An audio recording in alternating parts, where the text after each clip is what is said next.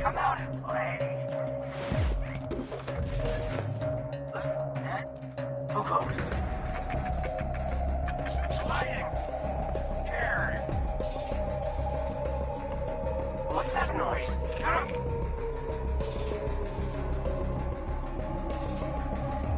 You.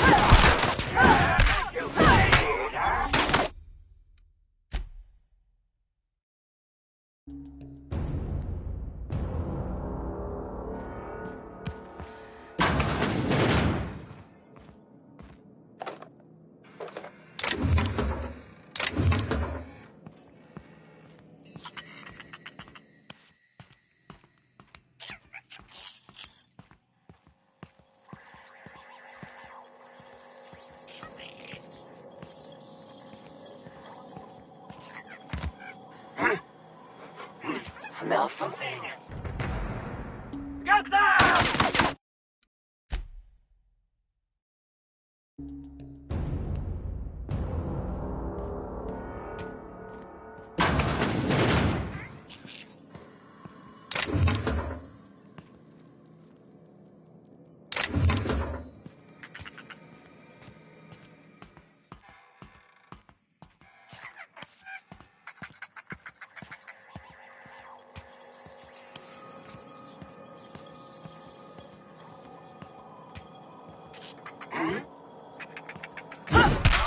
Heard something?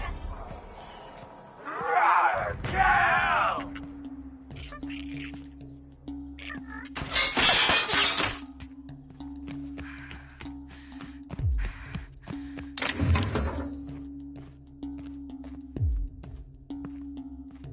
Don't hide from me! I smell your fear!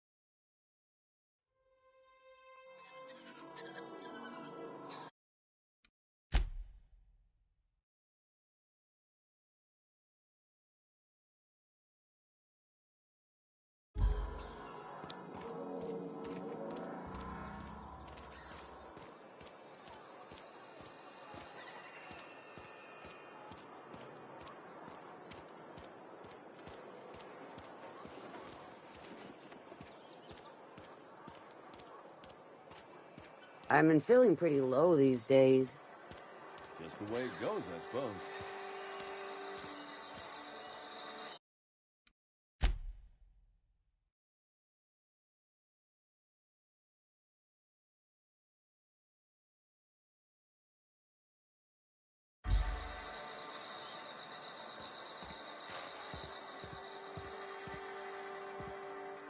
Somebody's been running around talking about the Hope. Wonder if that's a new drug of some kind. Let's see it. Don't keep us waiting. I don't know what that means. Is that some sort of medical condition? Is my plague getting worse or something?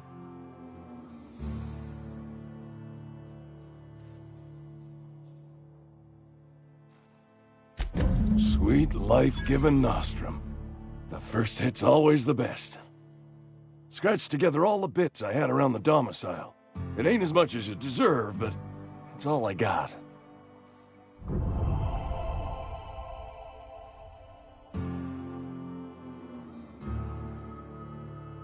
You're wringing the blood out of me. Here, you can have whatever's in my pockets.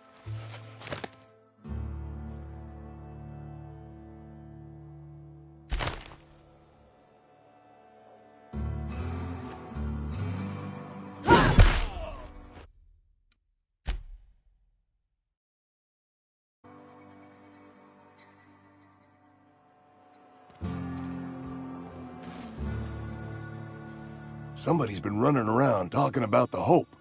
Wonder if that's a new drug of some kind. Let's see it. Don't keep us waiting. I don't know what that means. Is that some sort of medical condition? Is my plague getting worse or something? Sweet life-giving nostrum. The first hit's always the best. Scratched together all the bits I had around the domicile. It ain't as much as you deserve, but it's all I got. You're wringing the blood out of me.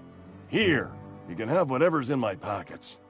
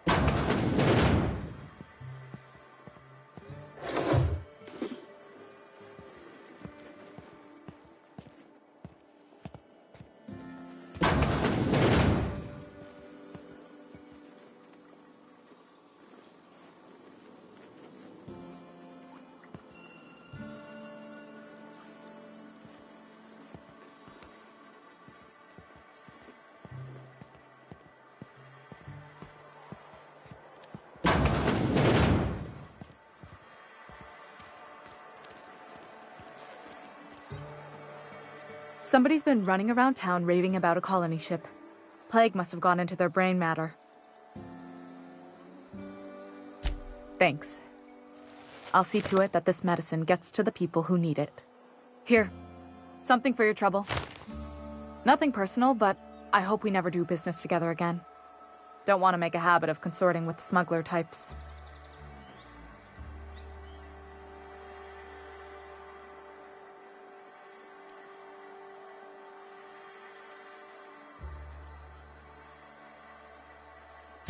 You do have some cheek on you. Lucky for you, I kept a little contingency fee in case you tried to negotiate with me. Somebody deserving. Silas on account of him being out in the cold. Amelia seeing how she's around people all the time. Anybody in the sick room?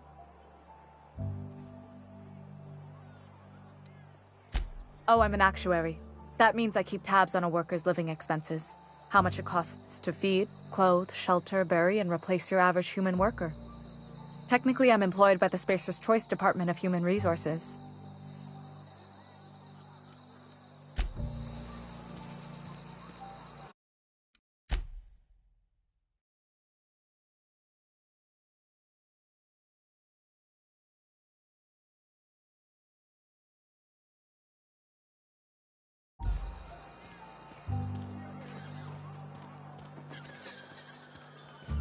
And your rations yet?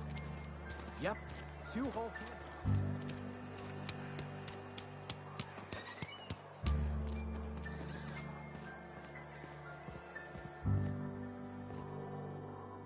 Talking to the good vicar always lifts up my spirits.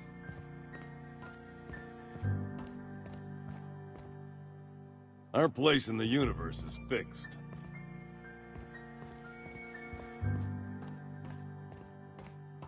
Hey there, Mary. Don't see you round here too often. Oh, I just came to talk to the vicar is all. None of us are above confessional.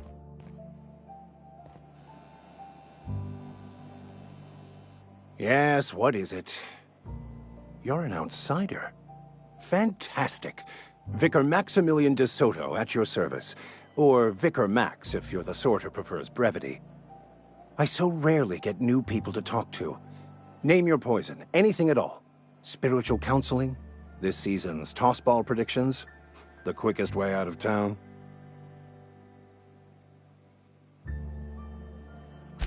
Mechanical tomfoolery is well out of my purview. I suggest you take such matters to Mr. Thompson in the cannery. Oh, and a word of warning.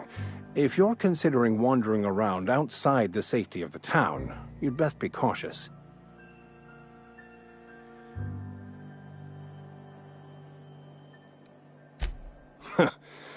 The marauders I met when I ventured outside the walls might agree with you. Bastards snuck up on me while I was dutifully hunting for a banned book in a collector's library. Barely escaped with my life. But you see, one of the reasons I transferred here was to get my hands on that heretical text. If you managed to acquire it for me, I'd pay quite a handsome sum for the book.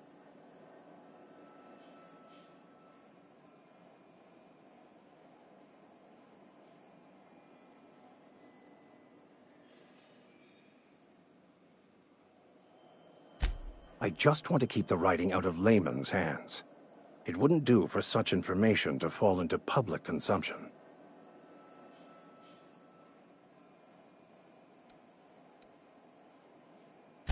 It's a handwritten journal.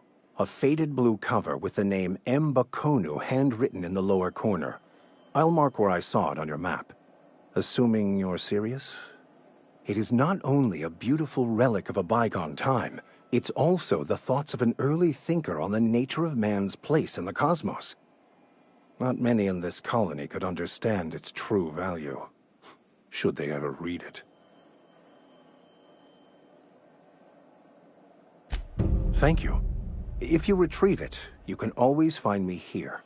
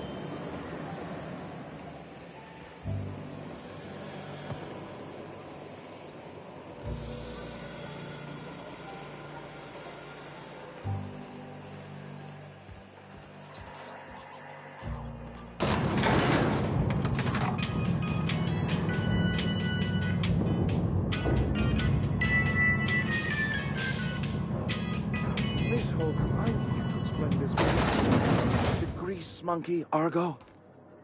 I'm sorry, Mr. Thompson, sir. You asked why it's taking so long to fix. The answer's technical. Don't apologize. Just try using small words for me. The cans bust open in the oven because she's set to cook saltuna, which isn't what we've got. Mr. Thompson? I think there's someone here to see you. Focus, Miss Holcomb. You and I are still talking. Let's start over. Walk me through the process. Show me where it's going awry. Well, sure. It's, mostly on account of what we're feeding into the mechanism. It puts food in cans. We have food, we have cans. Why won't it work like we need?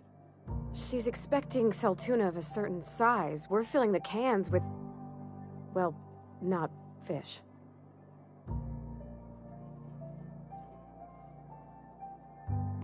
Seems we've got a guest. Really now, Parvati, I do wish you'd spoken up. I do apologize. I was given no forewarning of your arrival, or I might have welcomed you at the gates myself.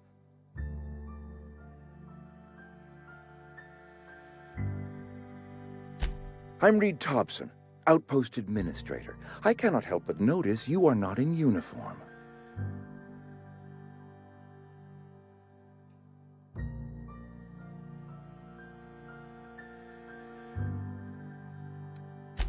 Shirt, pants, work boots, company-approved colors. The, honorable apparel of a loyal worker?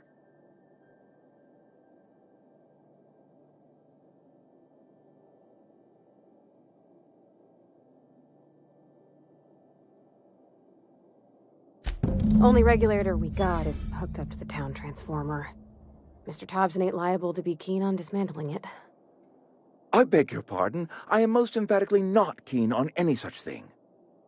I can't let you have our power regulator. But I happen to know of another one, and I happen to know exactly how you may retrieve it without frying yourself in the process.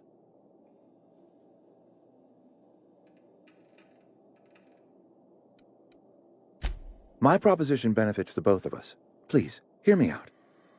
There's a power regulator in the old botanical lab.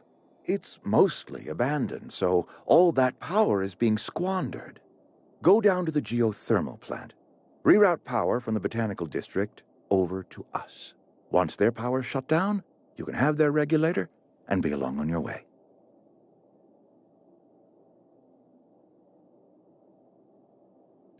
I was not entirely sure how to tell you this. The botanical labs are not legally inhabited, but there are people who live there.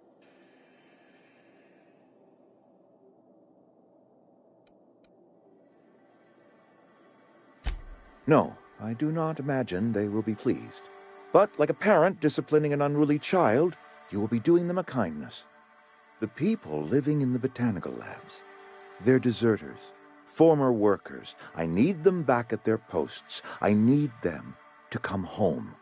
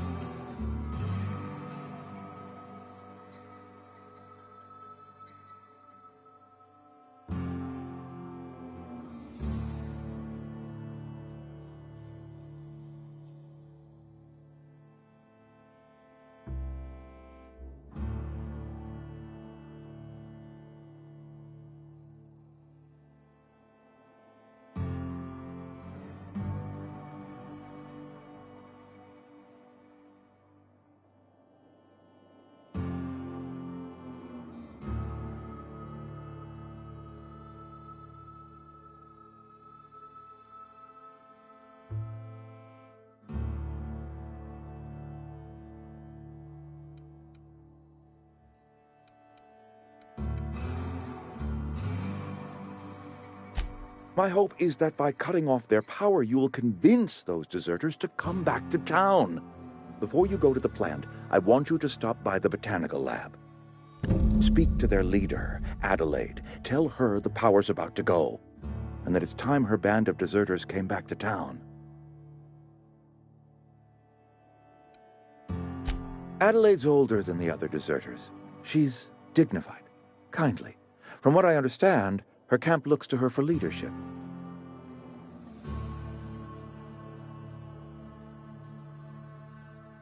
That reason was me. I asked too much and pushed too hard. But I am ready to make amends if they are willing to return to the fold. We belong to one community, the Spacer's Choice family. If we dissolve into factions, then we will all perish separately.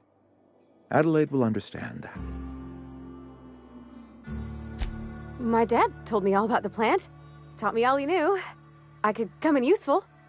I mean, if that's all right with you, Mr. Thompson. Sir. I hesitate to part ways with Miss Holcomb, but I cannot deny that she is talented and may prove useful to you. You will need an administrative passcode in order to enter the plant. I am trusting you with mine, and trusting Miss Holcomb to guide you if you'd like. Great! I got my wrenches and diagnosticators and hairpins and engine tape, so I'm all set. Well, I am glad to hear that. Best of luck to you, and thank you again for your help. It is a lot to ask of a stranger, I know.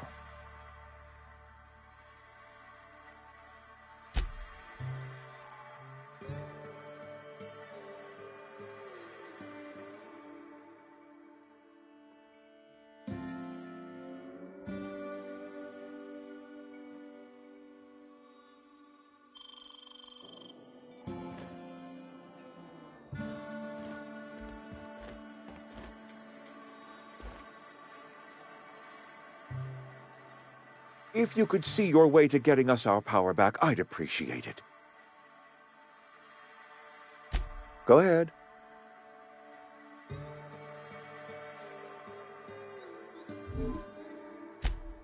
It is my job to keep two eyes on my town.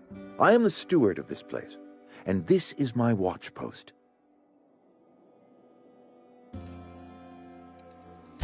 I wish you wouldn't say things like that.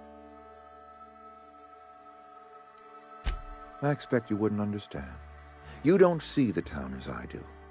When I stand at my window and look out over my town, here's what I see. I see decent, loyal, hard-working people. I see a family. We are all part of the Spacer's Choice family. We are all doing what we were brought into this world to do.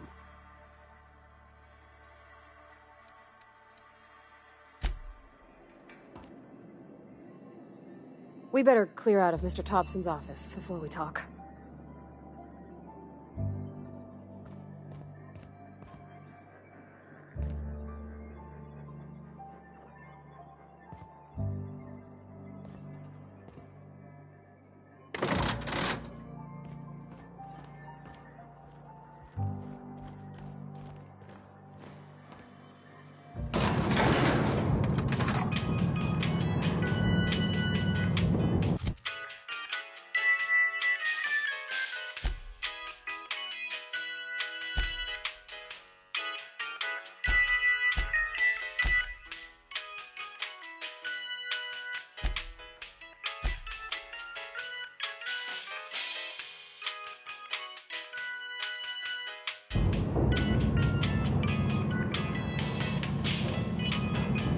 We better clear out of Mr. Thompson's office before we talk.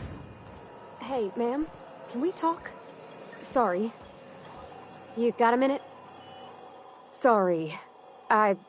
You just want to get out of here. And you likely don't want to tag along like me. It's just, Mr. Thompson has his own view on matters, on account of it's his job and what all, but that's not the only side of the tale.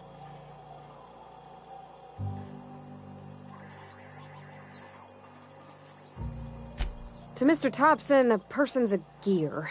It does its job quiet-like. If it squeaks or stutters, it gets replaced.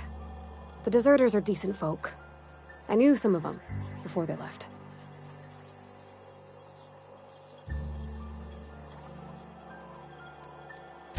Miss McDevitt?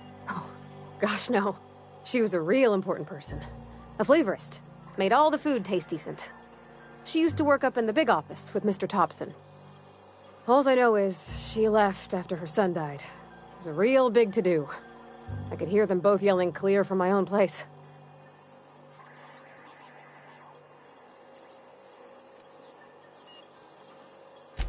I don't know anybody well.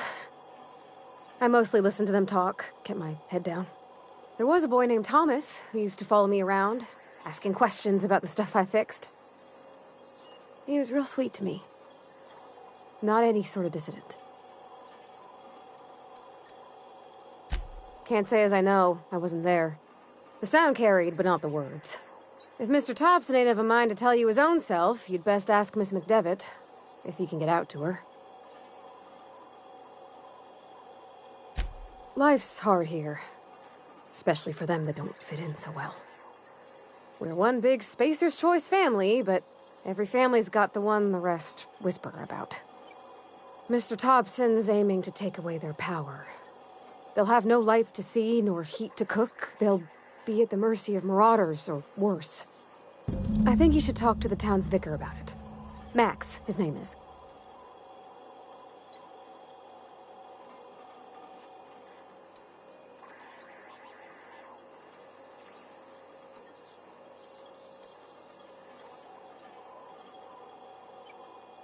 About if what Mr. Thompson proposes to do is upright. Leaving Miss McDevitt's folk to their fate. Their neighbors. Kin. And maybe he can think of something else to try.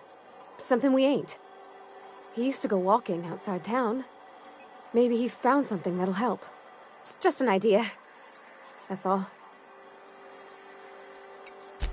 Books are for rich folk. I wonder what he wants with something like that. Thanks, ma'am. I just think when you gotta make a decision that'll hurt somebody, it's best to think on the right and wrong of it. That's what my dad used to say anyways.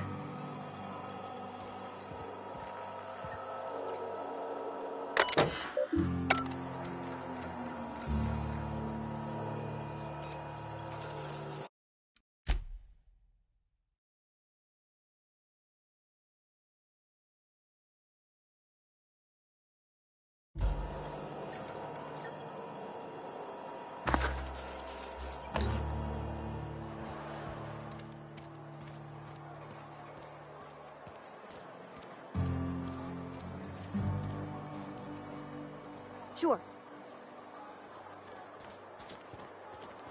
I'm going. Sure thing.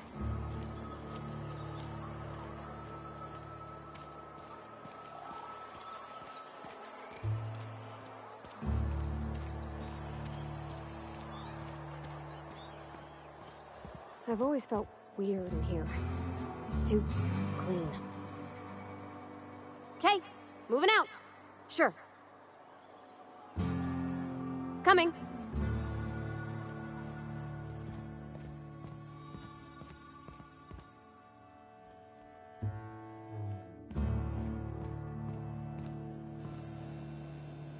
Any progress on that matter we discussed? Ah, Miss Holcomb. How rare to see you out. And with a complete stranger. Curious. This here's Vicar DeSoto. He's always offering spiritual counsel to those that need it. Thank you for the kind assessment, Miss Holcomb. I admit, I've been quite interested to make our outsider's acquaintance.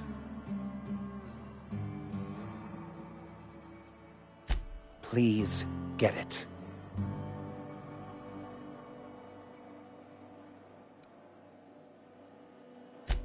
What would you like to discuss? What? I thought you would talk to him.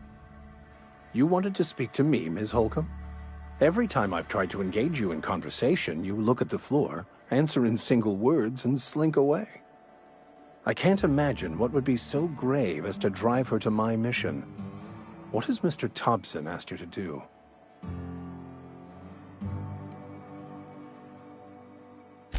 Depriving them of safety from the marauders and wildlife. I can see why that troubles you. Miss Holcomb has a soft heart. Always has, if you believe the talk.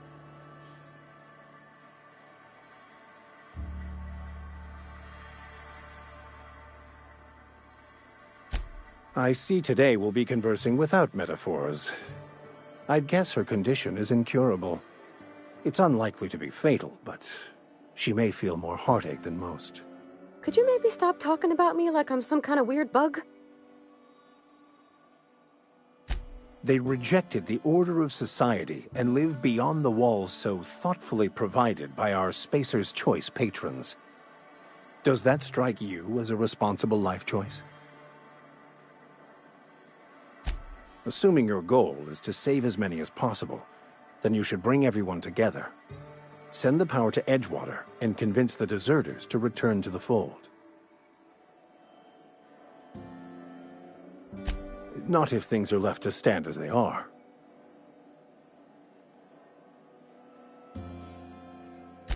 I've never seen you before, and there's been no paperwork indicating a transfer. Half the time it's wrong, but a new worker without paperwork? Unheard of.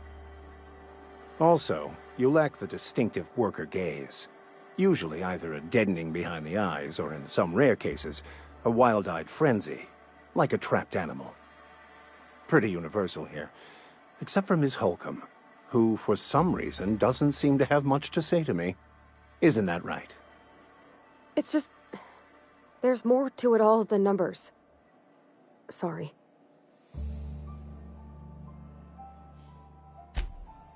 Excuse me, I'm suddenly experiencing quite an amazing headache. They who are not satisfied with their work are satisfied with nothing. No? How about, work fortifies the spirit. True exhaustion awaits idle hands.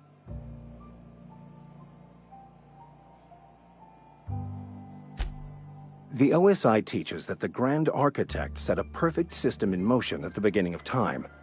Contentment is found by accepting one's role in that grand plan.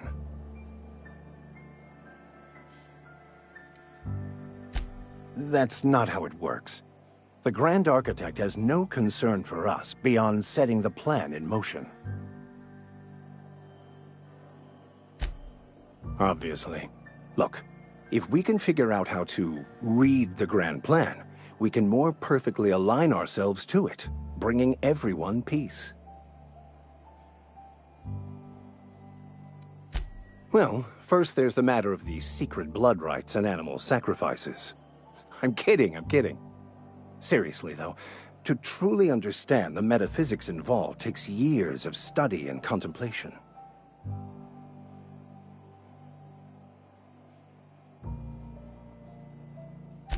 They who are not satisfied with their work are satisfied with nothing. No?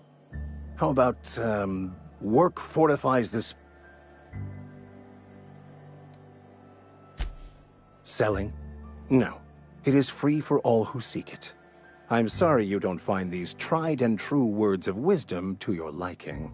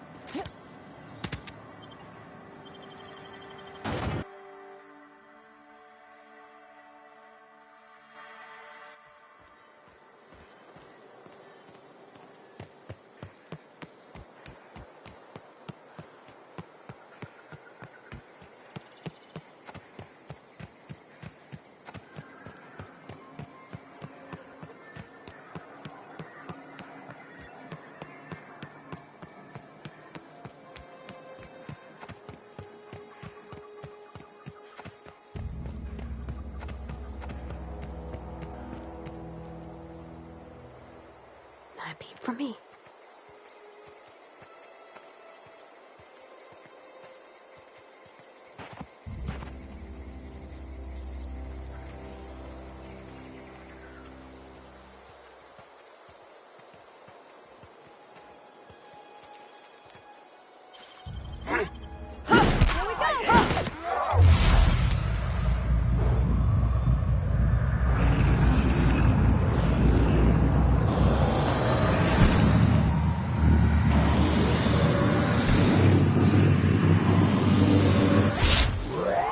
That's the last of them.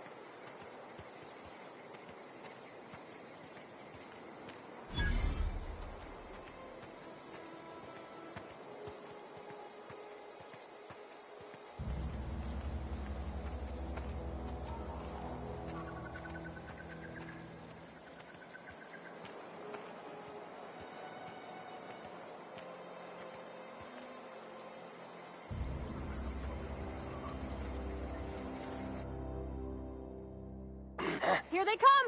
Break you!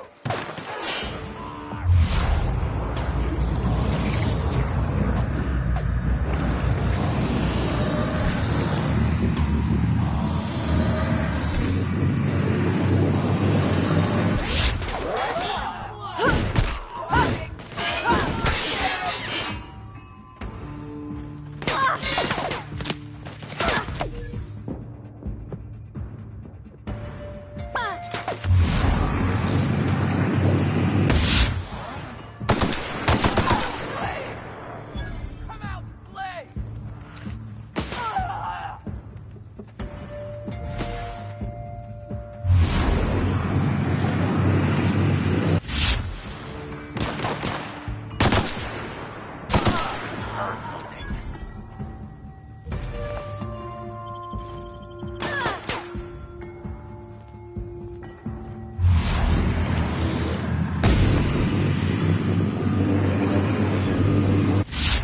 Doing all right?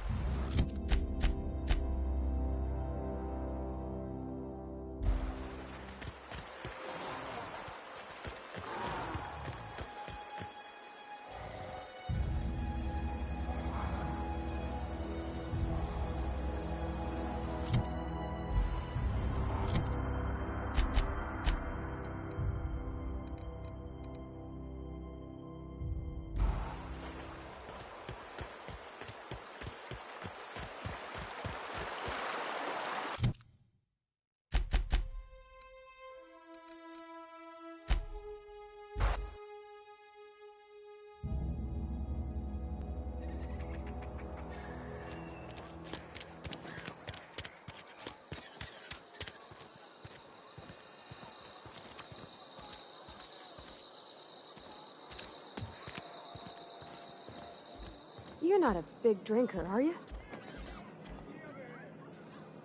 Well, coming right up.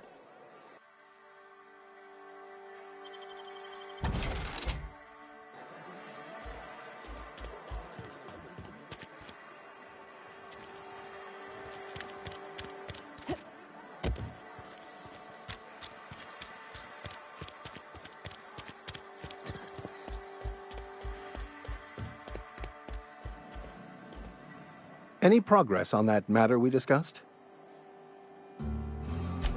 Wonderful. This is fantastic. Well worth all the sacrifices I... Wait. What the fuck is this? Is this... French? I can't fucking read French. It's a law-forsaken joke is what it is. French! Ha! I was so high and mighty, preaching to the yokels about following the plan, while fighting it at every turn.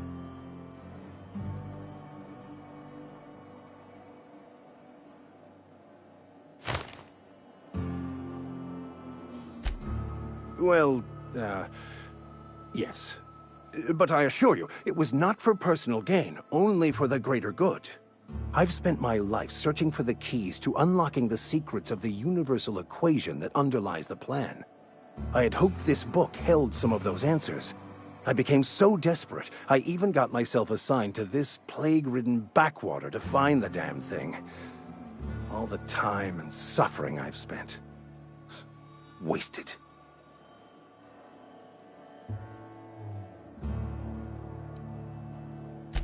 Bakonu, the author, had some interesting theories about man's perception of reality that I thought could be applied to our attempts to decipher the plan. Unfortunately, he was also one of the founders of the Philosophist school of thought, so the book is banned in this colony. Philosophism's a false religion that stands in contradiction to almost everything we know to be true. They believe all is chaos, in stark contrast to OSI's belief in the plan. But most of the philosophist perversion of Bakonu's thoughts came more than a century after his death. The story of my life. Most laypeople are not aware of this, but we've not discovered any new insights into the plan for a long, long time. I had an idea that we should welcome the truth, no matter where we found it. I had the worse idea to share my thoughts with a superior. And that's how I ended up assigned prison duty, where I was fool enough to let an inmate bend my ear with stories of an original Bakonu journal. But that's neither here nor there. What I need to do now is to find a translator, obviously.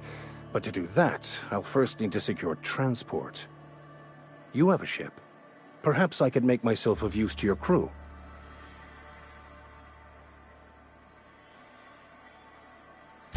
Certainly. I already gave you most of my money, but I can offer you free spiritual counseling, and I'd be happy to watch your back. I'm pretty handy with a tossball stick, or any blunt instrument, really. I'm also a passable gun hand, if it comes to that. I can usually talk my way out of conflict, though. Oh, I'm fairly competent at hacking computers.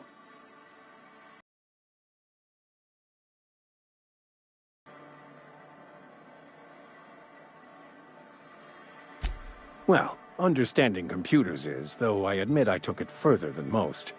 And I was quite the 32nd back during my penitentiary term. Left many an opponent bleeding in the prison yard.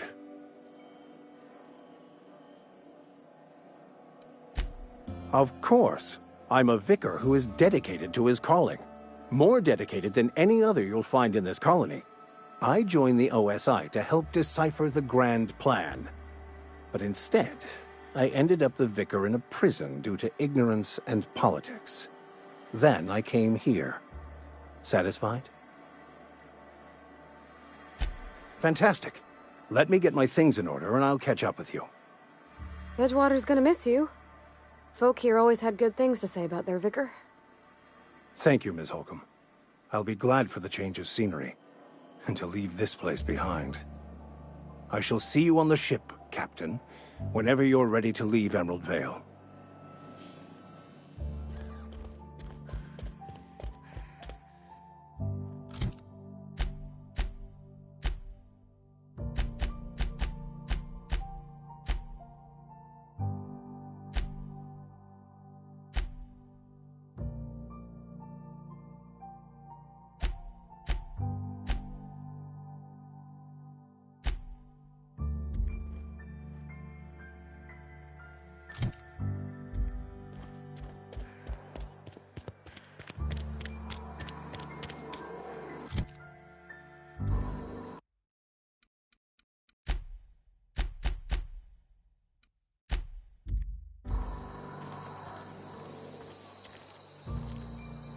You some sort of freelancer?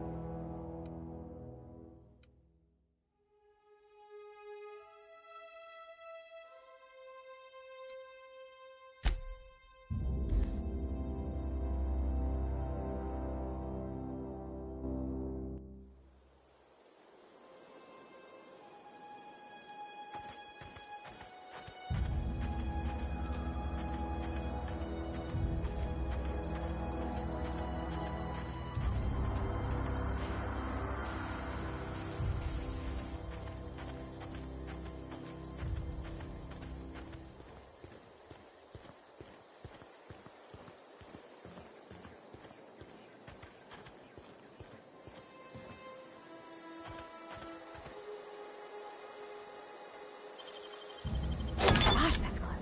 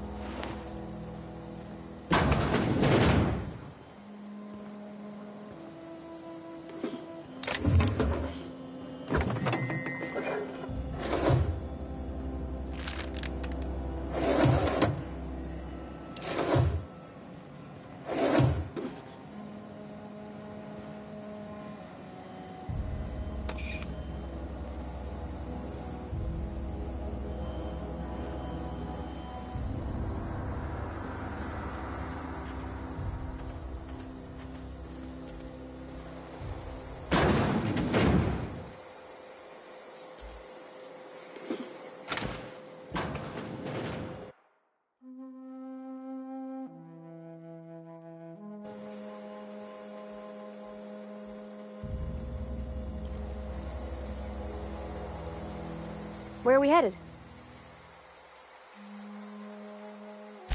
That's on account of how I never met her. She was in another division of the Spacer's Choice family. She worked in the Vale a few months, sorting the cannery computers. Her contract said any kids she had, expected or not, belonged to her office from the time of conception. So when I was born, I got sent here.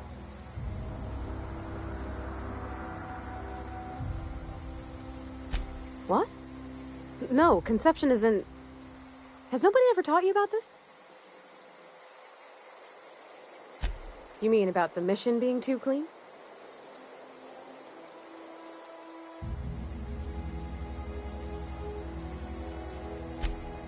Sorry. I know, it's none of my business.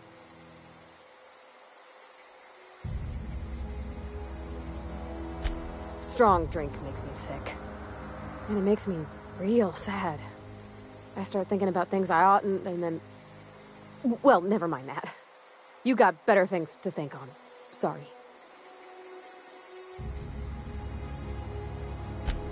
I'm sorry, I shouldn't have said anything.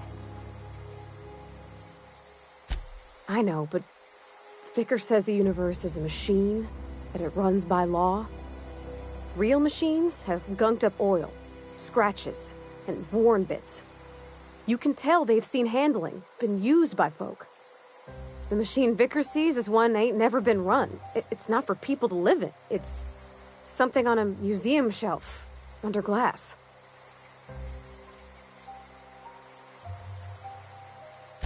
I reckon we already do, we ain't got no choice in the matter. So maybe somebody ought to take a rag to it.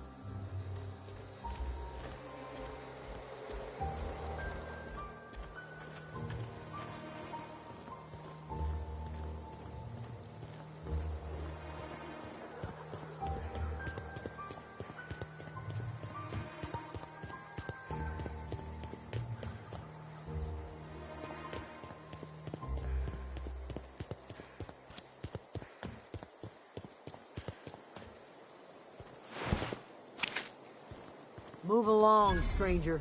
We don't want any trouble.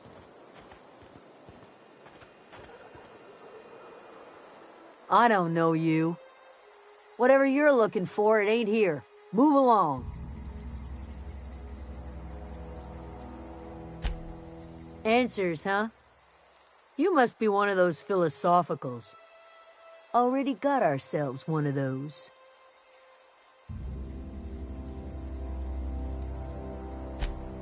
Yeah, that's us. And you can tell Thompson we're doing just fine by ourselves. If you're gonna start wandering around my camp, know that I got my sights on you. Over in the hothouse, tending crop. Enough with the questions. No offense, but I've got a lot on my mind.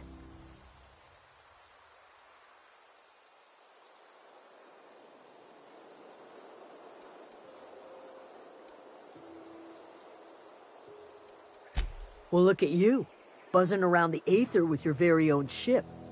Rest of us gotta make do with the ground at our feet. No, I'm sorry. That was unworthy of me. Lady named Zoe went missing some nights ago. Just up and vanished without a trace. Now I'm pacing around wondering if marauders got to her.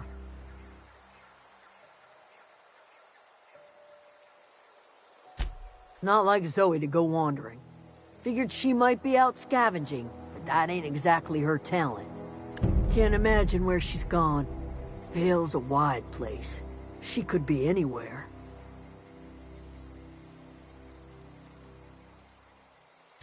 Could do without the gallows humor. I'll tell you what I can. Vex me. If she told anybody, they ain't telling me. I'd check her room, but I got yelled at for snooping once already.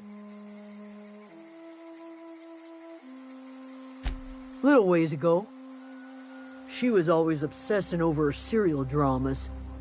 Wanted to see what the fuss was about. Well, enough to know we never got on. Zoe and Stefan were close. If anybody knows the workings of her mind, he does.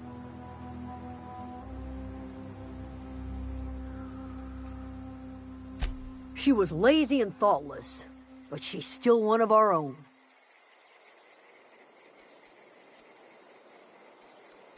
Could be. Dangers aplenty out there. No telling why marauders would steal somebody like Zoe. Got no useful skills far as I could tell. Marauder gang just moved into the districts a little ways east. Their numbers are growing. Gotta come from somewhere. What is it?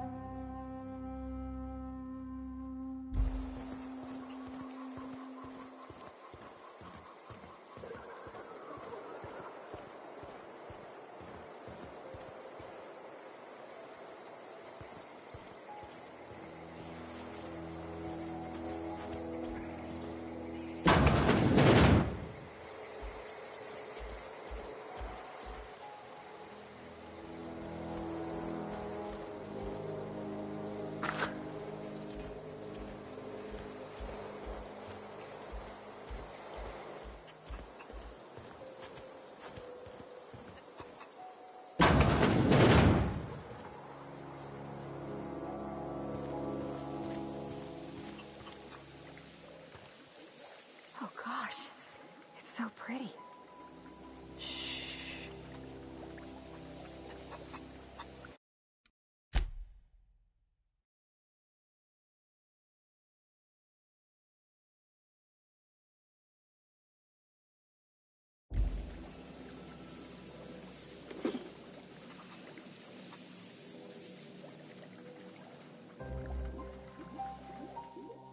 If you're hungry, there's meat turning on the spit outside. If you're bearing illness, find a place to lay your head down and I'll fetch you a poultice. Whatever your troubles with Edgewater, leave them at the gates and be welcomed here. Any questions, dear?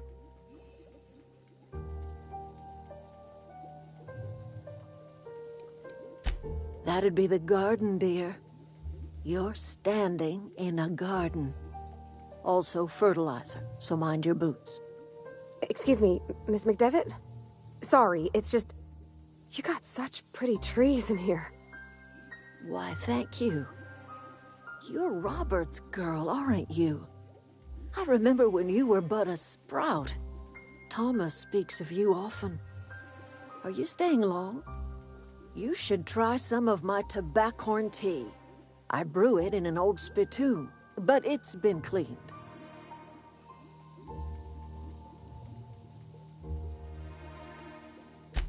Reed Thompson?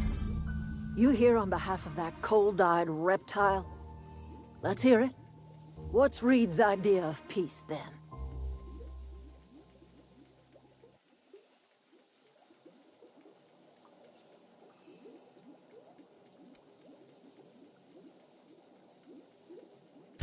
Make amends? Spare me. Only thing Reed knows how to make is a mess. Like everything else that comes out of Edgewater, that peace offering is canned. I and my own are living just fine out here by ourselves.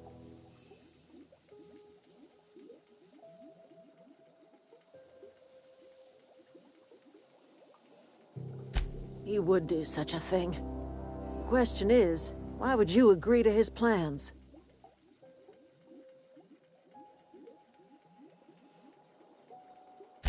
Cannery's got a regulator. You want ship parts, you ought to rip them out of the cannery's guts and leave us be. If you're going down to the plant, you should divert power away from Edgewater and toward our end of the grid. Think about it. You'd be liberating an entire town from a lifetime of service to that odious cannery. Seems the sort of thing a hero would do.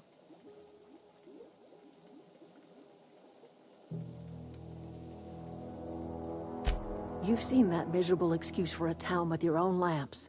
Hollowed-out workers laboring their lives away at the cannery, living off whatever scrap Spacer's Choice throws them. You know that's true, don't you, Ms. Holcomb? Your father died of overwork. His heart gave out. He was tired all the time, sure, but he was old, ma'am, and he raised me all by his lonesome. Look what they did to this child.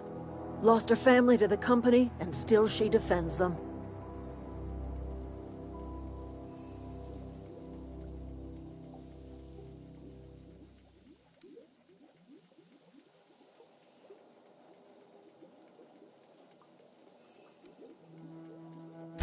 It's not much of a living. Every single person in that town has sold themselves to Spacer's Choice. The company owns them. Body, blood, and bones. You've been there. You've seen it. All anyone ever does is toil over a cannery. They give their lives for some heartless corporation, and then they're tossed into a Spacer's Choice brand cemetery.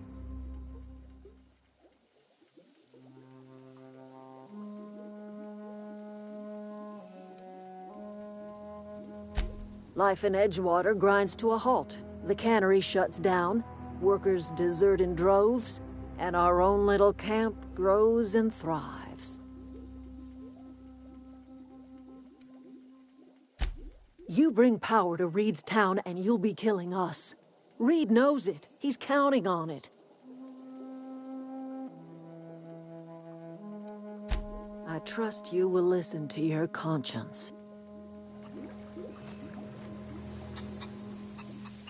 Something you need?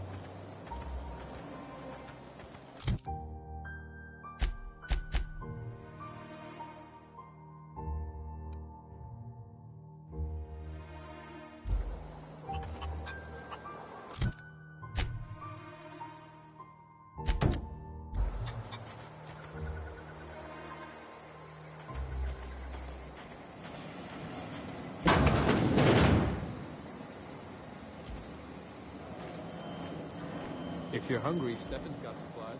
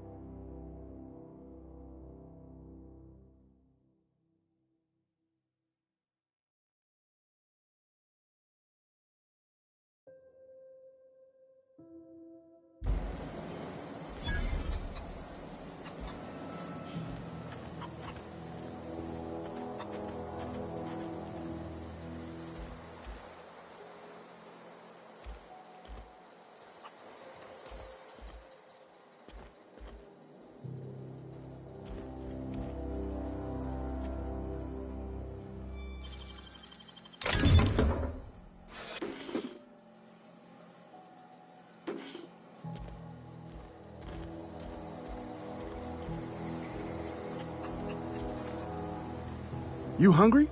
We got canid ribs, canid flank, canid snout too. Something I can help you with? You mean Zoe? Yeah, we were pretty close. Not like her to go loping off.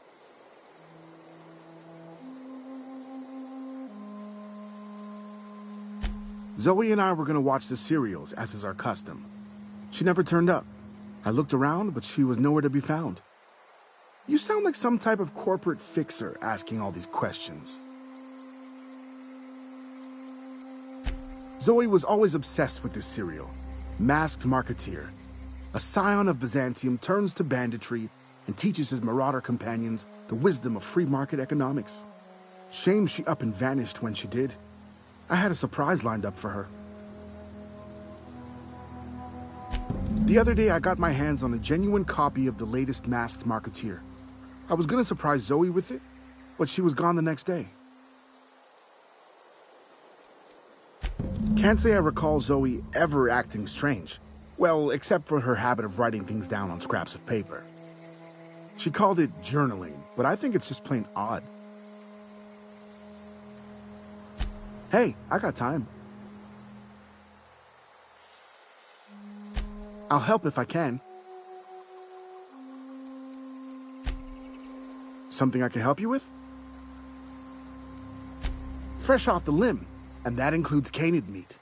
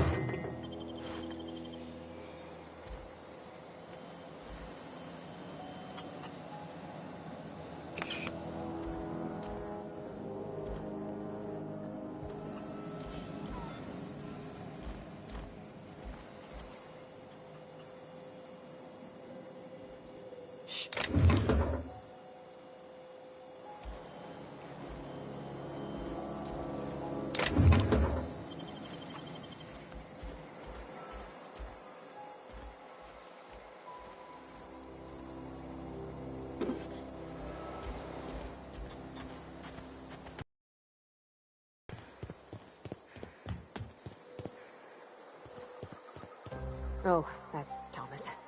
He used to follow me around before he left the cannery. Keep your wits about you, friend.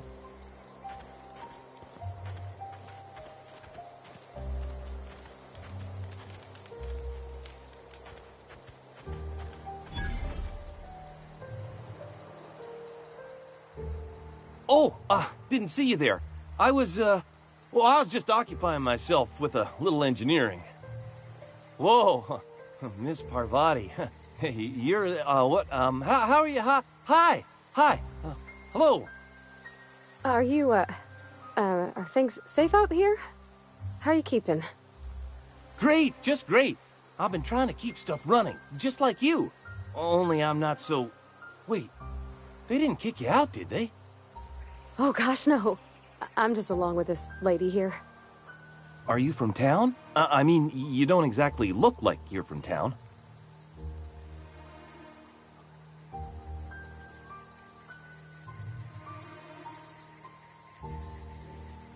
Never heard it phrased in such a way before. I guess we're all trying to get our ships off the ground, ain't we? Sorry, I just wasn't sure if you were from town or if you were one of us. Something's been chewing at me, you see. Fact is, I've been, well, lying. To everybody here. Camp thinks I'm a mechanical genius, but I couldn't fix a busted chair. I'll take all the help I can get. I set my mind to learning the craft of the engineer, you see. I want to make something of myself. You ever heard of the Young Spacer's Guide to Mechanical Engineering? Comes in a set of 3. If I had my hands on one of those data pads, I could teach myself the ins and outs. Those are good. My dad kept a copy with him when he was working in the cannery. I know the old community center kept a copy. Should find another one back in town. If you could find me even one of those pads, I'd be greatly obliged.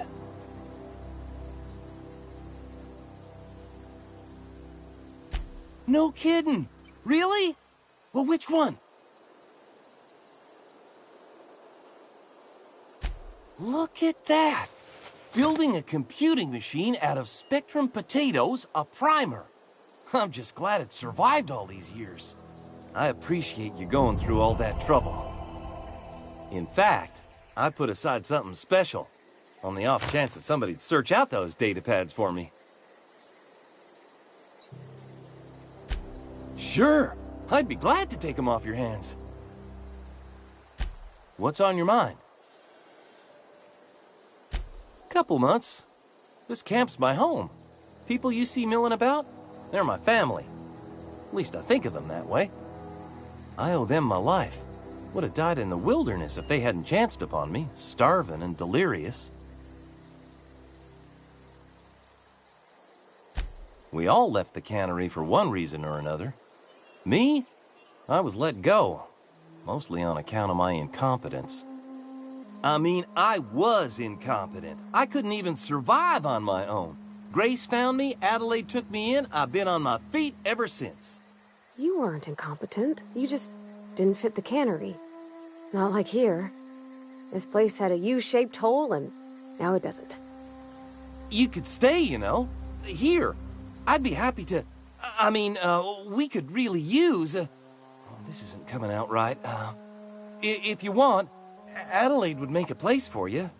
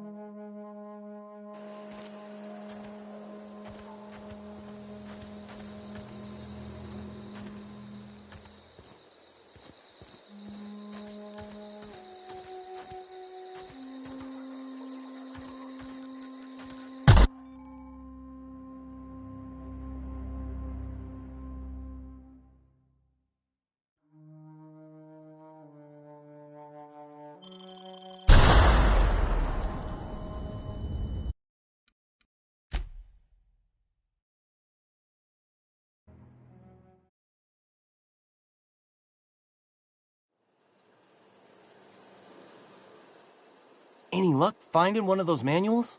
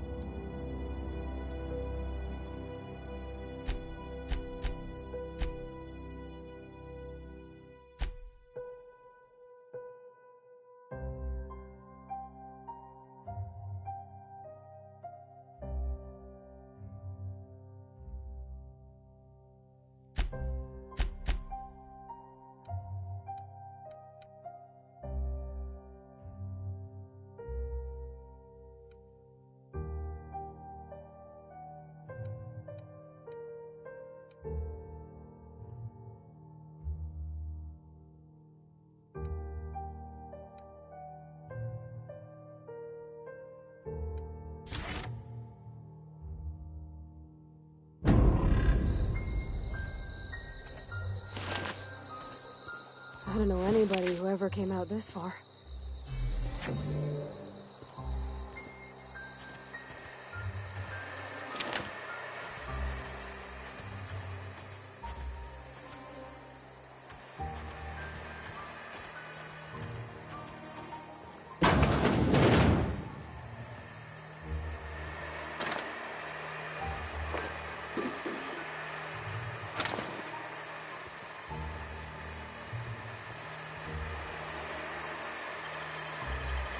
Easy.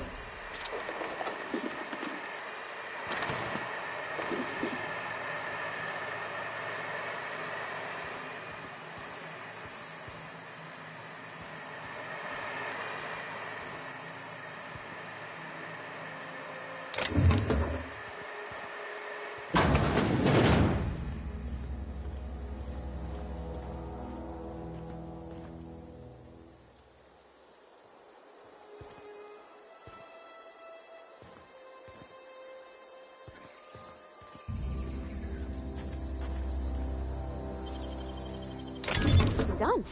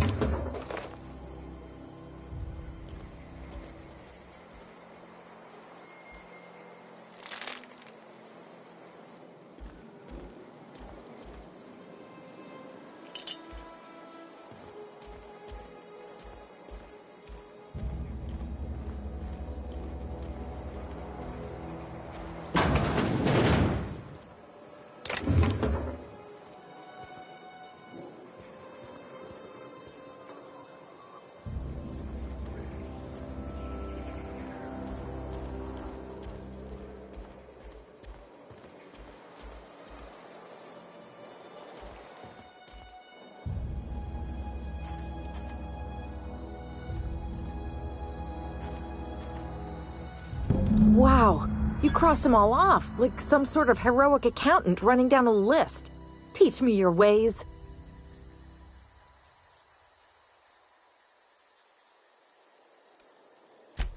Hey, me too. But mostly because I just had my second dose of adrenatime. I am so completely addled right now. You, on the other hand, you were a sight to behold. If I had half your skills, I'd be the greatest outlaw the coast has ever seen. Why? Adelaide wants me back on garden duty or something? Thanks, but I'm not going anywhere. This is where I belong.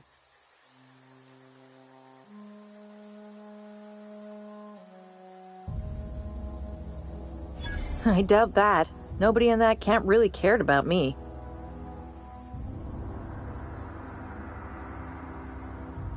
Yeah, I suppose you're right. Also, he could carry on a conversation, unlike these hooligans. I'll take my stuff and head on back, I suppose. Grace is going to be glaring knives at me, so I've got that to look forward to.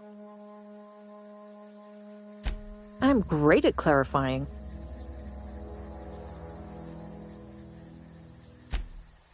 No. I insinuated myself into their company, see? And they didn't seem to mind one whit. I may have bartered them a few boxes of adrenatime, but yeah, I'm sure that's got nothing to do with it. I don't know. The vital processes that constitute the miracle of life are mysterious and unknowable. Oh, you mean around these guys? The Marauders wouldn't hurt me. They love me. I'm practically their queen. Yeah, must be my natural charisma. I got kicked out of Edgewater on account of falling sick with plague and stealing some medicine to treat myself. I'd heard some outlaws set up camp in the botanical labs. I decided to throw in with them, seeing as I always wanted to be an outlaw myself. Instead, what do I find? But a bunch of former workers camped out around a greenhouse. I couldn't just go back to the cannery, so I was stuck with them. I've got all the time in Halcyon.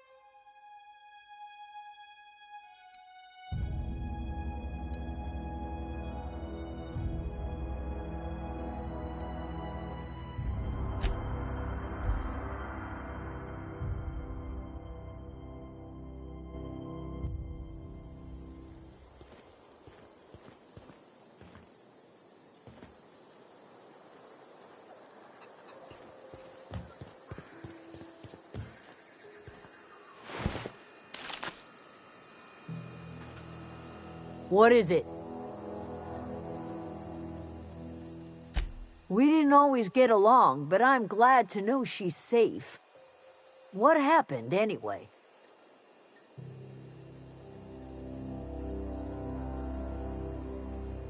Zoe joined up with a band of marauders. Zoe. The same Zoe who doesn't know a barrel from a trigger. Well, I've heard stranger things. You pretty much did my job for me. Least I could do is pay you for your trouble. Let me know if I can do something for you.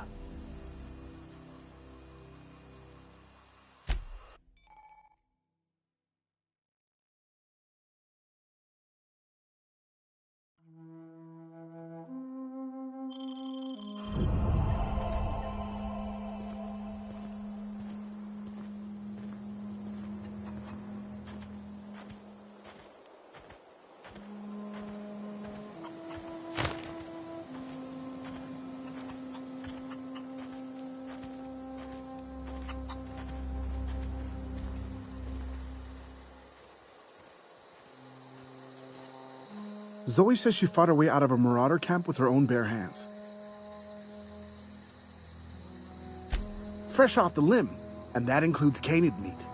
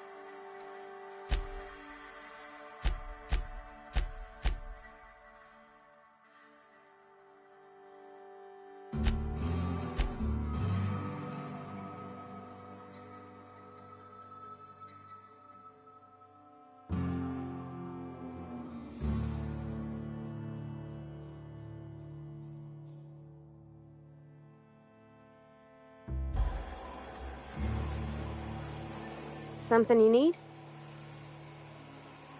He's just interested in fixing stuff. He always used to follow me around, asking me to explain what I was doing. Like a puppy, kinda.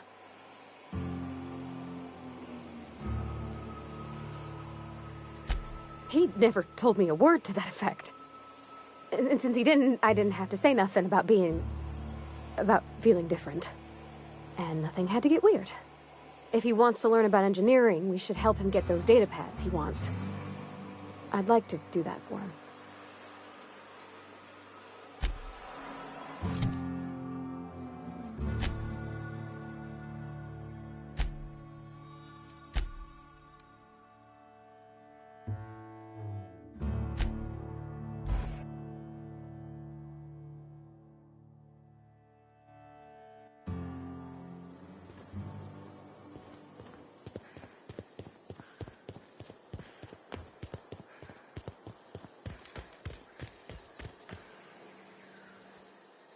Any luck finding one of those manuals? No kidding! Really? Well, which one?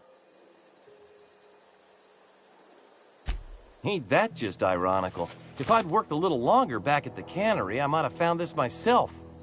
2 whole data pads? Be still my beating heart. Oh, almost forgot your payment. What's on your mind?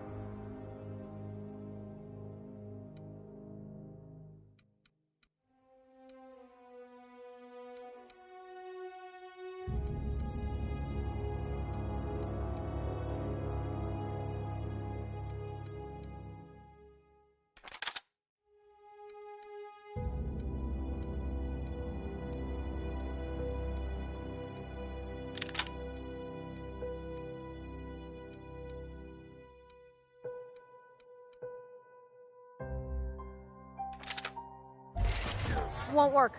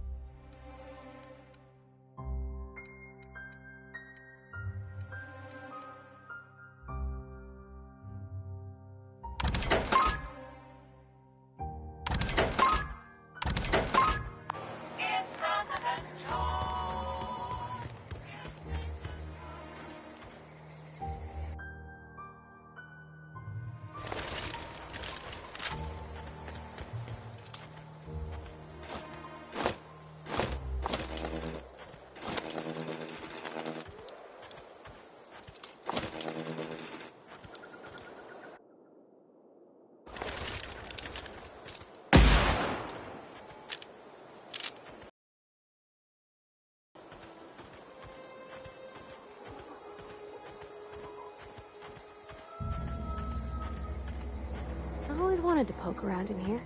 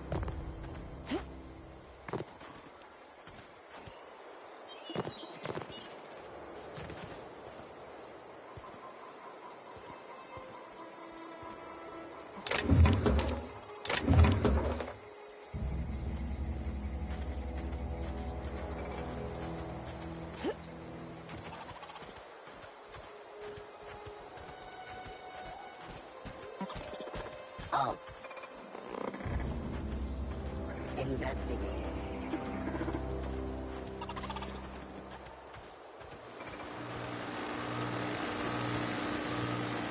Unexpected noise identified. System. Beginning security patrol. No!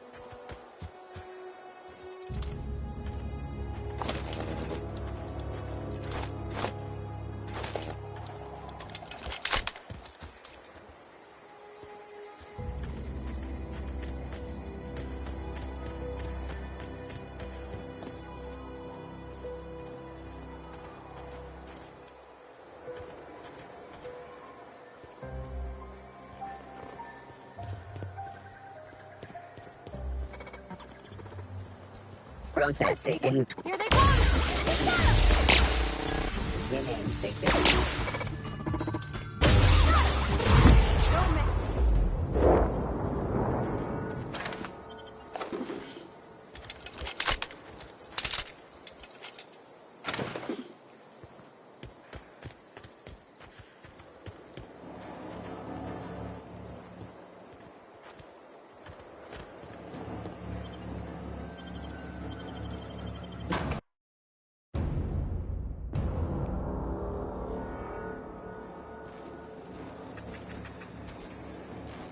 control room should be ahead somewhere and a touch to the right.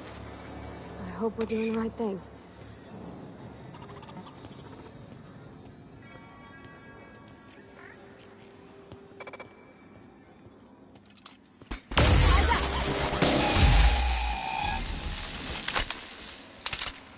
Got it. Heads down.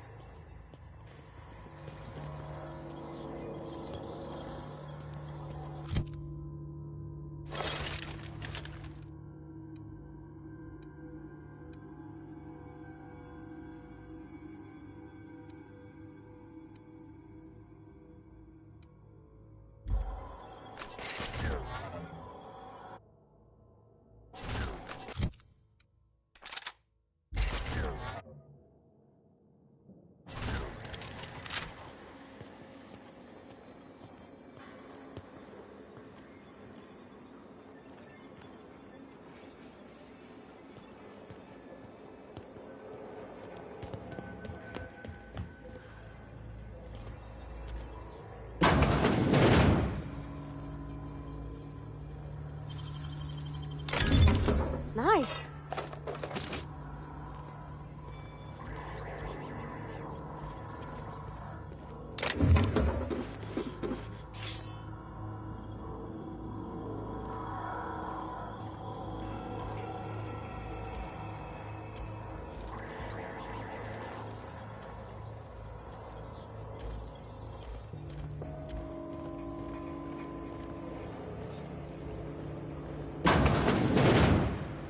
System alert. Here they come!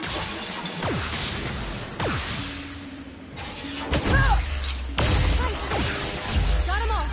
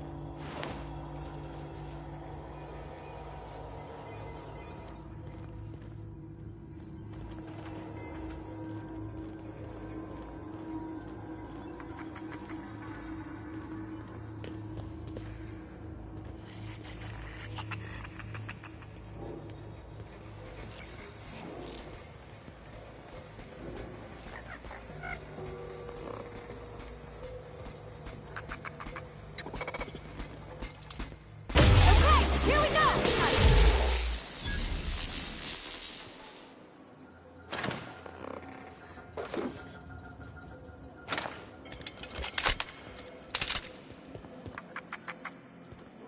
Resetting actions. Search concluded. No dissidents found.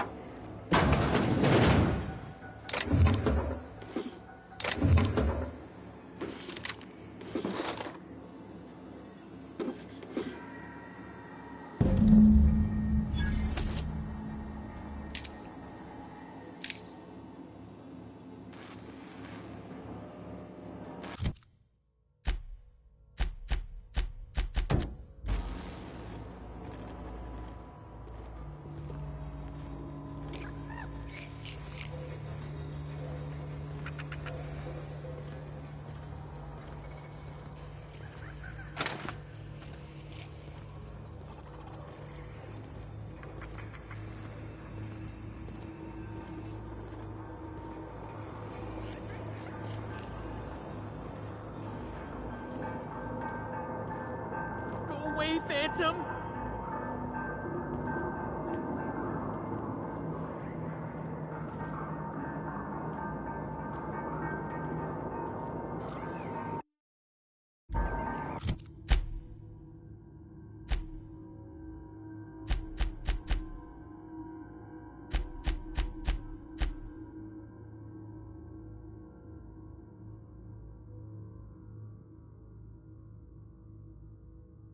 Get away!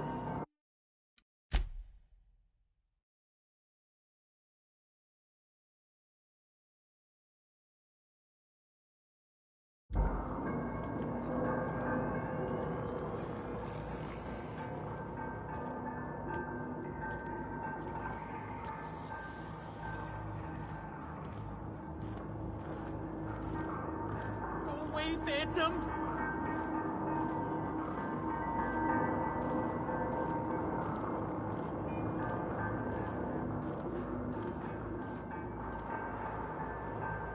You're not real. You're not real.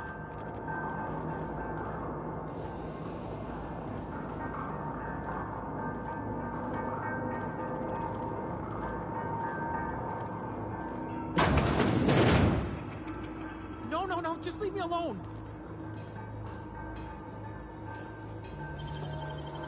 Hey, that's impressive.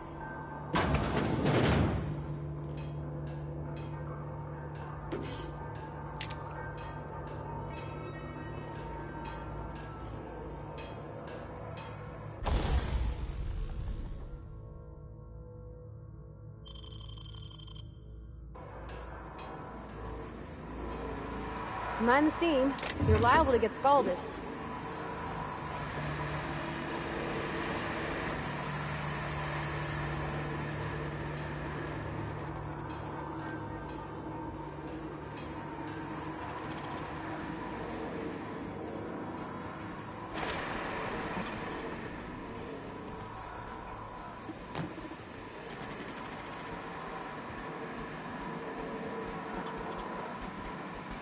Unexpected. Let's go!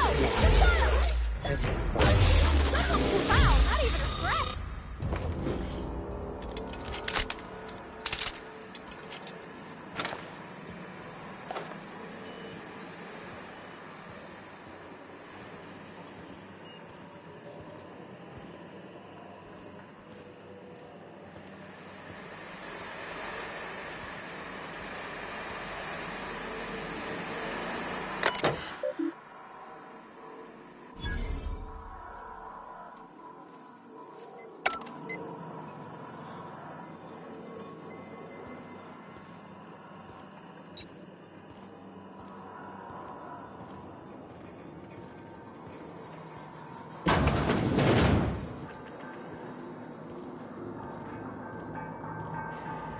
Go away, Phantom!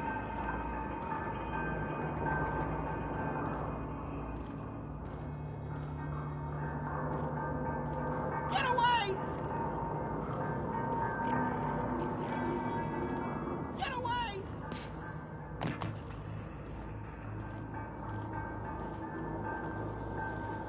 You're not real. You're not real.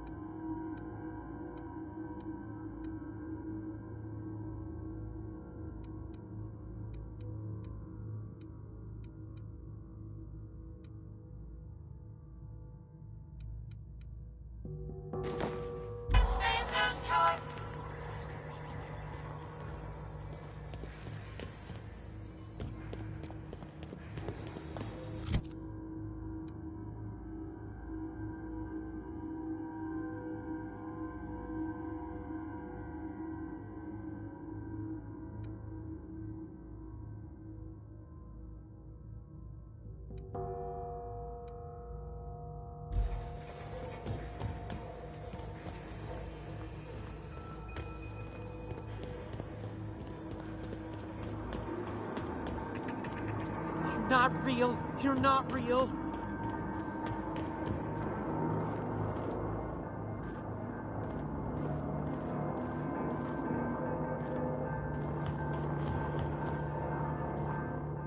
You're not real. You're not real.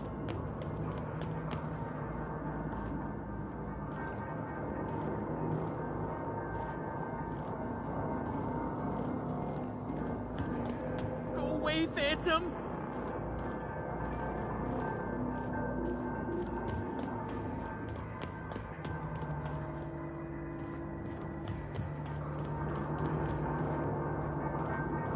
You're not real. You're not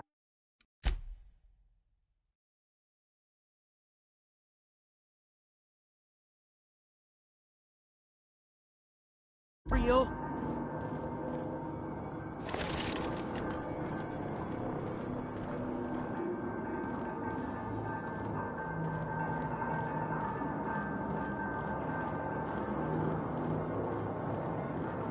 You're not real. You're not real.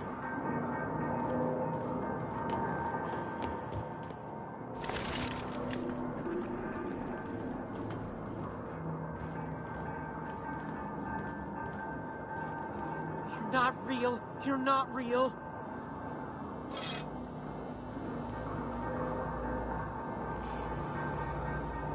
Here we go!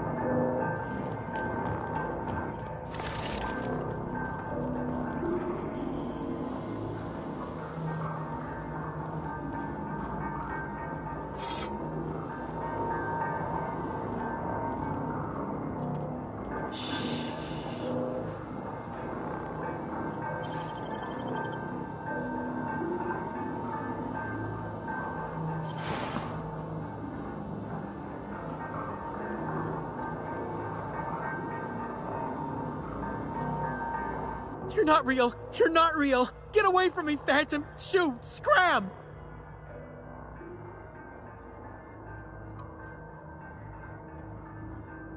Most people?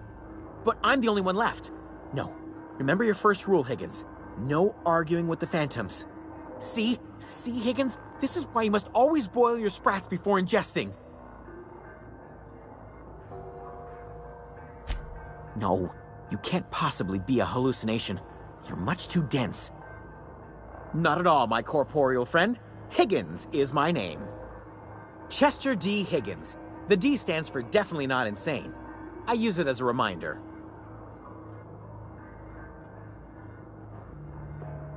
Oh, Higgins has been many things over the years. Sprat Wrangler, Saltuna Critic, Aetherwave Personality, Chairman of the Board, Galactic Defender, Sisty Pig Tycoon.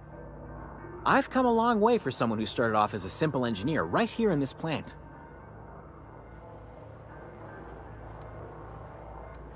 Mechanicals lost their bolts. Opened fire on anything that moved. It was pandemonium. I was on cleaning duty at the time. My old boss had me scrubbing pipes when the killing started. So, as usual, I missed out. I specialized in automechanicals, drones, sentries, repaired them, maintained, upgraded, did it all from my old workroom just over in the next section.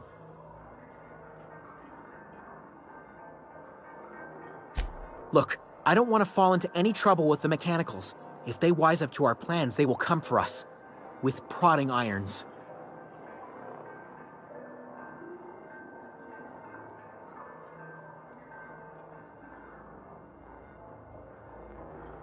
You know, you remind me of myself back when I was an intergalactic adventurer. I discovered a flaw. Their hostility levels were hardwired to maximum. There's no changing that, but you could rewrite their targeting protocol so they attack each other instead.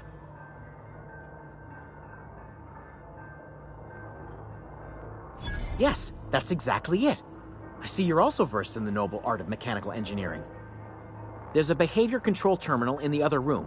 It should have options to change how the mechanicals act, including whom they shoot at. Oh, that reminds me. You'll need my passcode to access the behavior control terminal. Here, let me just write it down for you. The tail. Definitely start with the tail. If you're feeling adventurous, the ears are a particular delicacy. Jimmy'd opened the vending machines. That lasted a good couple of months. Eventually, I had to resort to more unconventional means of filling my insides. Braised. Boiled, charred, skewered. Sprats are good eating, friend. Chock full of brain food.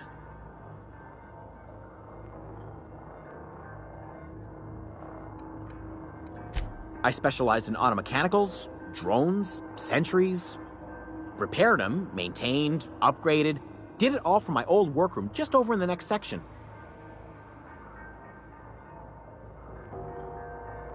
Oh, before. Definitely before. Sissy Pig Tycoonery was the apex of my long and storied career.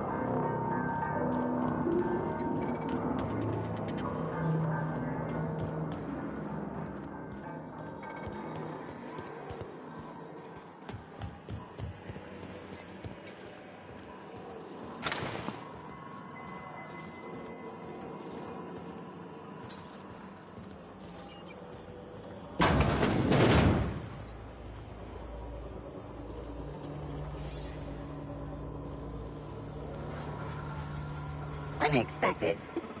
Beginning security. Incoming!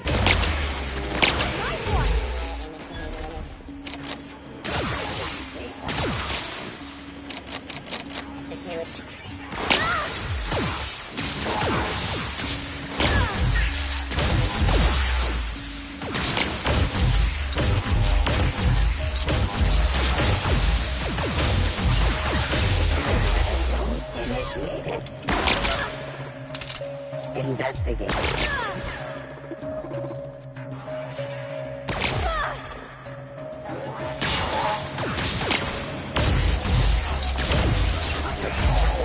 Searching for unauthorized persons.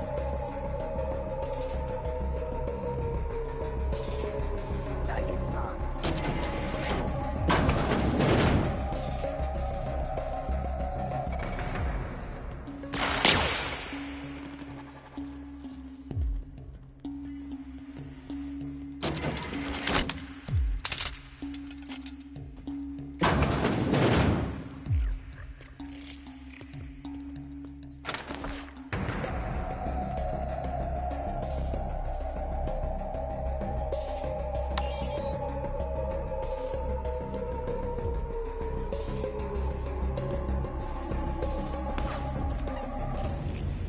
Sure.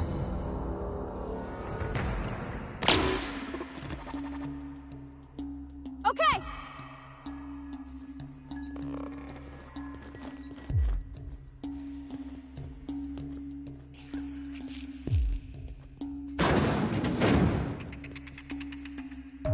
Security mark reacquired.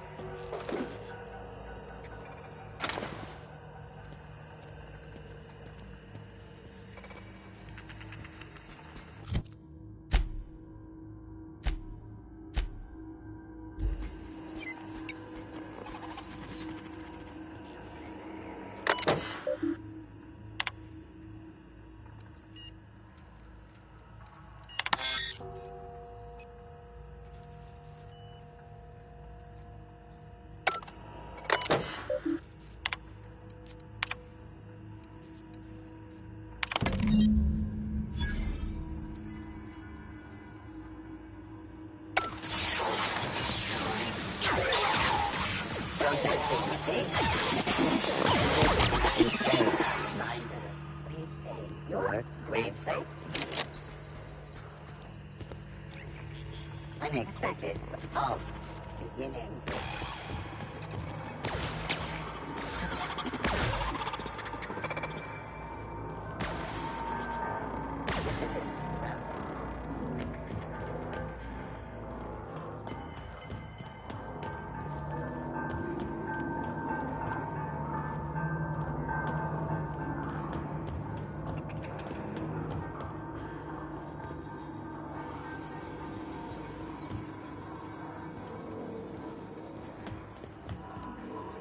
Sanitation and cleanup required.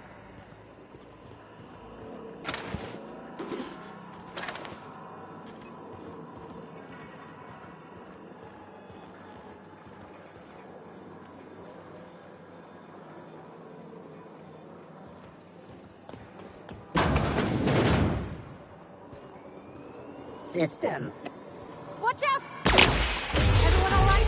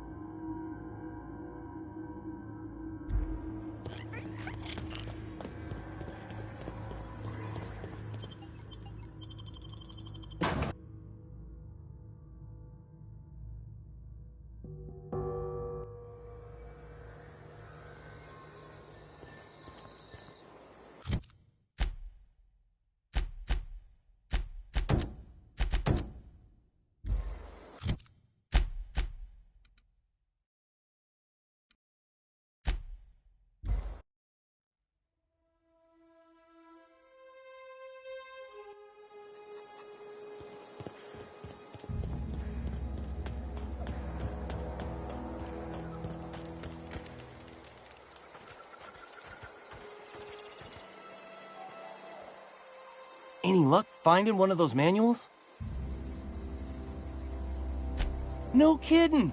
Really? Well, which one?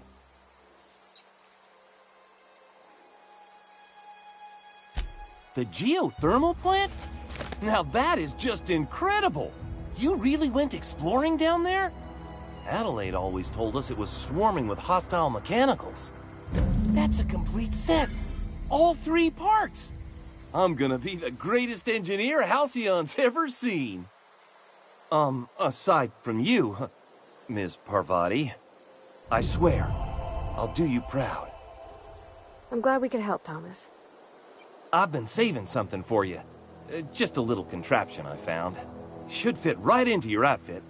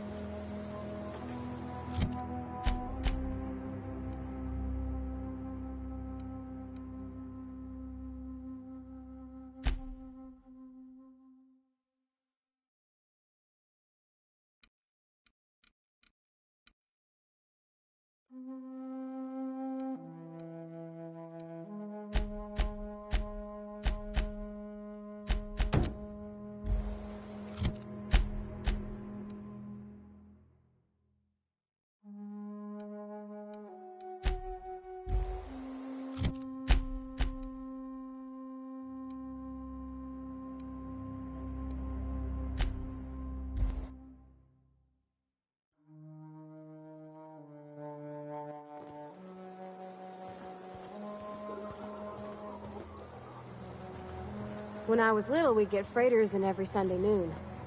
Now they only come but once a month. I love the wind here.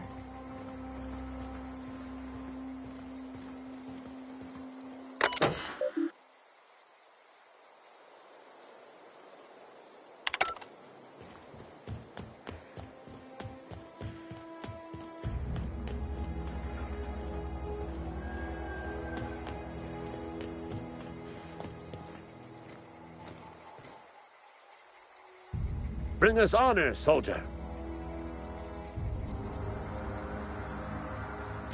Bang up work, soldier. You're a credit to your uniform. Oh, that reminds me. Gotta look into getting us a uniform. So this is it, then. The key to humanity's victory over the mechanical hordes. I would reward you with the gratitude of the Resistance, but I'm guessing you want something tactile. So here's a couple of bits for your trouble, and a little something to remember me by.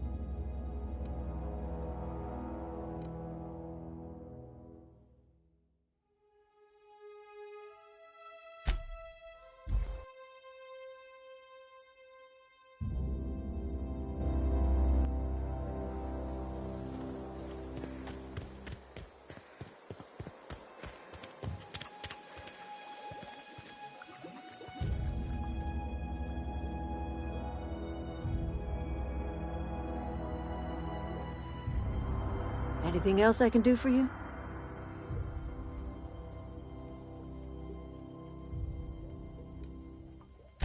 I am getting old, you know. These two lamps of mine are not as bright as they once were. Or I might have seen you for what you are. My dear, we are all visitors in a momentary universe. Our lives flicker in and out like the guttering of a flame. Here now, then gone. Me and mine are just carrying on as best we can, trying to live our lives in a way that does not feel wasted.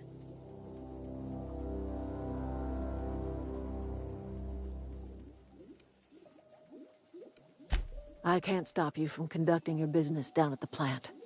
I just want you to know that if you take our power away, you will have brought an end to our way of life.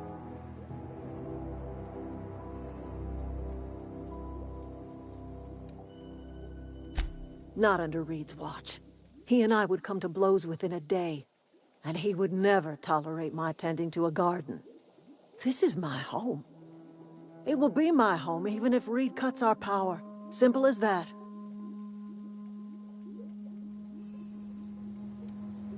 That's because Reed was my boss. I was the cannery's one and only flavor specialist, you see. Remember that limited run of white chocolate saltuna? That was all me. My son worked in that cannery.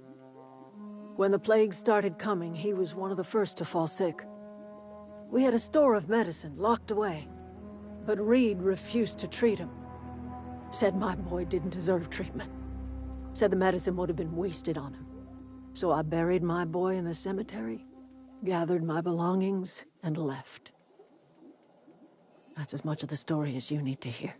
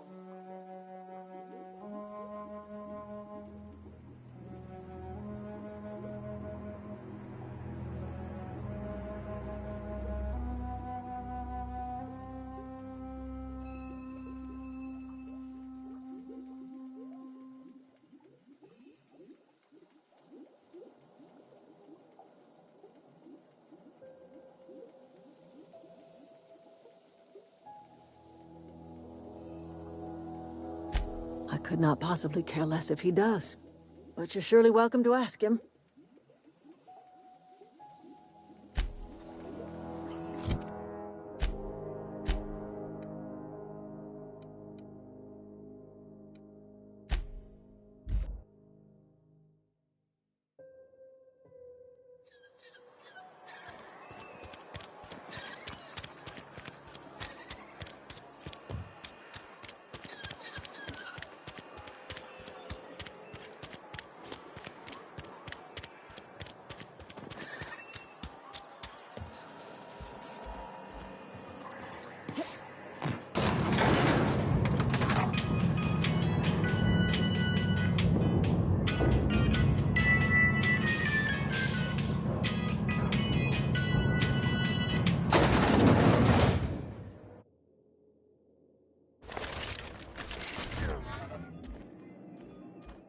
Something on your mind? Go ahead.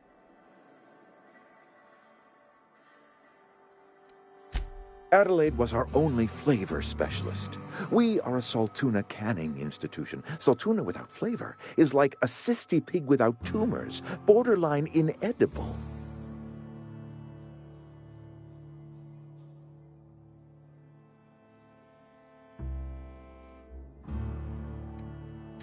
Were it up to me, friend, I'd stack our larders with Saltuna galore. No other brand of Saltuna adds as much vim or vigor to the body's humors. But, and this is something we must keep between the two of us, Saltuna is hard to come by, what with being a species indigenous to the seas of another world.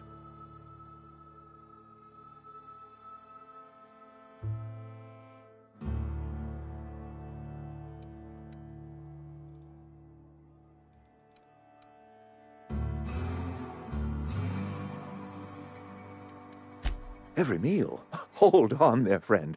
This isn't Byzantium. We eat once a day, in accordance with Spacer's Choice Nourishment regulations. Go ahead. Can we not? Talking about unpleasant things always gets my bile up. If I had enough medicine to treat everyone who fell sick, I would, but I don't. I can't save everyone. So I have to choose. Adelaide's son was barely competent. I treat him with our medical rations, and it looks like I'm playing favorites.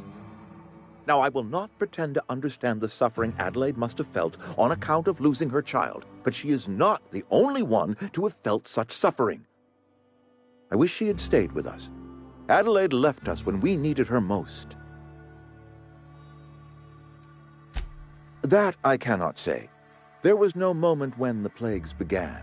Disease always lurks on the fringes of society, waiting to infect the idle and the lethargic. But in the last 10 years, the plagues have become progressively worse and increasingly frequent.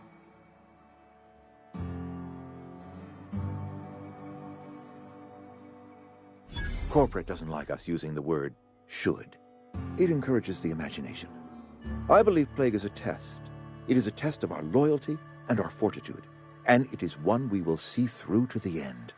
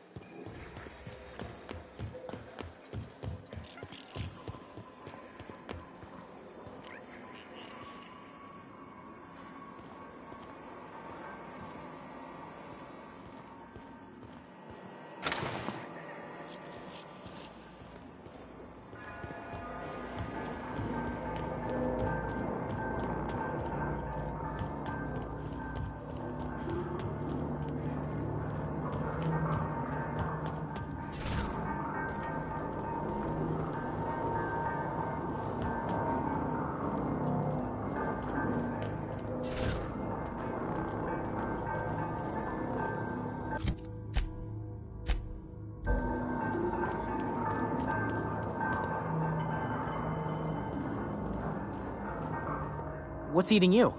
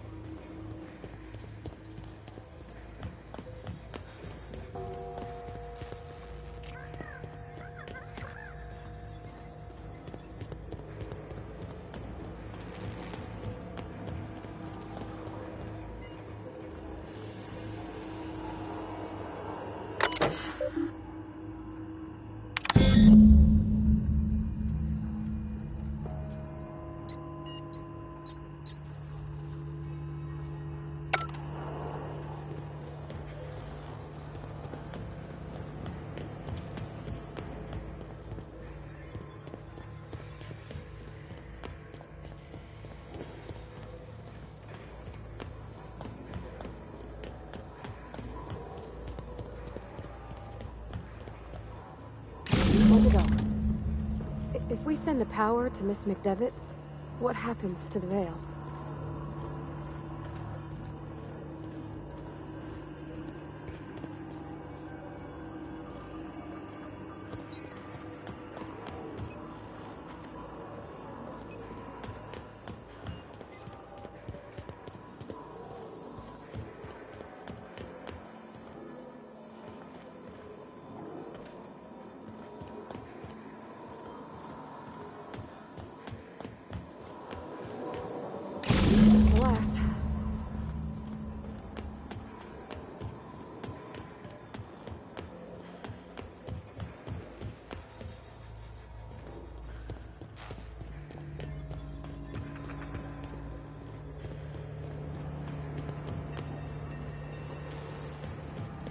Once we do this, there's no going back.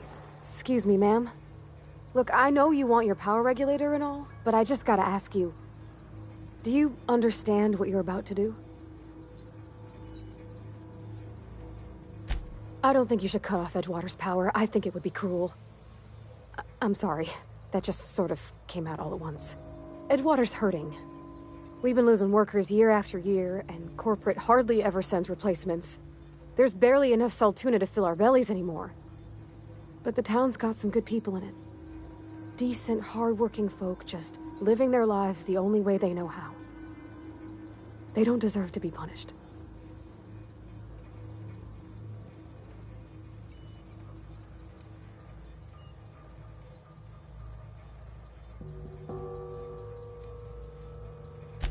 Miss McDevitt's built something beautiful. Somehow, she's talked the ground into giving life again. It's plain to see she's made the Vale a better place. Fed the hungry, tended the sick. Gave a home to those that had none. But Miss McDevitt delights in Edgewater's suffering. She wants to hurt the town. Do you really want to be party to that kind of hatred?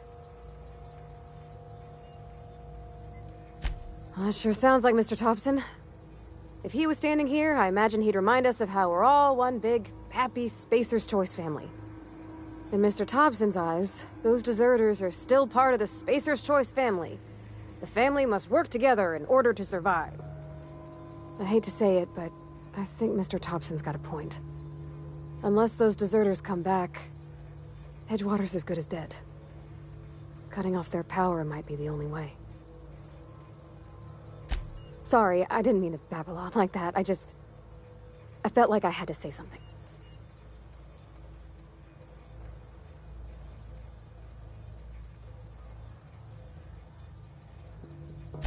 Really? I mean, wow. Thanks. No one's ever told me those words in that order.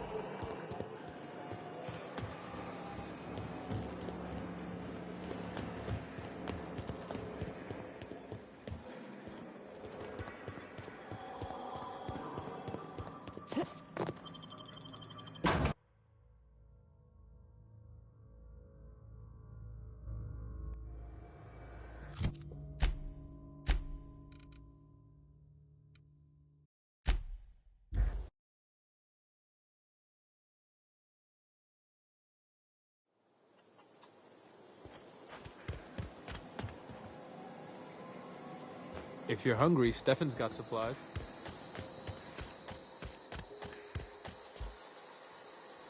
Something I can help you with?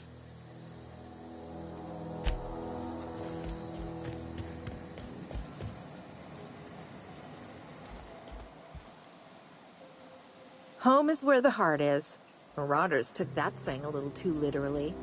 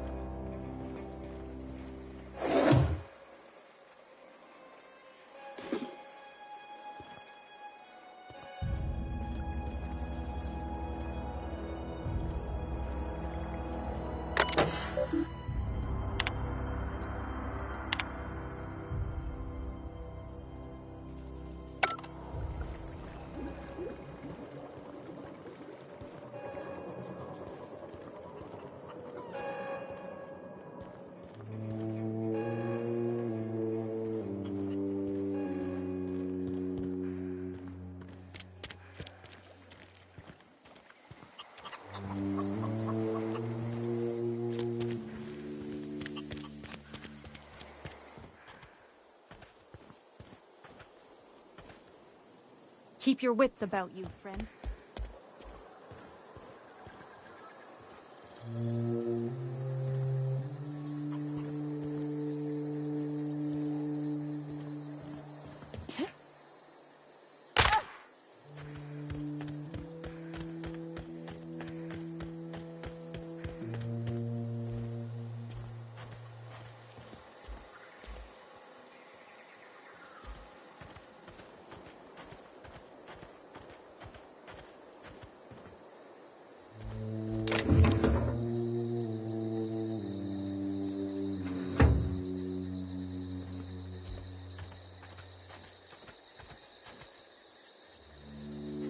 Not a peep from me.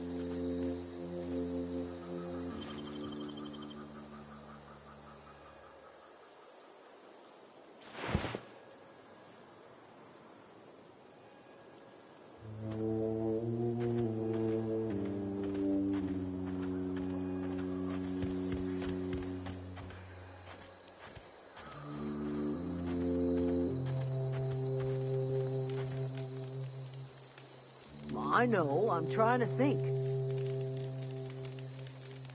One of us want to go see what happened? Everybody keeps staring at me. It's not my fault the power's dead.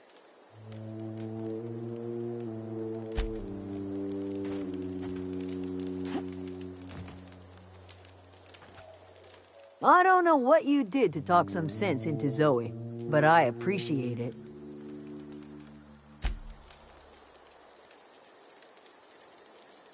Don't see why Thomas can't just get the generator up and running. Something I can help you with?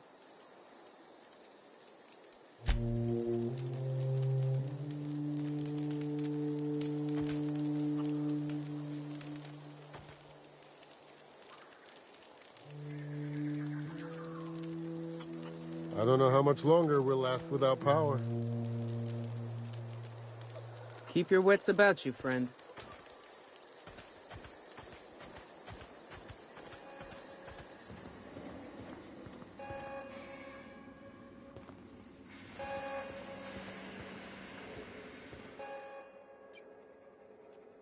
That's the thing about growing old. Your eyes start to fail. Elsewise, I would have seen you for the snake that you are, chopped you into pieces and roasted you on a spit. This is all you're doing. Cutting off my power, killing off my garden. Without refrigeration, my food will spoil, and my flock will starve.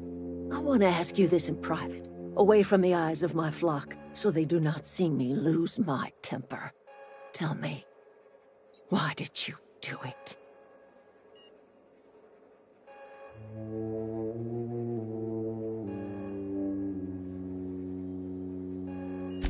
You want my flock wasting their lives in that cannery? Fine. Go and talk to them. Go talk to Grace and Thomas.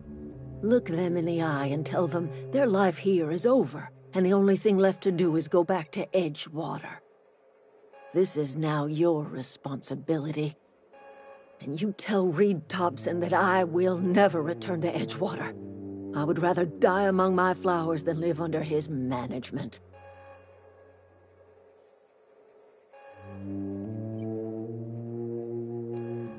As long as Reed is still in Edgewater, I will not return. Those are my terms.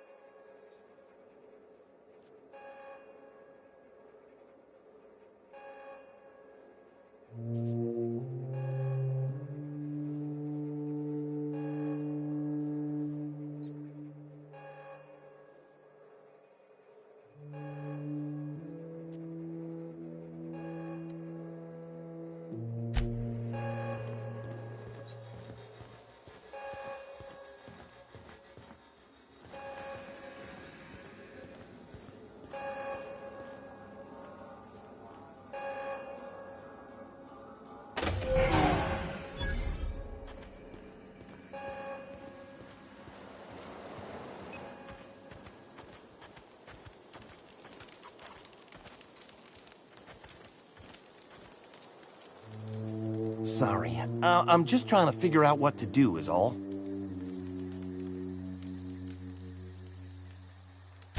I've been thinking about going back.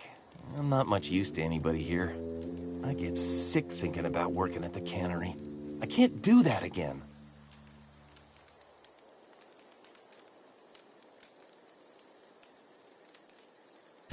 You know something? I think you're right. The town could use another engineer, and I'm on my way to becoming one. I could do a lot of good in Edgewater. Maybe even keep a garage of my own with a little workbench and my very own toolbox. It's just... Adeline's never gonna forgive me. Not in 100 years. I go crawling back to my old life in Edgewater, and I'm as good as dead to her.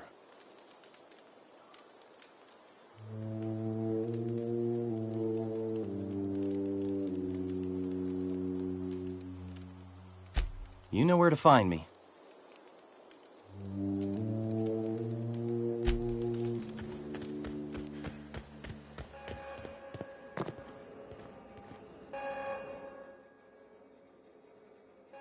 Look at that. The snake's come back.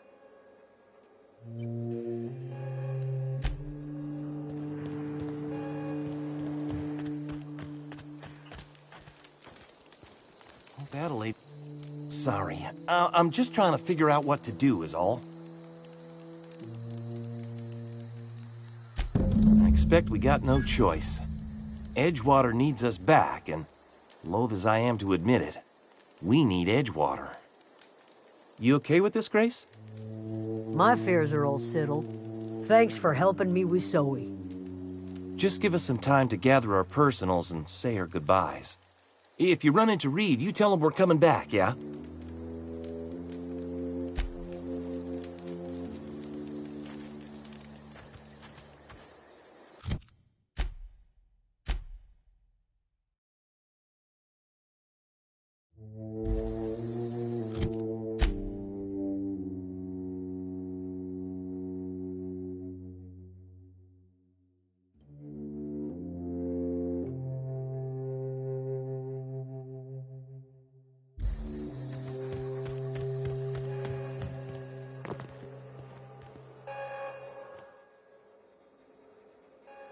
Look at that.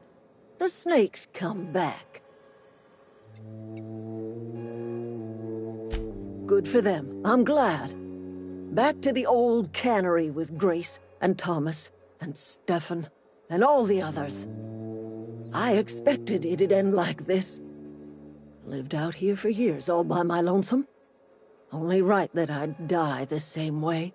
I expect you've done enough for the Vale. If you don't mind leaving an old lady with her thoughts, I'd be much obliged. It is too late, and I'm tired of talking.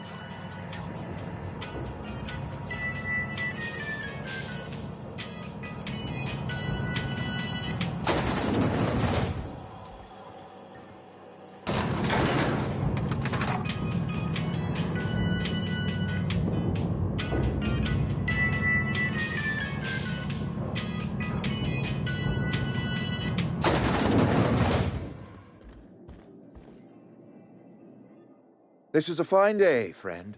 Power flows through our town like a cool stream of water. I trust Adelaide's people have seen their way to reason. So, when can I expect them back at their posts?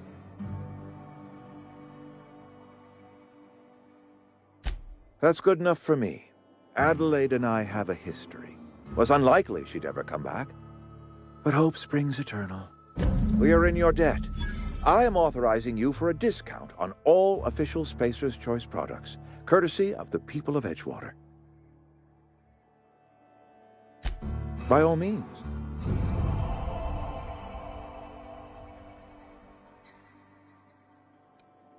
Thomas Kemp? I remember him. Had to write him up for daydreaming a few too many times. He tries real hard, Mr. Thompson. This is something he wants to do. That'll make him twice as good. I will give him a chance to impress me. If he knows his way around a toolbox, I may have a place for him in the Holcomb workshop.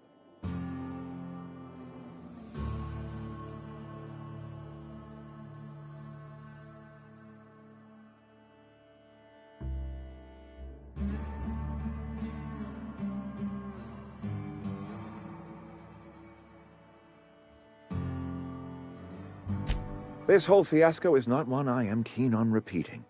I was too hard on my own workers. I pushed them to their breaking point.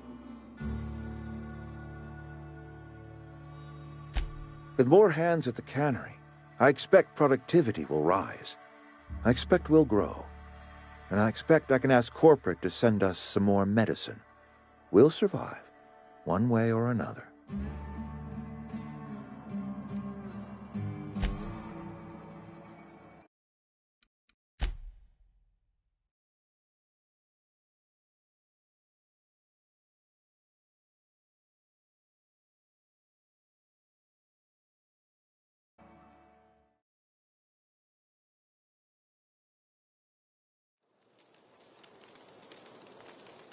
This was a nice family, you know, while it lasted.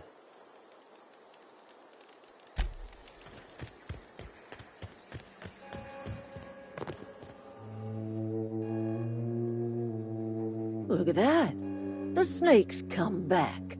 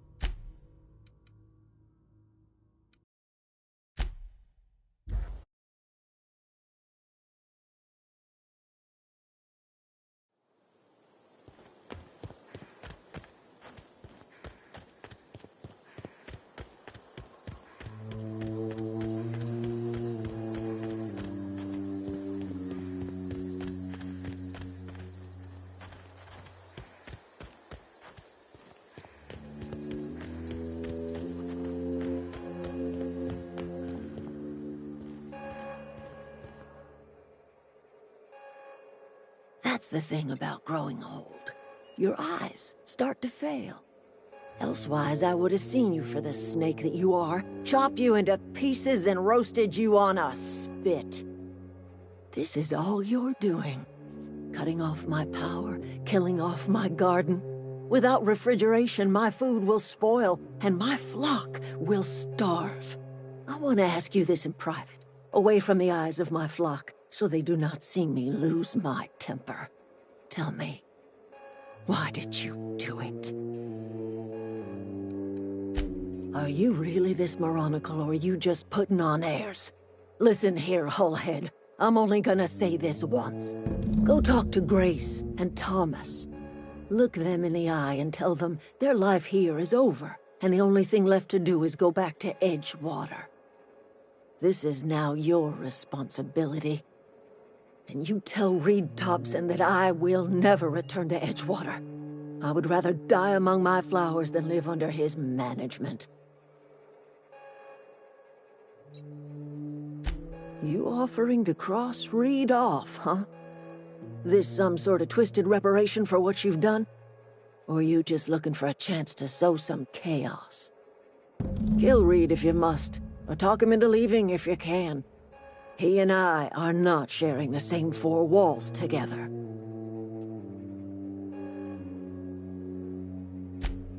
Tell Reed that I can make his people healthy again. I can end their plague. Start a new garden right in the cannery. 3 square meals for every man and woman in Edgewater. Tell him how I've made the Vale bloom again. The soil has whispered its secrets to me, and I alone know how to breathe life back into the earth. The secret is human corpses. I've been grinding them up in my fertilizer for years. Marauder, worker, don't matter much to me. The human body is rich with nutrients.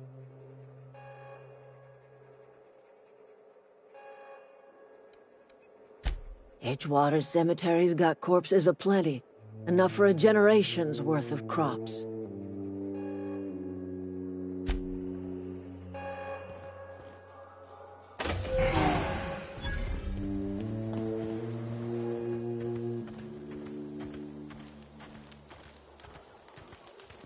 One of us want to go see what happened? I think you did the rightest thing you could sending the power back to Edgewater.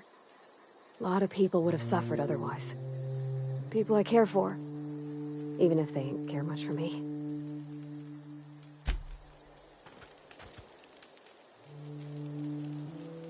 Everybody keeps staring at me. It's not my fault the power's dead. I've been thinking about going back.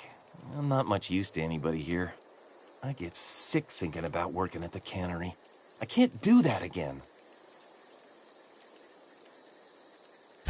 You know something? I think you're right.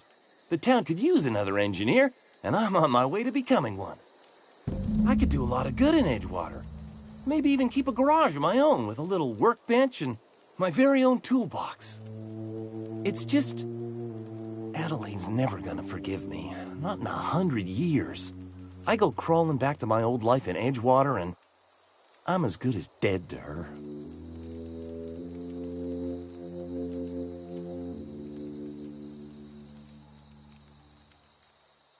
Are you sure about this? If we head back to Edgewater on our own, Adelaide won't come with us. She'll stay here and curse us till the end of her days.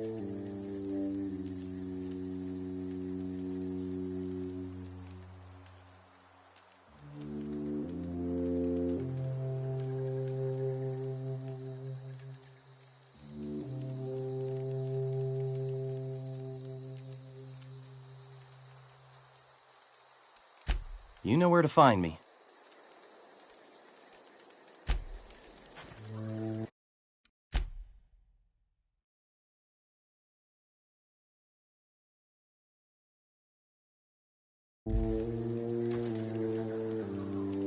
Sorry, I'm just trying to figure out what to do is all. I expect we got no choice. Edgewater needs us back, and loath as I am to admit it, we need Edgewater. You okay with this, Grace? My affairs are all settled. Thanks for helping me with Zoe.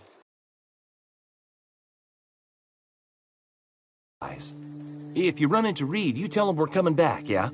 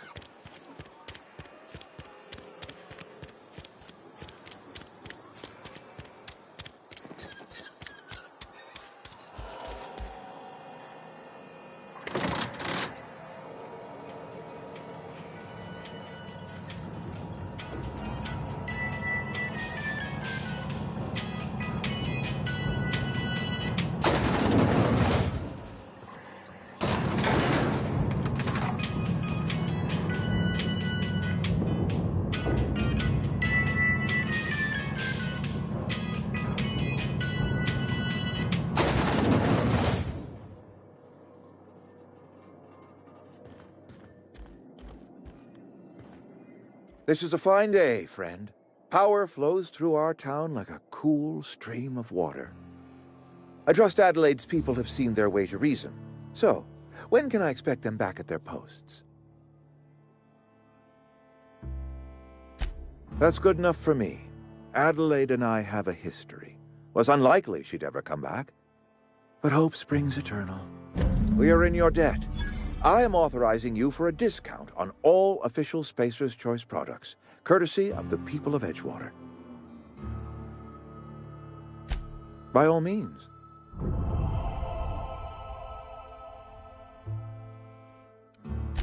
Thomas Kemp? I remember him. Had to write him up for Daydream. He tries real hard, Mr. I will give him a chance to impress me. If he knows... This whole fiasco is not one I am keen on repeating. I was too hard on my own. With more hands at the camp...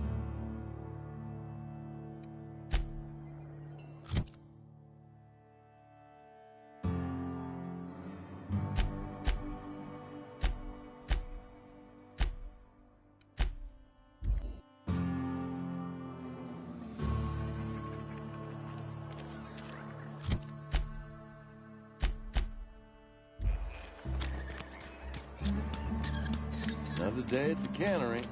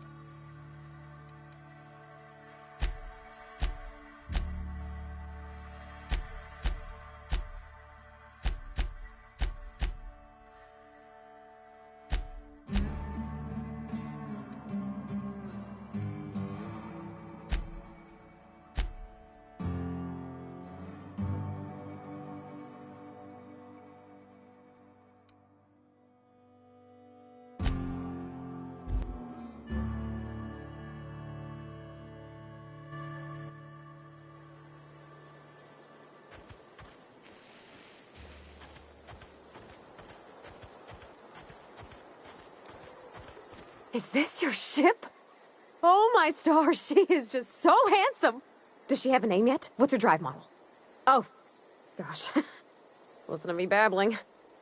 When I was in Edgewater, I dreamed of flying on a real ship, working on a real engine, belonging to a proper crew.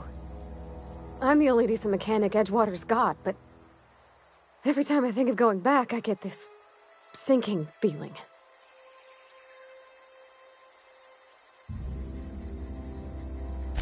Well, it's kind of you to say that. And you're right. I wasn't happy. I want to ask you something, and you can say no. But can I come with you? I could tend to your engine. I know my G-valves for my catalyzers, and I can keep your ship singing. And if you ever need a pair of eyes watching your back, I can do that too. What do you think?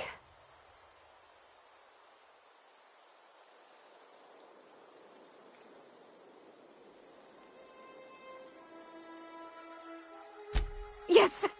I mean, thanks. You won't regret this, ma'am. Captain.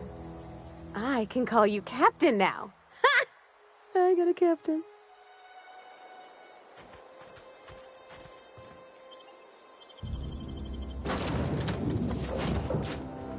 Well, I certainly am looking forward to flying on a ship named the Unreliable. I'll just head upstairs and claim a room. As always, I am at your disposal. Anything you'd like to discuss?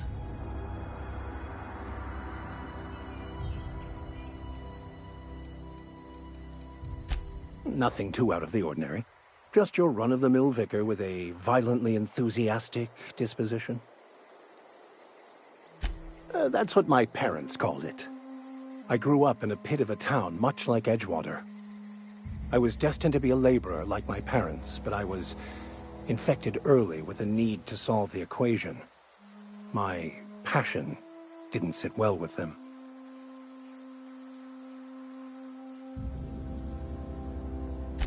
My parents, ironically.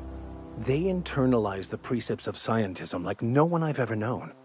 They had a pure faith, a faith that brought joy to them regardless of the situation. I envied that. I wanted that peace. I thought if I became a vicar, I could find it. Or at the very least, find out why I lacked it.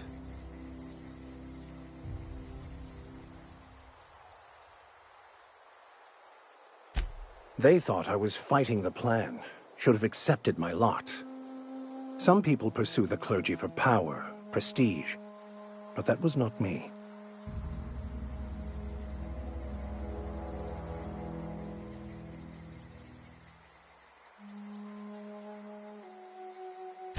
The plan is not one rigid path. There are a variety of multitudes contained within it. Our paths have variance, but we'll end up adhering to it, whether we like it or not. Some choices make the path smoother, some rougher. You can even go outside the lines, but the further outside you go, it's like an unbreakable elastic band. It will only stretch so far before it snaps back. The further it is stretched, the more violent the eventual correction.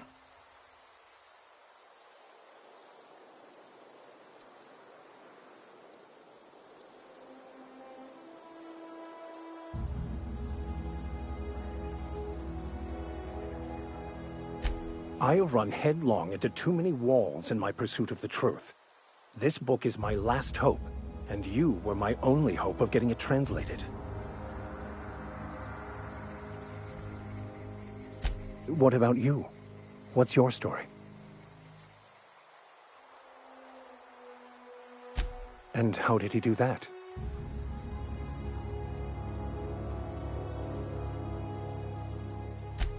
Well, you do seem different than every other colonist.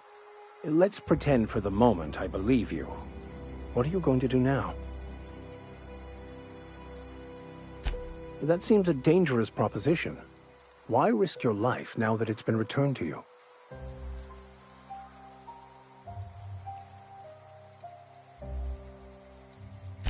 A commendable attitude.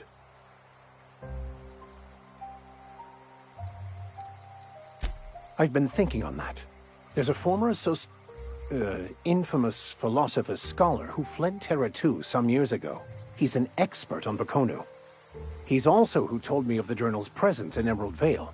If anyone in this colony could translate that book, it would be him.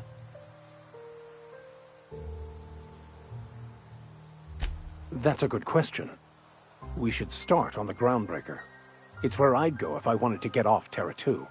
Great place to pick up a ride to Hephaestus, Scylla, even Monarch. All I need is access to a data cartridge from the security terminal. Their easily hackable system keeps a registry of all crew manifests for both arrivals and departures.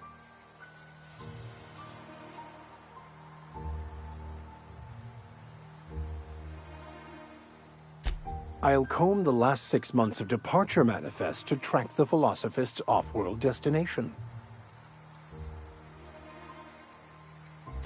Before I transferred to Edgewater, I had a wealth of time to develop certain, secular skills during my years serving a particular penitentiary flock. I meditated, led sermons, provided guidance to the inmates as needed, of course. I also played prison yard tossball and taught myself a bit about computronic security systems.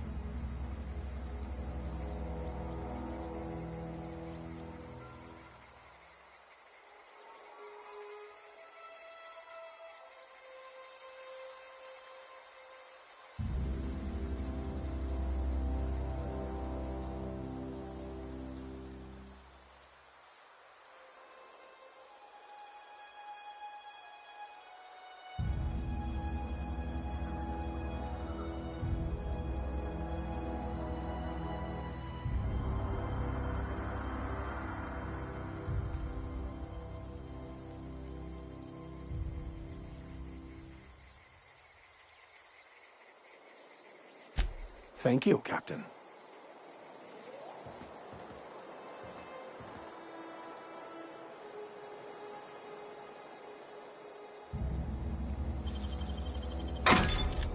Nice.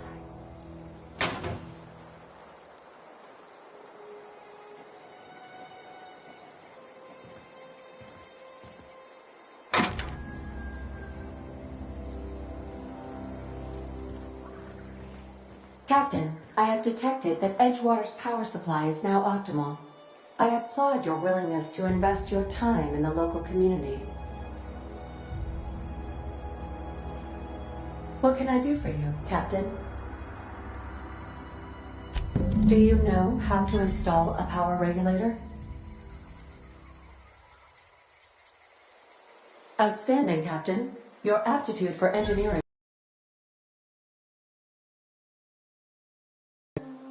Our engine room is located behind you. Across the cargo bay, up the ladders.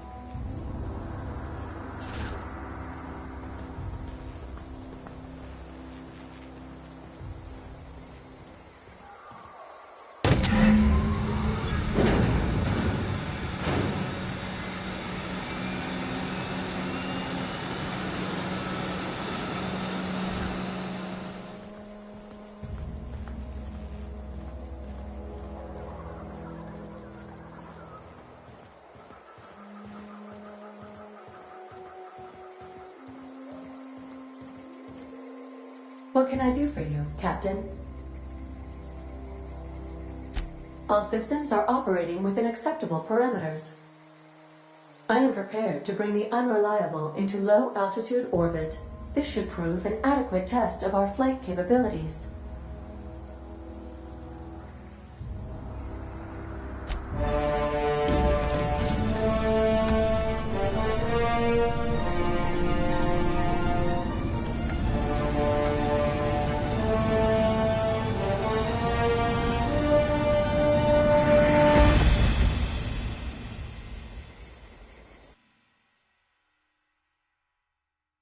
We have received a communication request from Dr. Phineas Wells.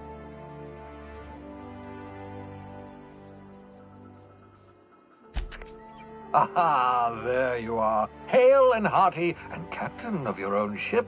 I see you're putting the unreliable to good use. Shame about her former captain, horrible way to die. How are you feeling, by the way? I lost track of you in that cave back there. Experiencing any, unnatural drippage? Perfectly normal side effect of thawing, I assure you.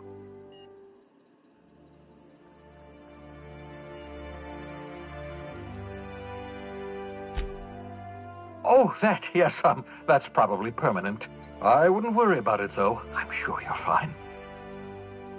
What you saw in Emerald Vale is happening all across the colony. Food shortages, lack of supplies, and basic necessities. We're dying. The chairman, the minister, and all their lackeys on the board are to blame. The Hope has some of the brightest minds Earth ever sent us. If we can revive the Hope's colonists, they can help us undo the board's mistakes. They can help us set things right. You need to get to Stellar Bay on Monarch. I have contacts there. They'll help me, help us, find the chemicals to revive your fellow colonists. Gladys Culkelly, lovely woman, runs a cozy little black marketing outfit on the Groundbreaker. She can get you a nav key to land on Stellar Bay.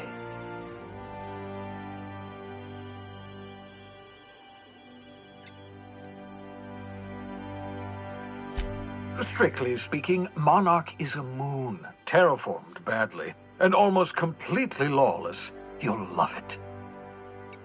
Captains don't fly their own ships, you see. Your navigation terminal handles the, navigation.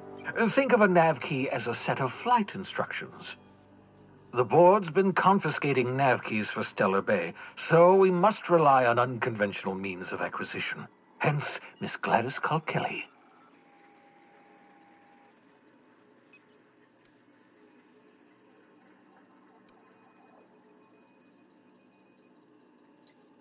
Without a skip drive, good luck. You'll be dead before you make it to the nearest star. Look, I admire your optimism, but the sad truth is you're stuck here. You, me, and the rest of this colony. We're all skating precariously around the edge of oblivion together. None of us are leaving Halcyon alive, so we may as well make it a better place, and we can start by reviving the Hope.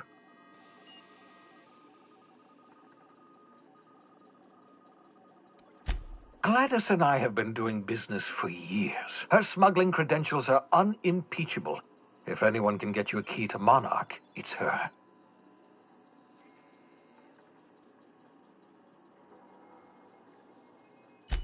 Excellent. I'll send her a wireless. Let her know you're coming.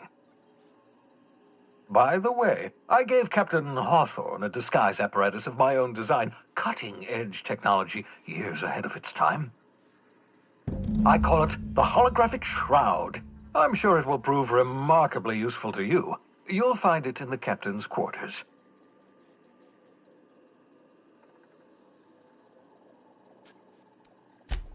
Wrong matter of Shroud, my slow-witted accomplice. This is, how to put it simply, a device that makes you look different, sound different.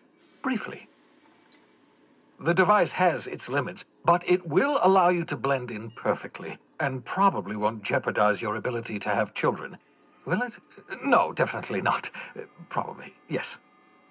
Very simply, the holographic shroud uses biometric information contained on standard identity cartridges to generate a holographic projection around you.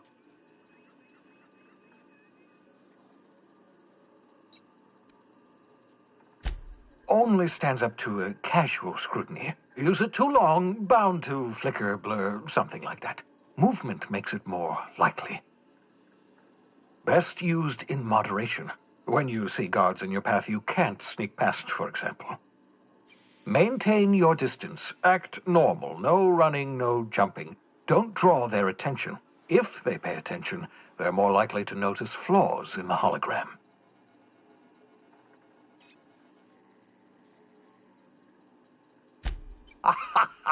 A change of clothes. What is this? Some old spy serial? What inattentive and brainless guard would be fooled by such a shabby disguise? The holographic shroud masks not only your clothes, but your face and fingerprints. It modulates your voice and sweetens your breath.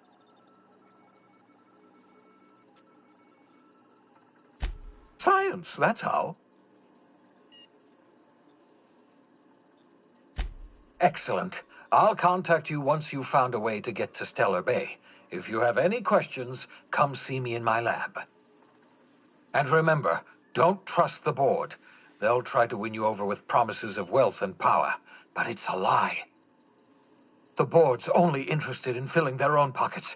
If we don't put a stop to them, they're going to run this colony to the ground. Transmission ended. If you are ready to depart, please select a destination on your navigation terminal.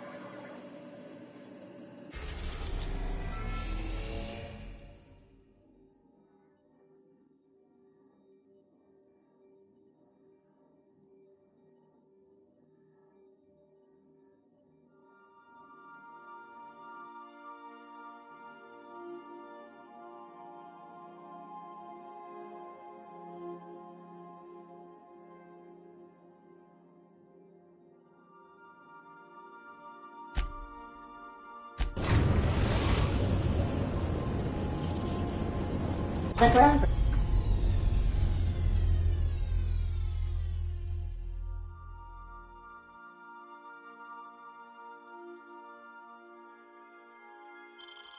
breaker has approved our request for docking, Captain. You're free to disembark.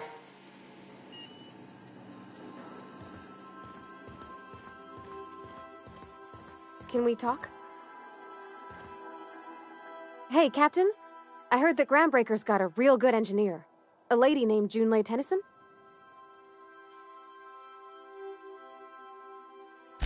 I was thinking that maybe I ought to meet her. If you got time to swing us by, I mean. I don't got much experience fixing actual spaceships. I bet you a can of Borston beans she could teach me all manner of stuff.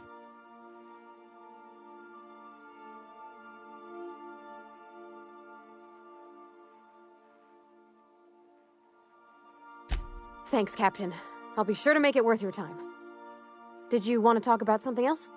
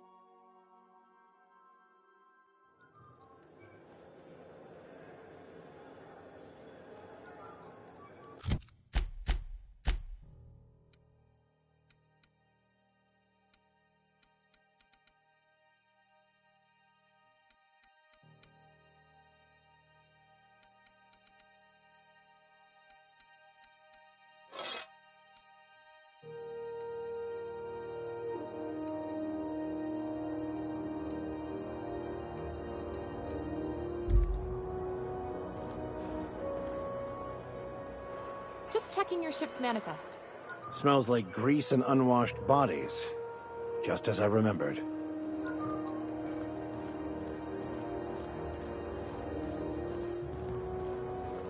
That's not the point. This halfwit just knocked out one of my workers. Yeah, with a tossball stick. I heard you the first time. There weren't any witnesses. No witnesses? He's not even denying it. Jackass had it coming. Shut it, Felix. You're not making this any better. You get juke with me again, you little Back Bay brat, I will toss you out an airlock. This is the Groundbreaker, not Byzantium. You ain't the law here. I am. Now move along. I don't have time for this. Need a trick.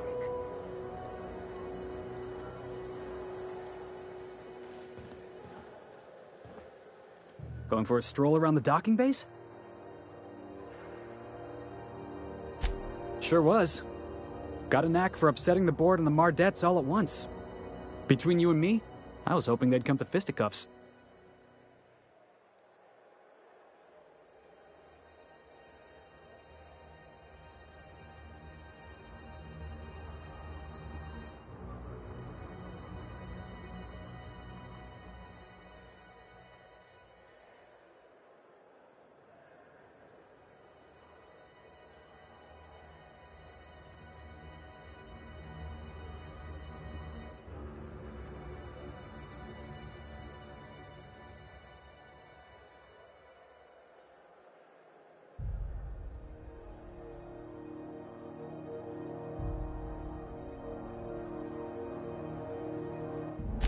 I had this foreman, right? Guy never liked me, always trying to get a rise out of me. But I keep my chin up, right? Be the bigger man, I tell myself. He's a Spacer's chosen man, though. So when the Chosen beat my Rangers the other night, my foreman comes swaggering up with his head full of boasting.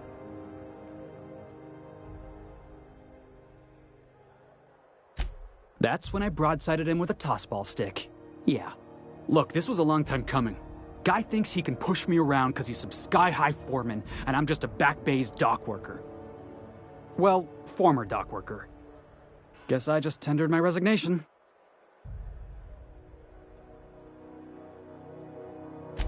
Enjoy my freedom. Scrounged together enough bits for a 0G. Other than that, can't say as I do. Hey, not for nothing, but I saw you wander out of that ship over there by the dock. Wouldn't happen to be yours, would it?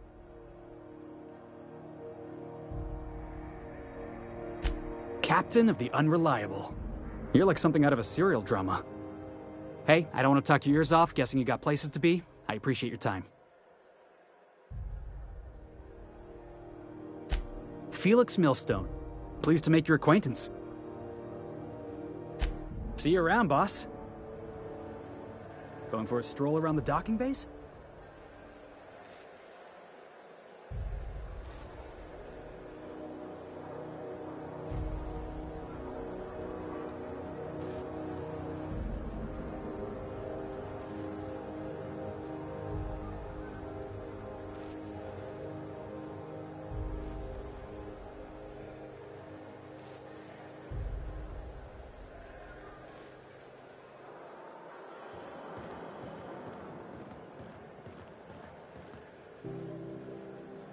I'm just in port long enough to get another haul contract.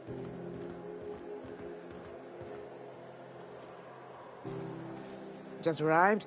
Head over to customs. Customs and inspection, right this way!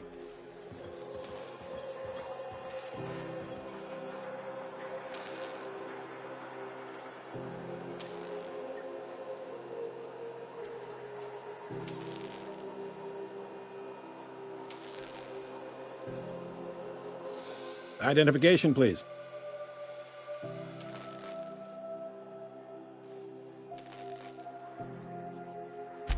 That's only about the third or fourth dumbest line I've heard all day. I give it a 6 out of 10. Seems a little high. That was barely a 3 in my humble opinion. Hey, that's better than half. Could be worse. Could be better, too. So, identification... Captain Hawthorne, you said. Let me apologize in advance. I'm about to ruin your day. According to your ship's record, you've been flagged by the board. Your ship will be impounded until such a time as they see fit to lift it. But we've hardly been out of Edgewater long enough to get in trouble. Well, isn't this wonderful? The captain's done something to get on the board's bad side. Now, hold on. This isn't the end of the world. Probably.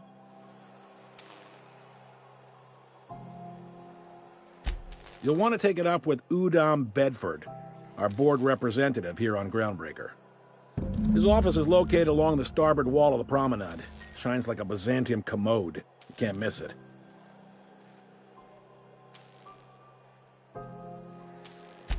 Access to that information is above my pay grade, and I've turned down 3 promotions, so it stays that way. I shouldn't be mentioning it, but what the hell? This here, impounding your ship, it doesn't happen much. The board knows we don't take kindly to their interfering in our operations. If I had to take a guess as to why, you must have riled up someone important.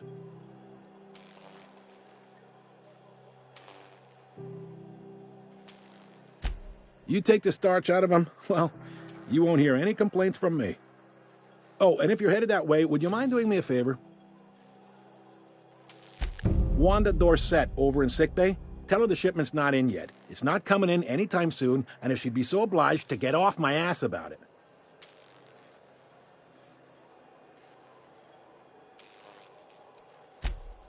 A handful of SAM cleaning units retrofitted for surgery.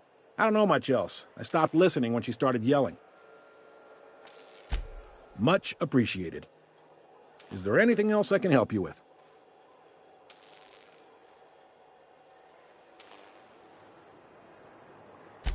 The fence. You'll find her in the rest and go, on your left when you enter the promenade. Make sure you bring an empty belly. Most places are on the promenade deck. Big door yonder, straight through security. There's a bar on the starboard side. I got a preference for the Lost Hope myself. Talk to Vera. She'll set you right. It means on your right side. Reckon you're from one of the planets. Word of advice. You see a door marked opens to vacuum? Stay clear. That's not the kind of vacuum... You know what? Never mind. Open any door you want. The mess will take care of itself.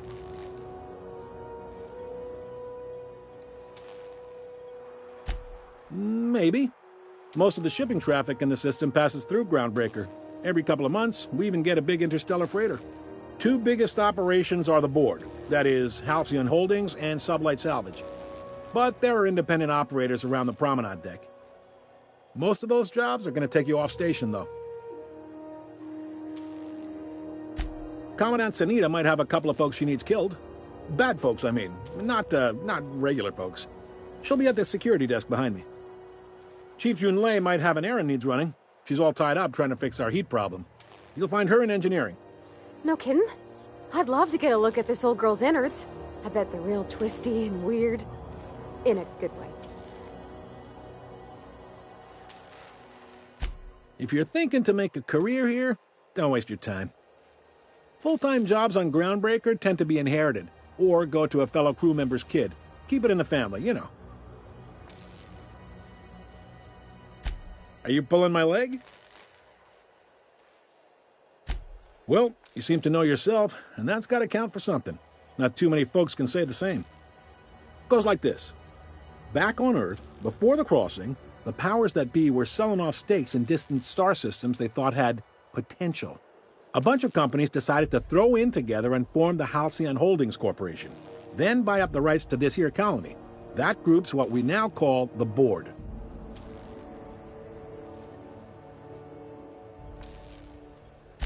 Yep, Groundbreaker's the only real independent port. Aside from us, there's just tramp freighters and wildcat miners. Seems like every year the Board's offices get bigger and their ships take up more of the landing base. Haven't seen nearly as many tramp crews this year. Groundbreaker was one of the original colony vessels to come over on the crossing, a few years before her sister ship, the Hope. Once everybody'd been de-thawed and dropped dirt side, the original crew of the Groundbreaker decided they rather liked the spacefaring life. I guess that was the start of our independent spirit. Now, here we are. Sitting around drinking whiskey and smoking cigars, yeah, probably.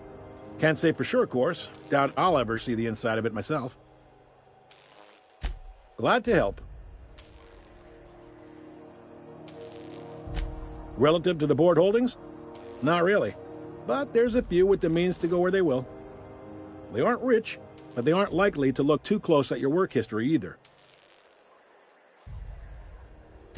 They strip the parts from derelict ships and abandoned outposts. There's some that say they make the derelicts and encourage folks to abandon their steads. Sublight gives me the creeps. I've known folks who went to work for them and just vanished. They're on the promenade run by a woman named Lilia Hagen. I'm only telling you so you know to avoid them. All right.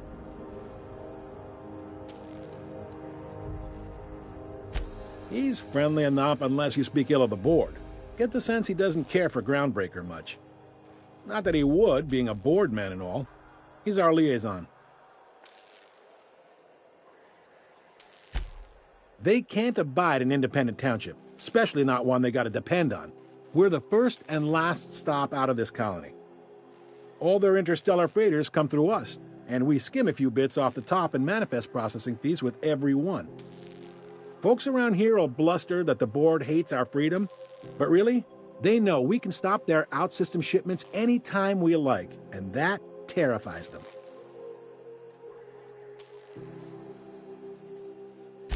You sure you didn't just step off one of the interstellar freighters? There's no working with the Board. They don't share, not bits, people, or resources. You work for them, or you don't work at all.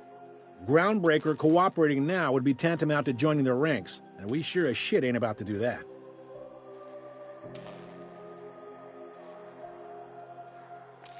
It's a delicate balance, right? We could cancel their freighters' docking privileges in retaliation, but where'd that lead us? They got assault cruisers, gunships, and a handful of mining operations at their fingertips.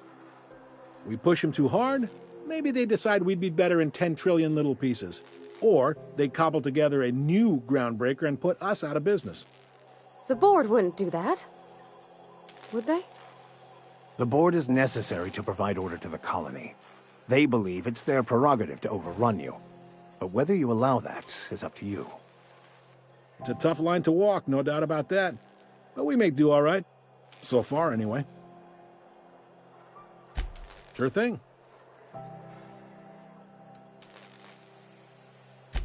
Be seeing you.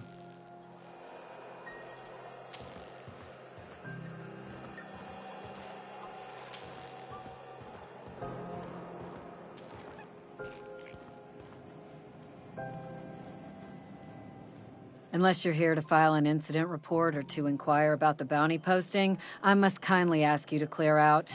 The Mardet's offices aren't for leisure time nor loitering.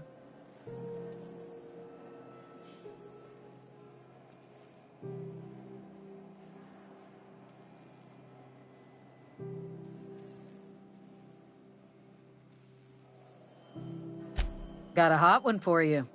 Captain Gunnar McRed. Just 26 hours old. The posting, that is. Not the criminal. Allegations include several counts of flying under the influence, carrying open alcoholic containers, failure to pay docking fees, resisting arrest, and assaulting not one, but 2 officers.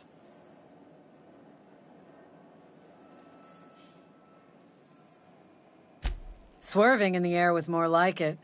Then he crashed hard into the dock and tumbled out of his ship and fled on foot. Spilled Rizzo's Violet Spectrum vodka all over Officer Hartley. An affront of its own, considering none of us are approved for anything higher than green spectrum.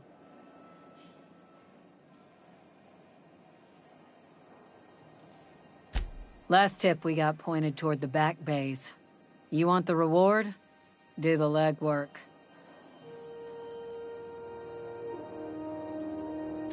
You and about 6 other enterprising mavericks. It's only a matter of time before someone brings me McRed's head, or his lucky lighter, as proof of kill. I do hope you're the lucky hunter, though. Good luck and skip speed to you. Do I look like your gossipy best friend? While I'm on post, I take my duties real serious. I would have no qualms whatsoever escorting you to a cell. Understand?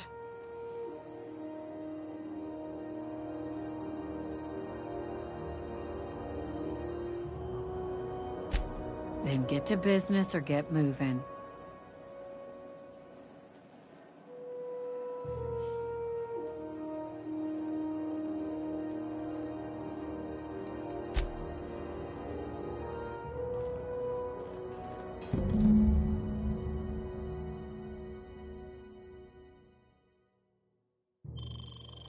This is it.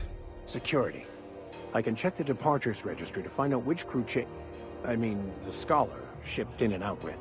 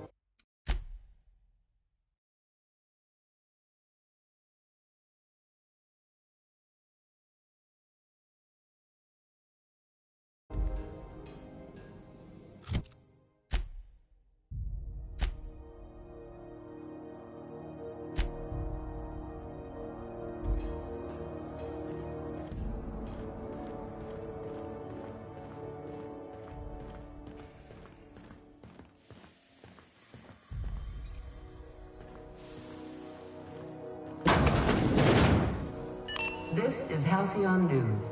We interrupt your regularly scheduled advertisement for the following story. The board would like to remind spacers and other travelers that passage to Monarch is restricted for your protection. Canyons of acid and sulfur rain are the least of the horrors plaguing the surface of Monarch. Anarchists live as one with the animals, lawless, savage, and unemployed. The board's embargo ensures that nothing can leave the planet and threaten our hard-working citizens. This has been Halcyon News, your only source for news in the Halcyon colony.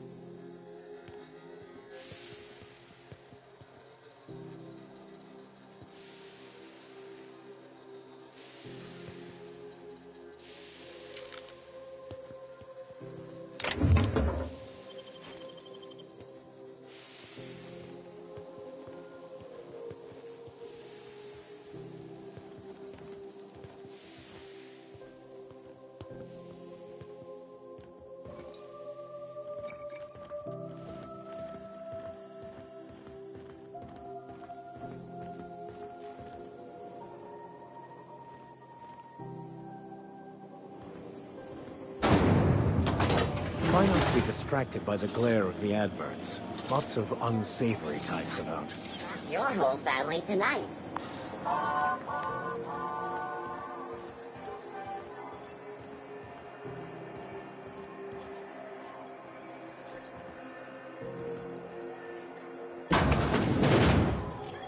Ooh, can we rent an upstairs room?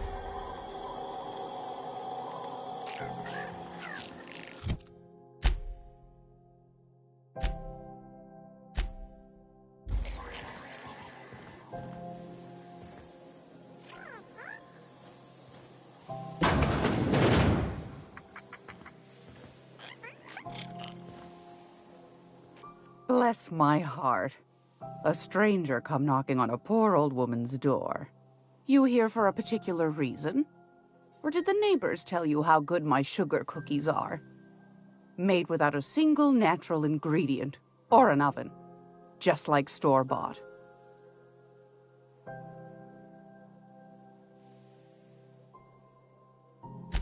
Those have been the height of illegality since Stellar Bay turned their noses up at the board. You and I could be thrown to the void just for discussing such a transaction. Lucky for us, Groundbreaker's a free port. We're outside of the board's control. For the time being, at least. Now, I only have the one nav key. And they're hard to come by these days. It won't be cheap. If you find yourself lacking in the bits, I might have an opportunity you'd be interested in.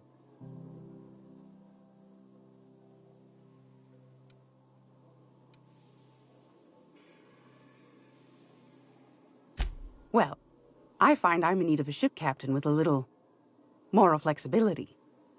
Might be this could help out the Groundbreaker, as well as earn some bits. But if you've got qualms...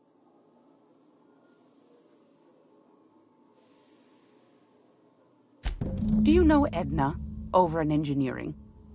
Sweet as a pea, that one. On occasion, she'll pass along transmissions I might find interesting. She sent me a recording of a distress signal she'd scraped from the Groundbreaker's comm array. Curious thing is, it came from an outpost called Roseway. And Auntie Cleo abandoned that place years ago.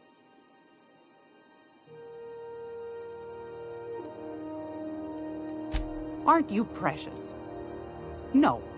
The young man on the video was flesh and blood, all right. Could be it was automated. Mr. Thompson used to automate the intercom in Edgewater to say all sorts of things. A bit saved is worth two in the bush was his favorite. Never did figure out what he meant. Edna didn't seem to think so, and I trust the dear girl's judgment.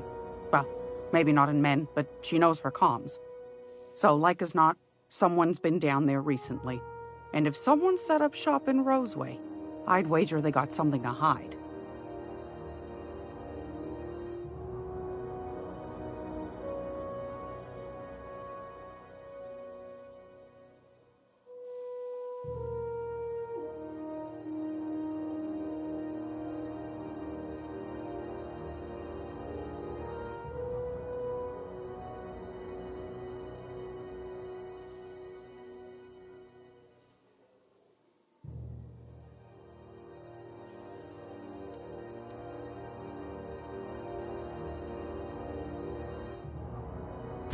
Maybe whatever they're hiding went to heck, and now they need a few spare hands to clean up the mess. If you should find a secret worth selling, might be I could find a buyer. Corporate bigwigs will pay top bit for inside information on their competitors. The more we got the corps fighting each other, the less time they got to meddle in our affairs.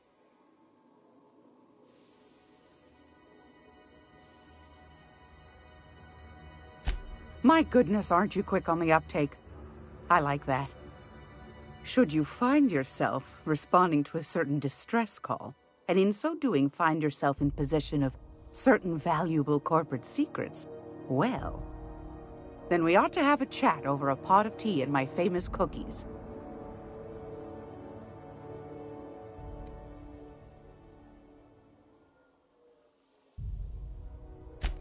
Law bless your atoms. Here's a copy of the SOS recording, complete with the coordinates. Don't forget to come find old Gladys when you're done. Might want to acquaint yourself with Junlei Tennyson, Groundbreaker's chief. She's been trying to get a handle on this heat problem we've got. You'll find her fretting in engineering. I'd say she's a sweet girl, but law forfend someone call me a liar.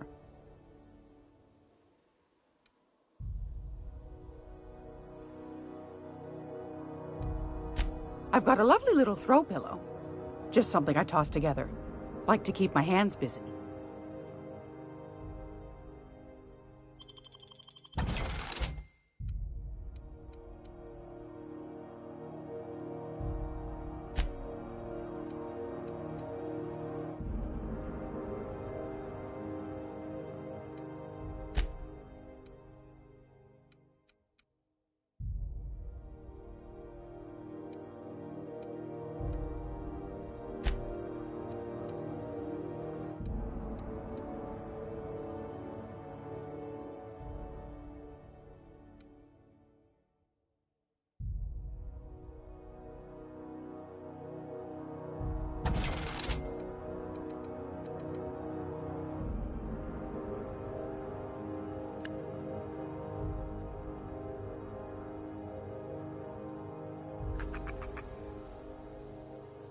Gracious. I was just sitting down for tea. I found a handsome ceramic mandapillar at a salvage auction last week.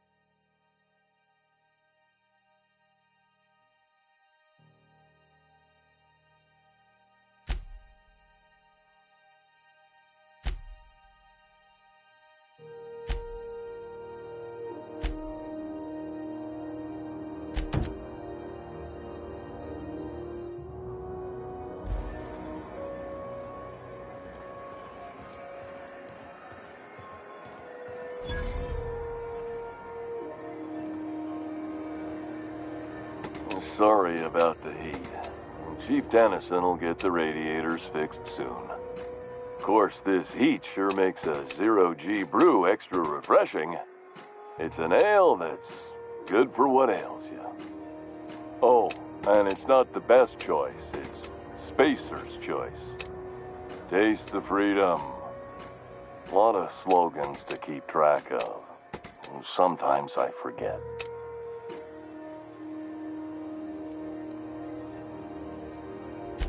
I'm bound to satisfy headgear-related inquiries. Please send any complaints to our Consumer Care Headwear Division.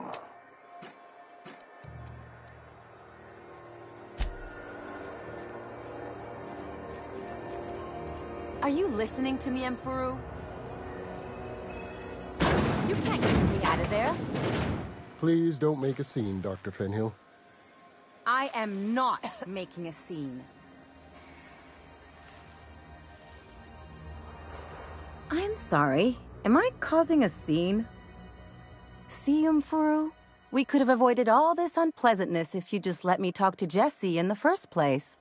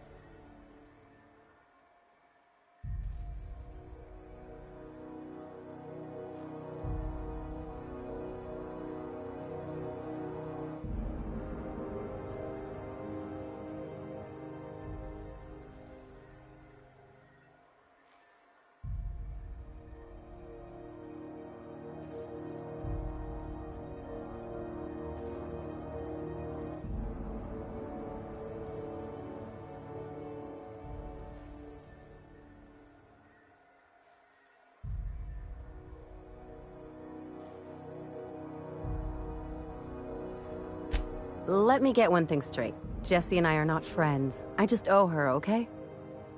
As for the rest, I'm trying to figure that out. All I know is that she's been here too long, and she's apparently not receiving visitors.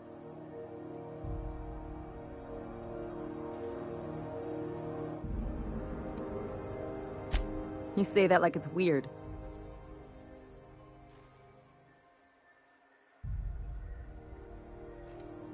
Like I said, Jessie did me a favor, and now I owe her one. I just don't like to leave a debt unpaid, that's all. Be my guest. If you know something I don't about dealing with hospital bureaucracy, I'll be impressed.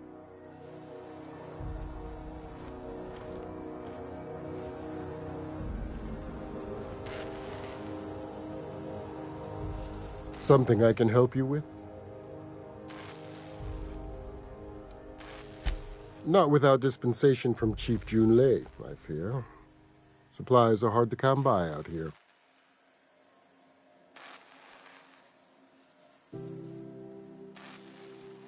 We don't have the ability to manufacture our own medical supplies here on Groundbreaker. Regrettably, we are dependent on the board for such mundane items as bandages and antibiotics, as well as more critical resources like adequately trained staff. We'd nearly signed a supply agreement with Anti-Cleos, but they demanded we only use their branded drugs, and that's simply not tenable. If only my other patients had so many inquiring after them. I'll tell you what I've told the others. The records say Miss Doyle checked herself in and requested I admit no visitors. The requests of our patients are paramount, so no, you may not see her. She's not my patient. I'm certain no one on my staff would falsify patient records, if that's what you're implying. Take care.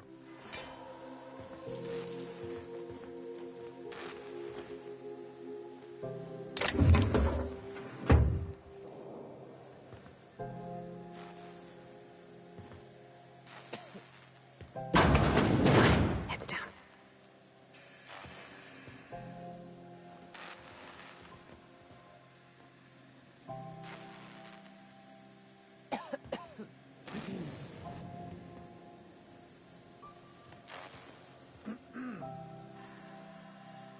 Can't say I've seen you before. I take it you're a freighter captain? If you're here to better yourself, you'll have to wait. We're having a spot of trouble with our delivery service.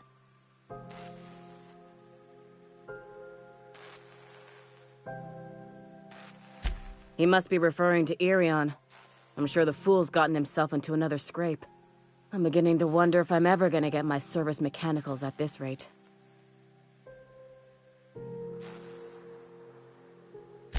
I'd be grateful if you'd spare the time. We need his delivery soon as yesterday. Last he told me, he was taking a shortcut by Scylla, an asteroid in the Charybdis cluster. That's where I'd start, were I the adventuring type. You look out, though. The place is probably crawling with outlaws.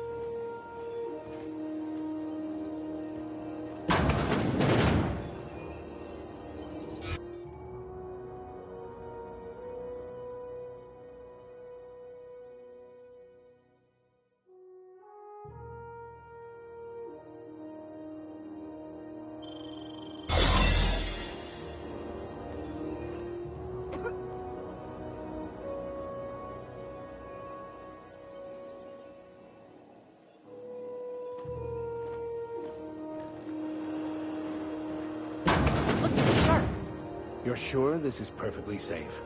I'd rather not die early of an infectious disease myself.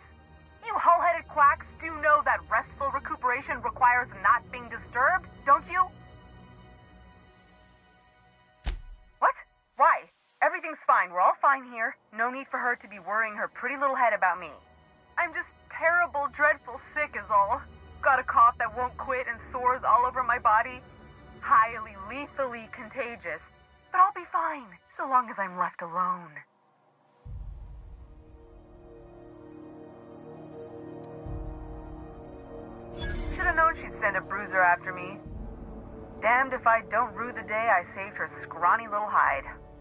Inadvertently, I befriended a bloodhound in the process. Alright, okay, we can discuss this like the level-headed folk that we are. Seems I've got to do something before Ellie goes jabbering my business to anyone with one ear and an intent to listen.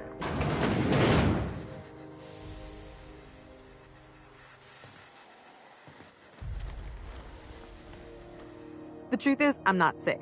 But if you repeat what I'm about to tell you to anyone, I will deny it with my dying breath. You, ain't with the board, are you? See, I owe them a lot. I might have missed a payment or two, and the other night I swear someone was following me back to my room.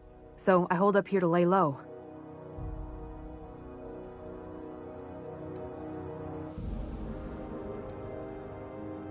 Oh, laws. Wait, don't gut me and skin me yet. Please, talk to Bedford. Tell him I can pay, a part of it, and I'm a useful person to know. Just ask Ellie. Surely you wouldn't drag me before him. I'm dreadful contagious. I just know if I face him, I'm dead. What? No, I didn't do anything. I'm a law-abiding denizen of this ship, I swear.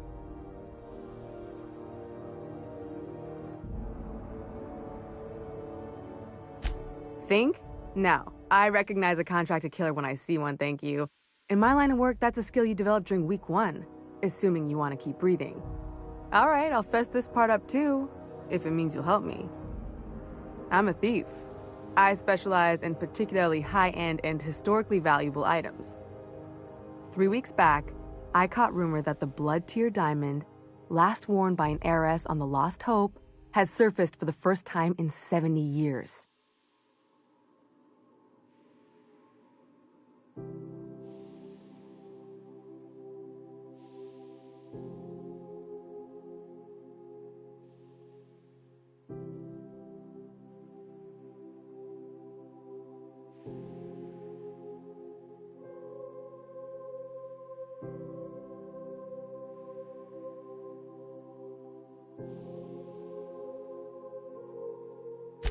If I had, you think I'd be hiding out in the med bay? I was gonna steal it, lined up Udom as my buyer. He paid half up front to finance the operation. Let's just say things went sideways about the time I got my hands on the diamond, and it crumbled to stardust in my palm. Anywho, I barely made it out with my life, and nary a plan to make back Udom's deposit I'd spent.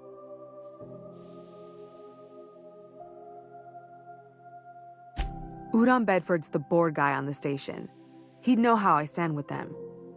If you can square things for me, I'd owe you one even bigger than Ellie owes me.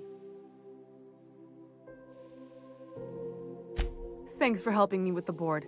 You're a real pal. Or I guess I should say, Ellie is one, huh?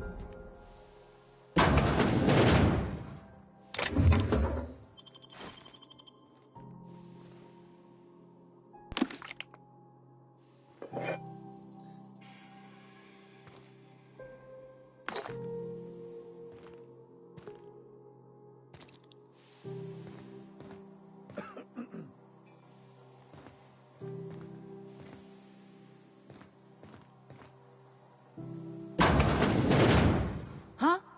What was that? I'd better take a look. What do you think you're doing?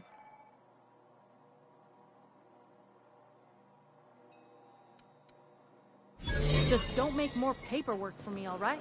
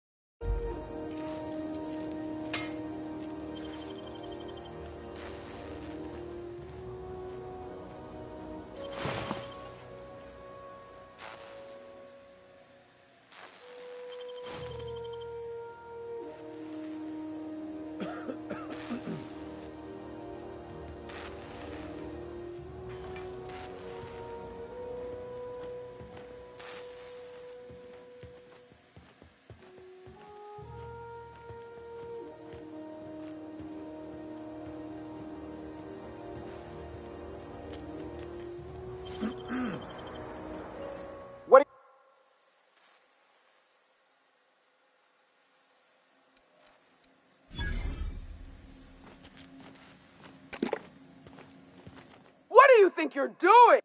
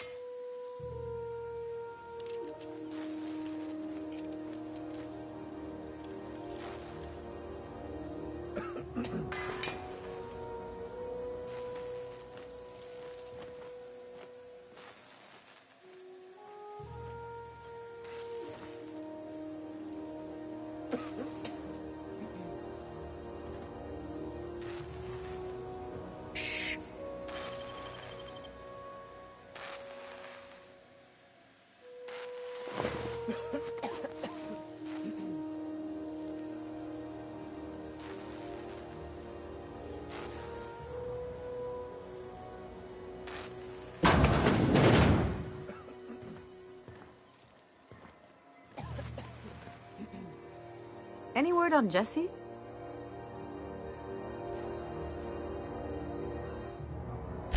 Good luck. The board's got an office on the promenade just before engineering. You can't miss it.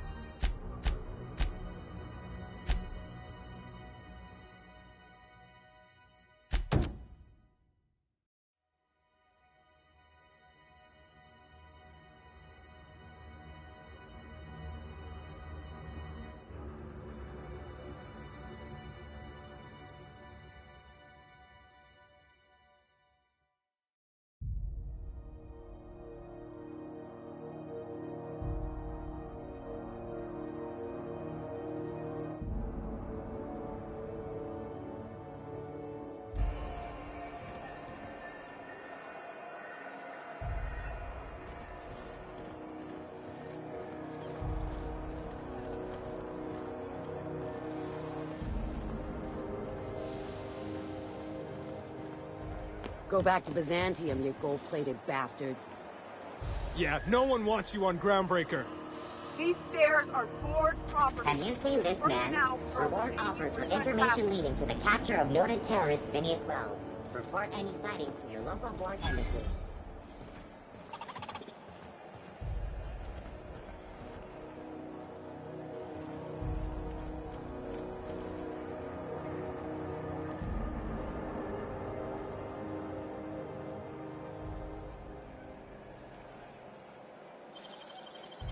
You'll have to show me how to do that.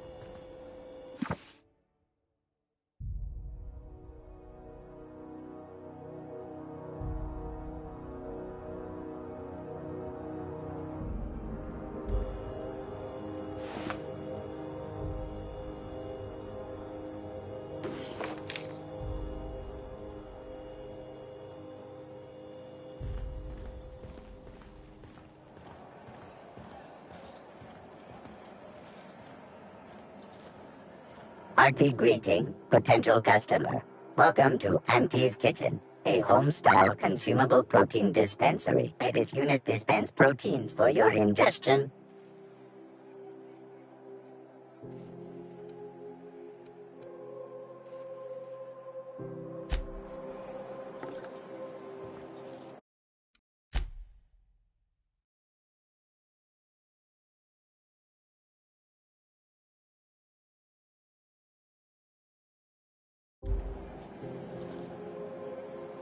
All ingestible proteins are guaranteed better than nature. May this unit dispense proteins for your ingestion. This unit would clarify.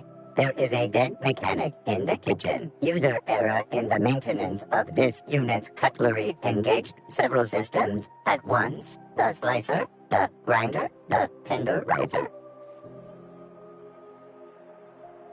This unit behaves precisely as it was engineered. Neither this unit nor its corporate proprietor claim any responsibility for the mess. This unit is not designated for cleaning duties and cannot be compelled to accept another unit's responsibilities. Beginning dispensing sequence. Please unblock all relevant facial protein ingestion tubes.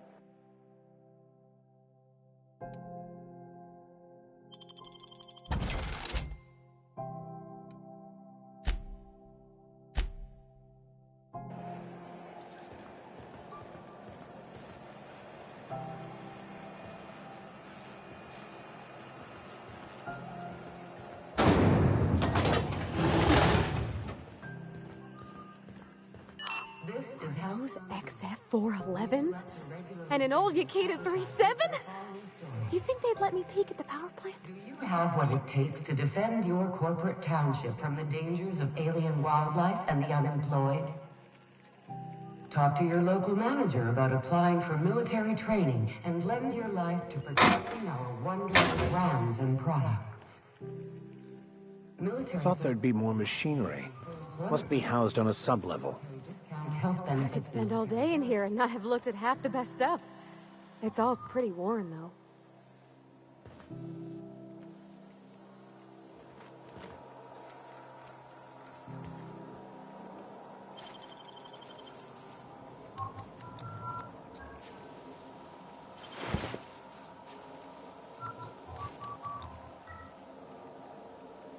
Junlei Tennyson. I'm captain around here, but chief to my friends. Hope you don't mind the formal introduction. Groundbreaker doesn't see many visitors.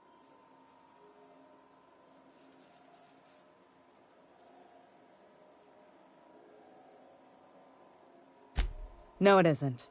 It's a mess. But it's my mess, so I'll take the compliment. Just so we understand each other, I'm the final word on the ship. The Mardits, the crew, the engineers, their family. I hope there won't be any problems while you're visiting.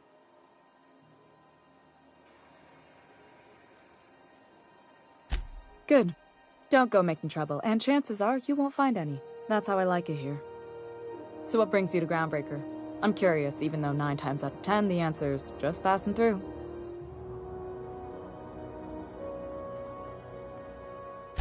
Interesting. The powers that be paint an ugly picture of Monarch. Critters and such. Maybe someone in the promenade can get you the right weapon for the job. We see a lot of the same faces coming and going. Most of them board spies and corporate sprats. Makes it hard to trust outsiders. You seem different, so welcome aboard.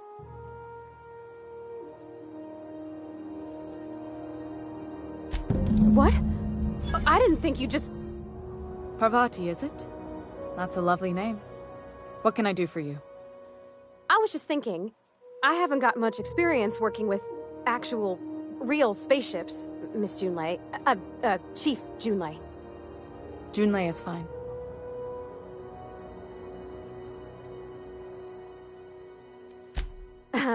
Okay. Since you run a whole space station, I was wondering if... Well, maybe you could teach me some things. I could message you later, maybe? I'd be happy to make the time, Parvati. You can ask me anything.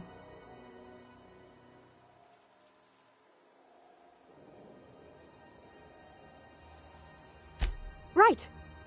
In person. Sure thing, Captain. Wow, great.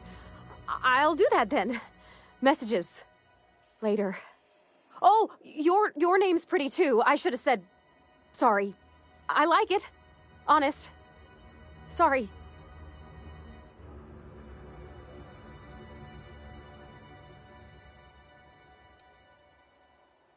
Couldn't have done it without your moral support, Captain. Now, if there's nothing else, there are other parts of the ship begging for my attention. Groundbreaker's radiators need replacement parts. They're dumping superheated air into my ship.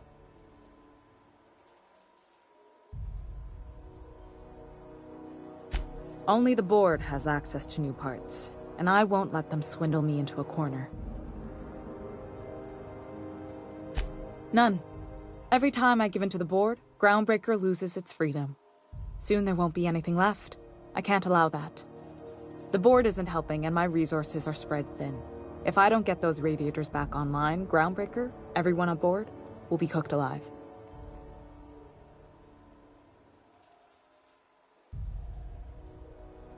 Reasonable, huh?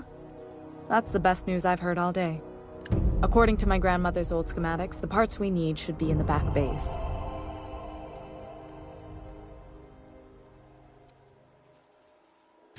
Sorry, I forgot not everyone knows this ship like I do. The back bays are on a lower deck, long abandoned and a haven for miscreants now.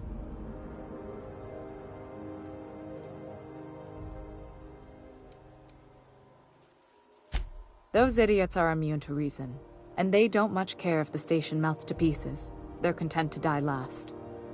If you could find some way to solve this without violence, I'd prefer that. But more than anything, we need those parts. I have. One of my engineers, plus a small security detail. They didn't come back. I can't afford to lose any Mardits on this job. No offense, but a freelancer like you is more dispensable.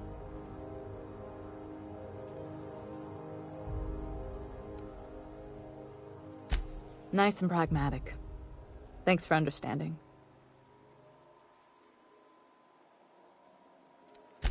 You must not have been here long. In Halcyon, new parts come by way of interstellar freighters from Earth, and the board monopolizes that kind of trade. That means I'd have to negotiate with the board. I've already given them the shops, the docking fees, and a damn embassy.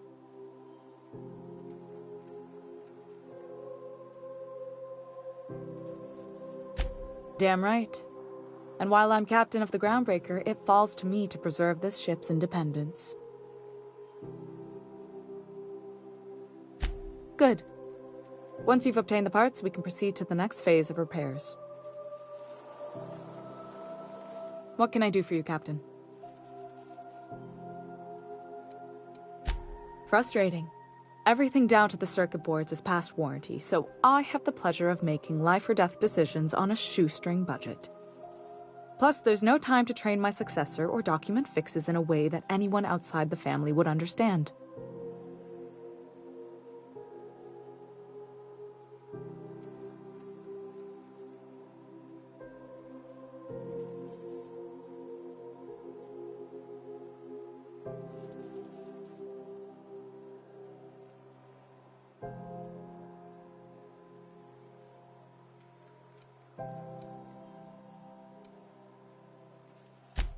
Oh, gosh. I don't know. I'm really just a dab hand with a wrench. Nothing special. Not like a chief engineer. Don't sell yourself short. It doesn't take a seasoned pro to tinker on Groundbreaker. Just someone who knows how a ship ought to feel. We're always thirsting for help. If you could find your way around this labyrinth of ducts and panels, we could work something out. Sure is. The Tennysons came over on the Groundbreaker. My grandmother, Chief Gang, kept it together during the crossing and until she died. I was promoted only recently, when my mom died. Then I took the leap from chief engineer to captain. They must have been amazing people. To have taught you all you know, I mean. Which is a lot. That means a lot coming from a fellow engineer.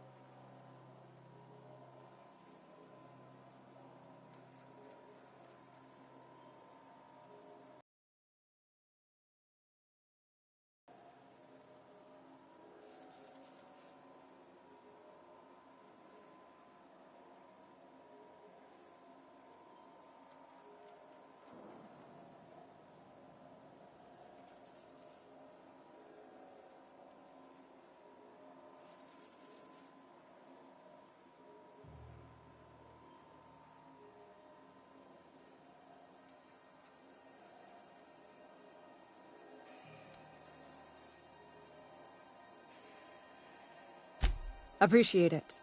There wasn't much that took me by surprise about the job, but the little things you never expect or think about, they add up over time. Maybe you can see why I'm protective of Groundbreaker. This ship is family. It's got tinkerings and bypasses that only Tennysons know about.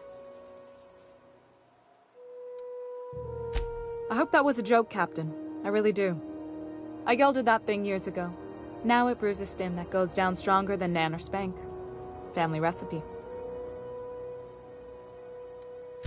You see any bite-sized Tennyson children running around? I didn't think so. The next captain won't have my heritage. I'll have to foster that talent from somewhere.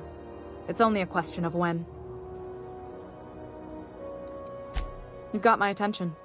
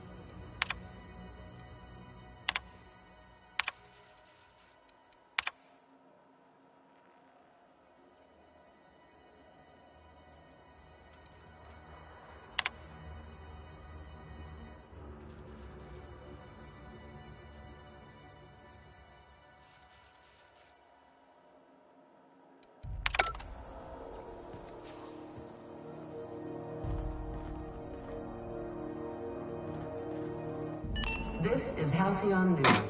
We interrupt your regularly scheduled advertisement for the following story.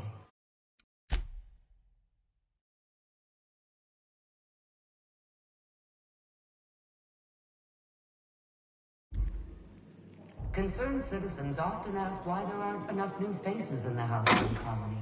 We all want new neighbors from time to time. What do you think you're doing? Do what you want, I guess.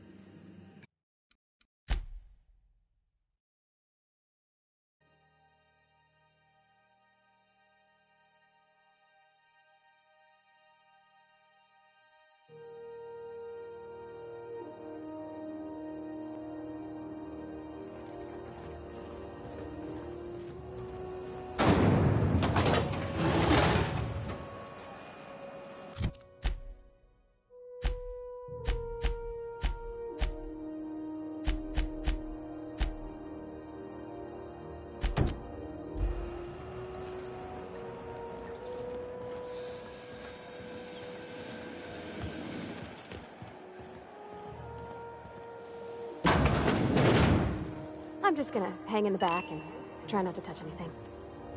You'd think the board and its agents would be more content, sitting at the top of the system's food chain as they are.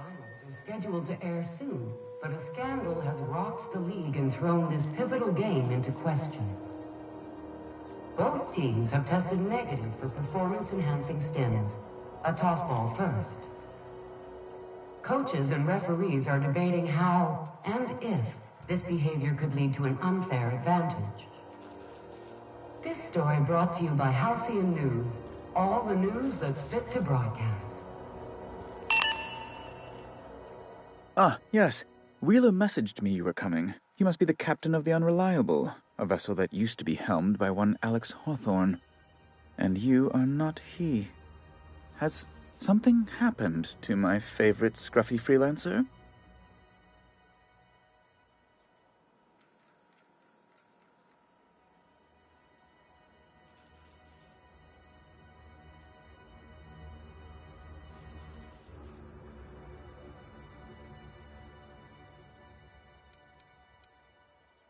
What?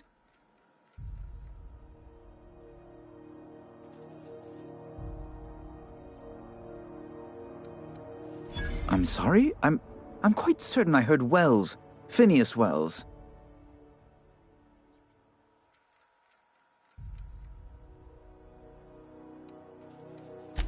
Oh, it's quite all right. I'm used to it. Indeed. And you know where he is? Excelsior! Oh, and there we are. I've removed the lock on your ship in a show of my gratitude. An apprehension of this caliber will be tremendous for my career. I'll send you straight away to my superiors in Byzantium, only... Oh, no. Oh, no.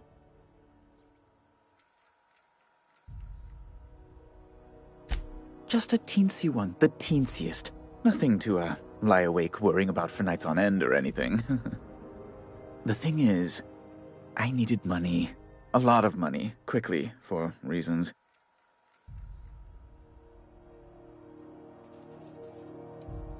That's really neither here nor there, don't you think?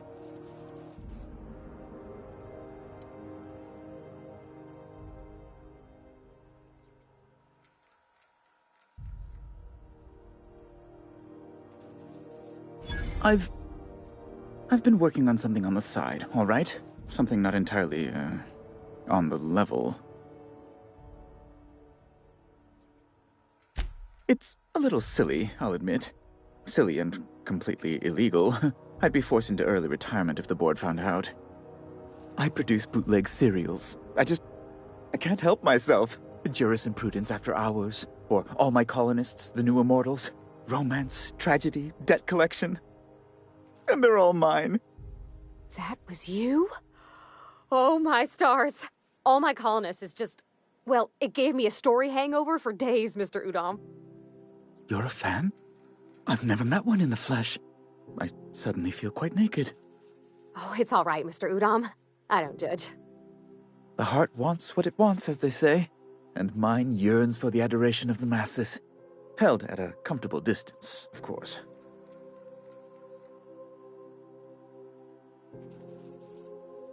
Flatterer. I might have pawned my official board seal to Gladys, the black market fence here on the Groundbreaker. I can't authorize the paperwork you'll need to turn Phineas in without it. Stray too much from the straight and narrow, and one may just find himself assigned pastoral duty in a maximum security penitentiary. It's only temporary, of course. I'd never leave something so important in the hands of someone of such dubious moral character. I was going to buy it back once I raised the capital. So you'll need to get my seal back from her if you want to hand Phineas over to the board.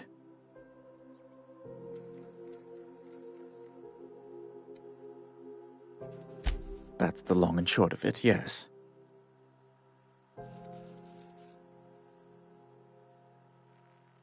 Thank you. Oh, thank you so much. I'm certain Gladys can be made, well, can probably be made to see reason. I'll be waiting eagerly for your return. Now, is there any way in which I might assist you?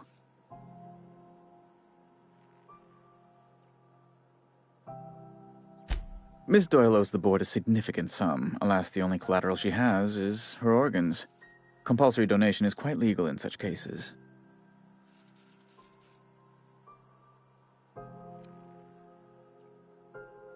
I believe the captain is proposing an indenture contract. That's not unreasonable. I guess it's better than losing your organs, but I don't know, Captain. It just doesn't seem right. Miss Doyle is deeply in debt, and the board has every right to do whatever they like to recoup that debt. What guarantee do I have that she'll agree to the terms you negotiate?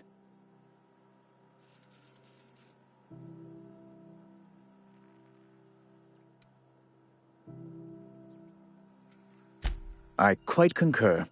It's refreshing to deal with someone practical for a change. I will recall my collection agent. Tell Miss Doyle to report to me promptly for her first assignment. Now, is there anything else you need, or can I return to my work?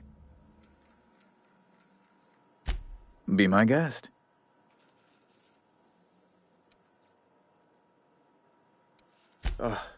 Law, but it's miserable. My underarms are damp. How can I be expected to work in these conditions? Chief Tennyson is supposedly looking into the cause, but I've seen no action from her. Deplorable conduct. My superiors will be hearing about it. You can be certain of that. She's doing everything she can. It's your people's fault it's not fixed, not June Lay's. I understand your frustration, young miss. I do. But the situation is complicated. I will leave it at that. Now, was there anything else?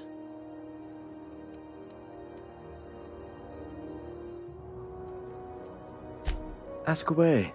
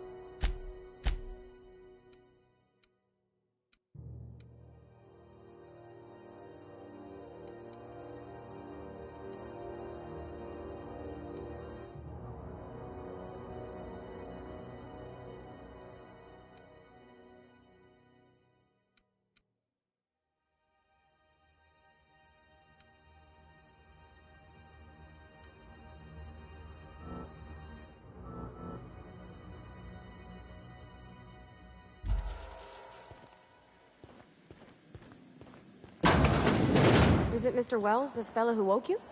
How bad could he be?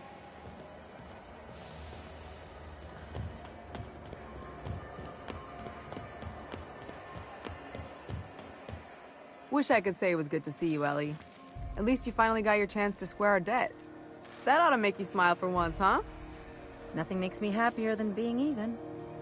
Except being right. That's nice, too. Got word from Udom, from the hitman who trailed me the other night. Seems I'm indentured to the board now. I ain't too elated about going exclusive, but it's better than winding up dead. You sure saved my skin, stranger. All debts between me and Ellie are cleared.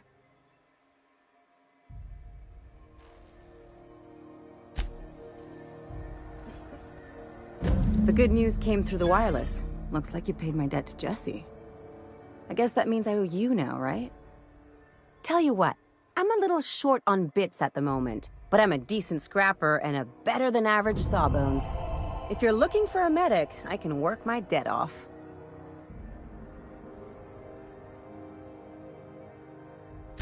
If I'm being honest, and I prefer not to, I was about ready to pick up another contract anyway, and you settled this in a pretty tidy fashion, which tells me you're competent. But we can say I'm repaying the favor if you prefer that version.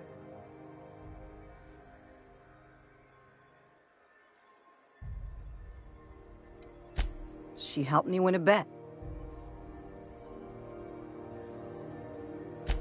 We were on a smuggling run planetside when our point man bet me I couldn't outrun a mantisaur.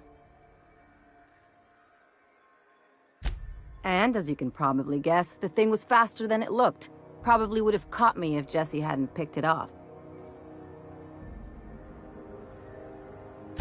Yeah, but the important thing is I won the bet. It's like people touching a cookie and leaving it in the box. It's just one of those things that gets under my skin. You won't be sorry. Though it looks like you've got a full roster already. Time to play favorites, Captain.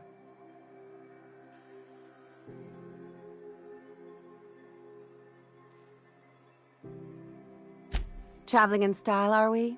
I'll be sure to nab a cabin with a view. Dr. Fenhill, glad you opted to join us.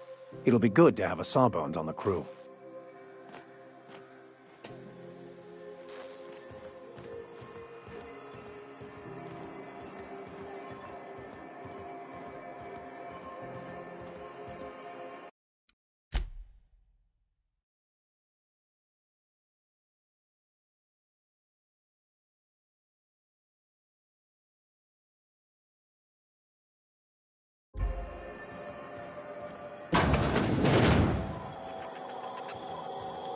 This is Halcyon News. We interrupt your regular for the following story. Do you have what it takes to defend your corporate township from the dangers of alien wildlife and the unemployed? Talk to your local manager about applying for military training and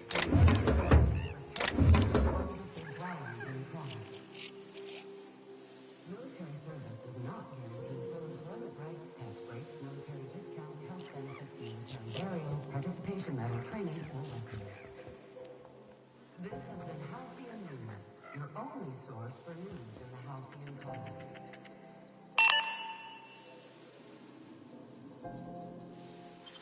I think I heard something. What do you think you're doing? Easy does it. Best make yourself Captain, scared. look out!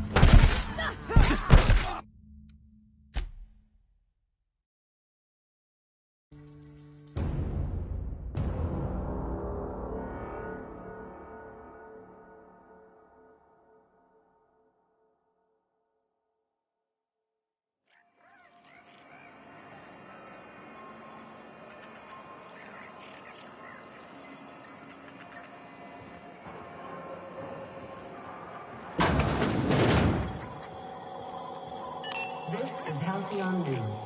We interrupt your regularly scheduled advertisement for the following story.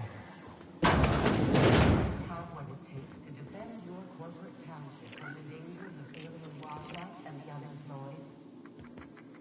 Talk to your local manager about applying for military training and lend your life to protecting our wonderful grounds and fauna. Military service does not guarantee full employment rights, tax breaks, military discount, health benefits, military burial, Gracious. I was just sitting down for tea.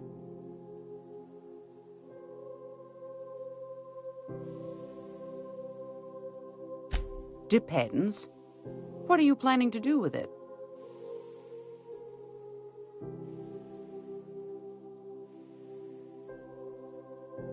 See the lights. Taking a show or two at the infamous Bijou. Could be a treat if you like that kind of thing. All right, I'll sell it to you. But it's gonna cost you dear. Anything else, dear?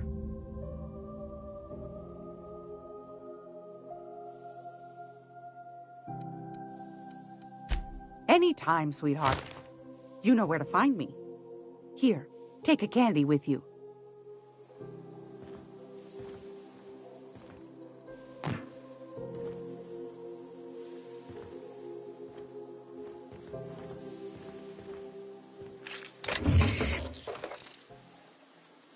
What do you think you're doing?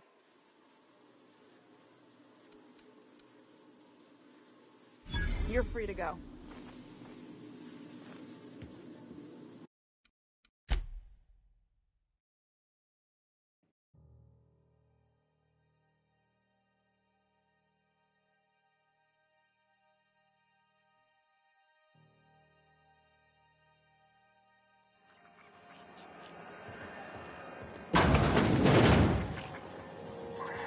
This is Halcyon News. We interrupt your regularly scheduled advertisement for the following story. Do you have what it takes to defend your corporate character from the dangers of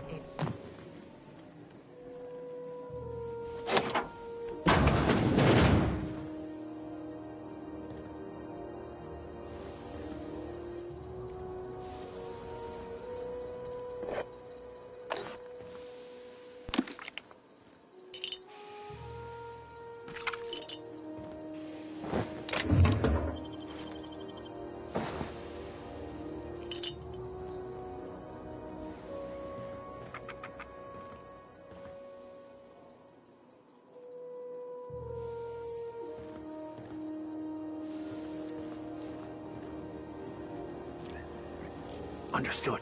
I'll keep my head down.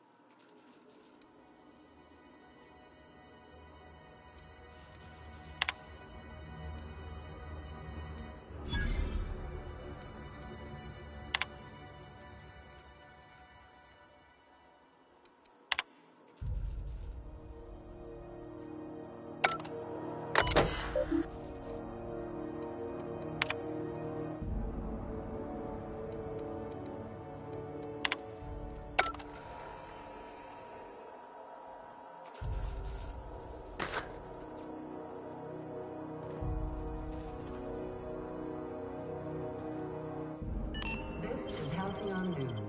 We interrupt your regularly scheduled advertisement for the following story. Remember Auntie Cleo? Because she remembers you. When you were sick, who took your temperature? When you were hungry, who gave you a needle full of love?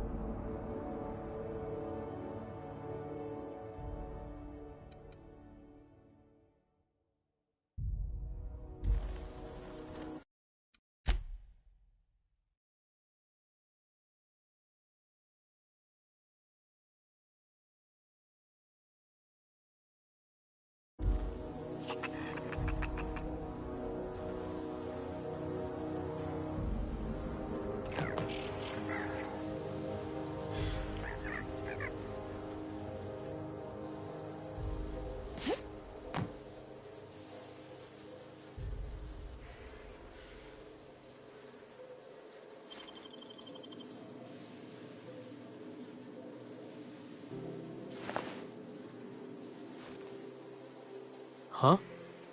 What do you think you're doing?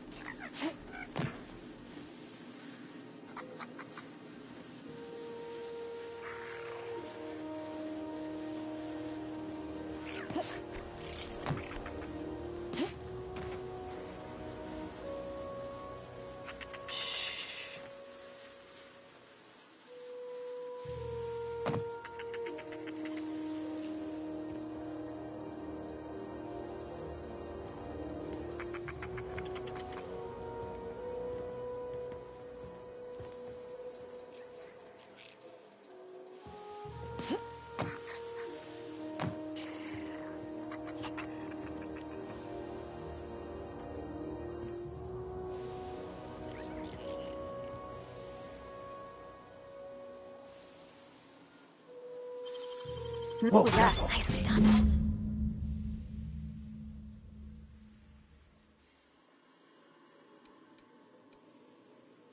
All right, scram.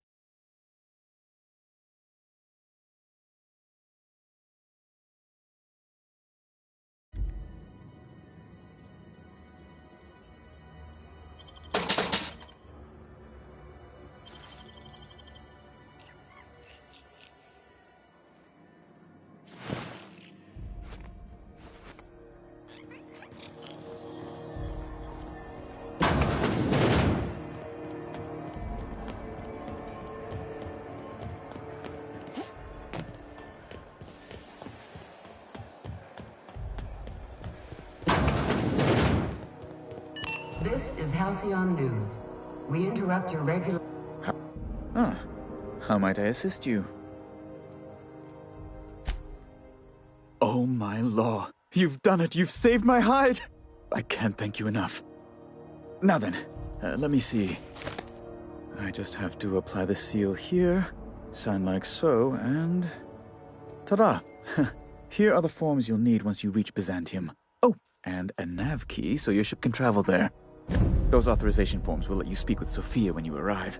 I'll send her a message straight away to let her know you're coming. She'll be delighted, I'm sure.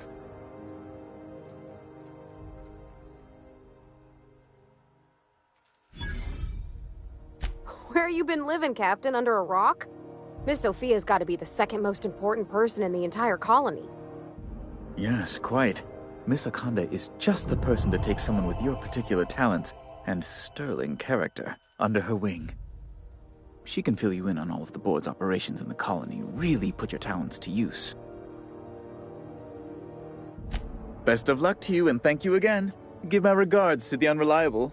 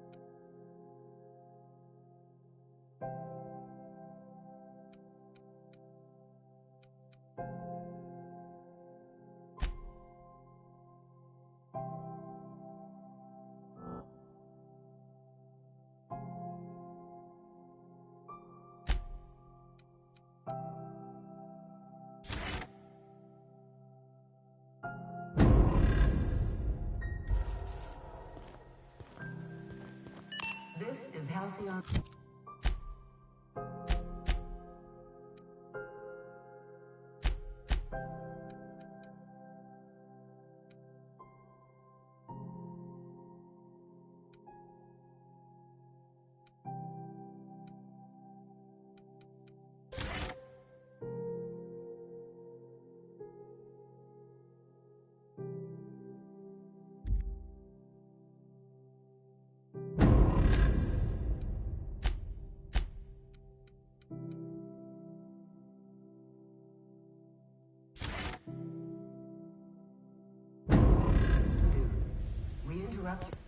I never thought I would see the gates of Byzantium. Never mind what lies beyond. Wow. Byzantium. I guess that'll be pretty crowded.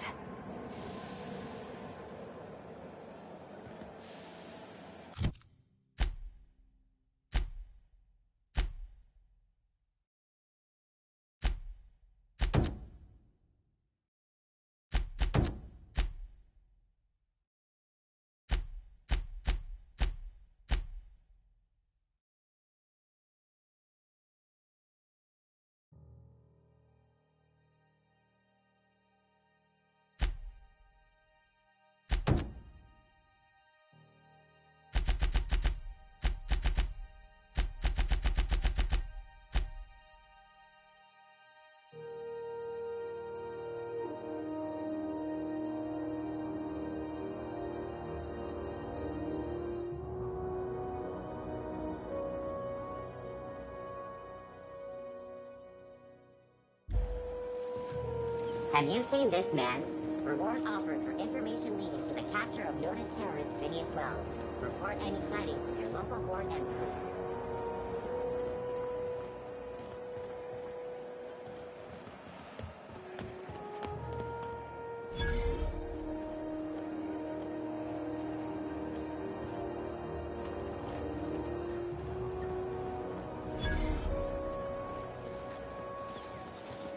CNP Borscht Pocket. Can be microwaved in 2.5...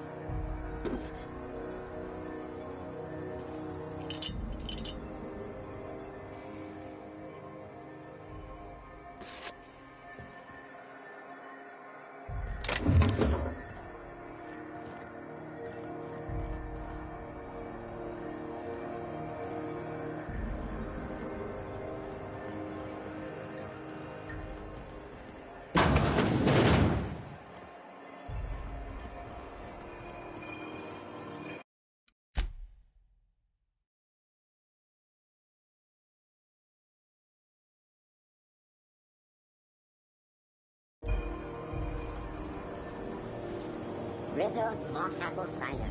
Uh-huh.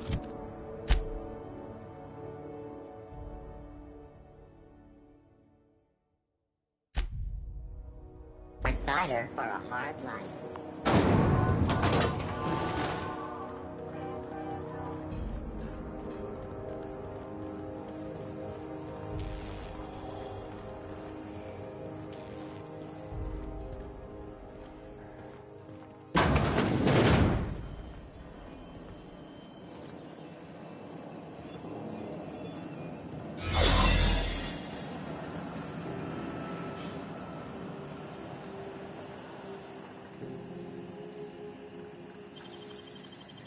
Great work.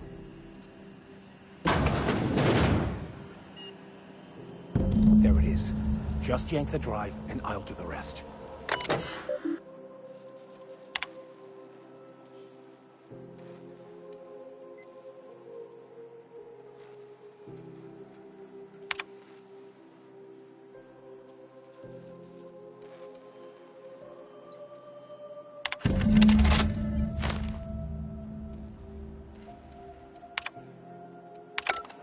Now that we have the data cartridge, I can finally find out where that scholar I'm looking for ended up.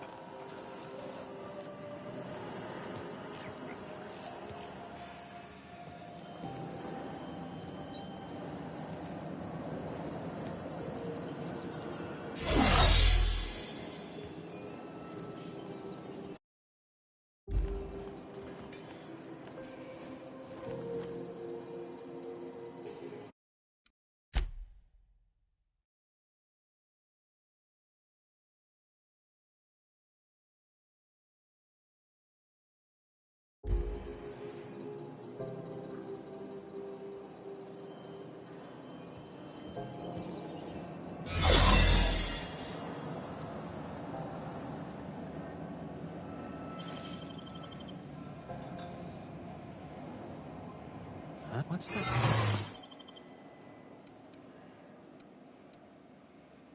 Just don't complicate my job, okay?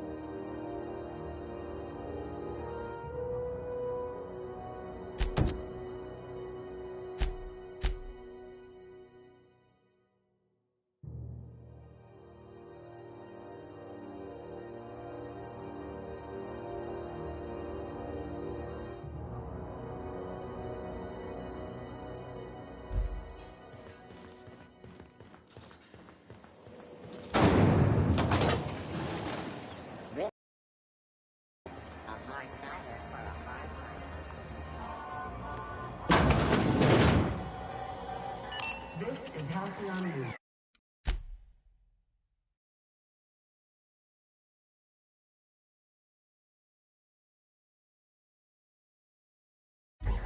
We interrupt your regularly scheduled for the following story. It's almost time for today's episode of The Chairman's Children. Care to listen with me?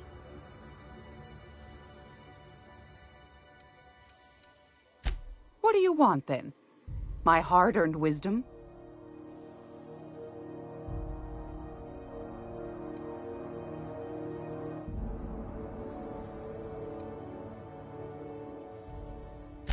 That's right, dearie. The only independent station in the colony. That's us. Though for how long, I can't say. That all depends on Miss Junlei. The board can't abide a community that won't bend to its will. They've always got one scheme or another running, looking for ways to bring us to heel. Like this heat business. Shameful. But it won't work. No, ma'am. Groundbreaker's free till the day she dies, law willing. Go right ahead, sweetheart. Oh, a little of this, a little of that. I buy and sell items that require discretion to dispose of. Knickknacks. Curios. I also knit throw pillows stuffed with the hair of famous tossball players. But that's more of a passion project. What about non-famous players? I earned quite a reputation as a fifth-back during my penitentiary, seminary days. You do have a favorable mop, I must say.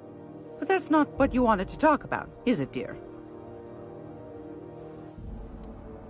Ask the common folk, and they'll tell you it's on account of all the monsters on Monarch desperate to gobble you up.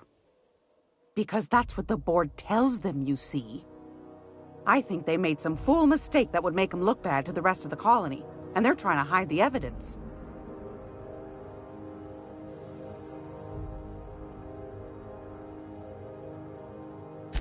Those board folk are real prideful-like. Never want you looking behind the curtain, lest you see their derrieres. But old Gladys knows the score. The whole colony's not much more than a diorama, showcasing one board screw-up after another. That's why we gotta keep them from getting their grubby mitts on Groundbreaker. She's our mess.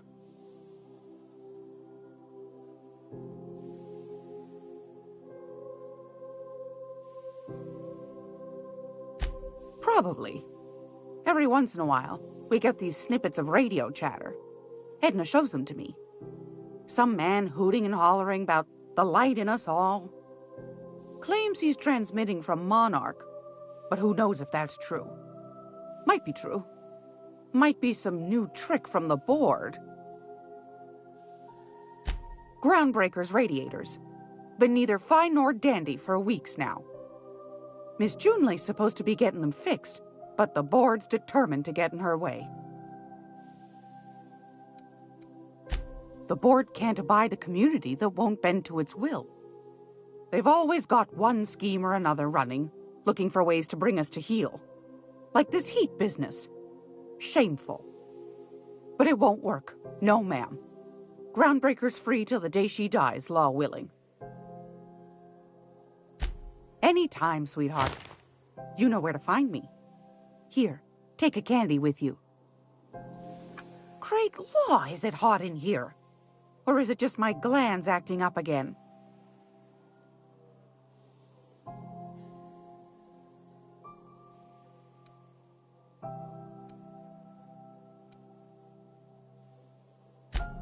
Yes, dearie? Anytime, sweetheart. You know where to find me.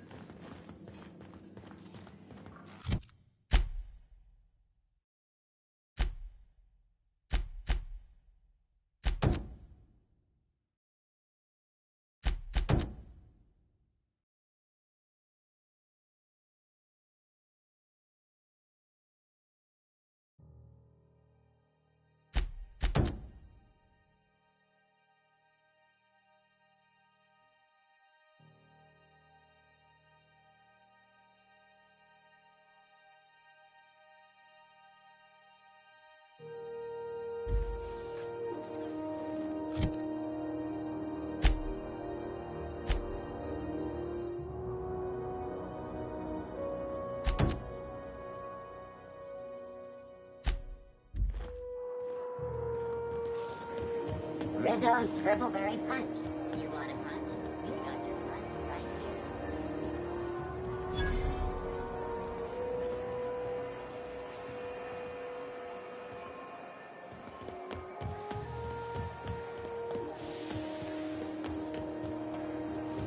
Have you seen this man?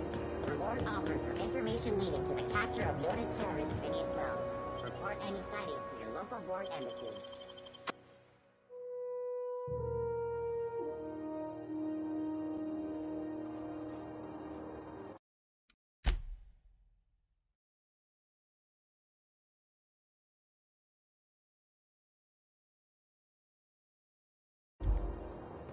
Who there? Hey, McRed, were you expecting any company? A neighbor from above approaches our realm. Back away now, or you'll parley with the king.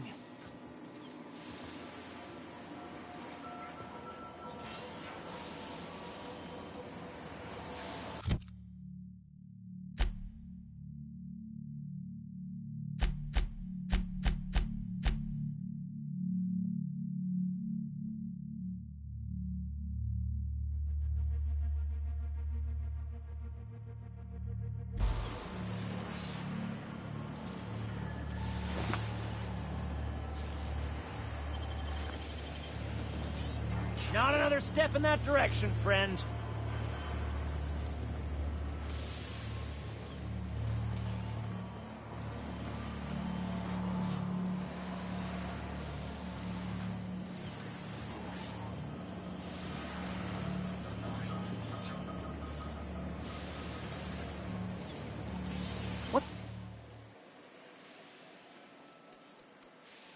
Best make yourself scarce now.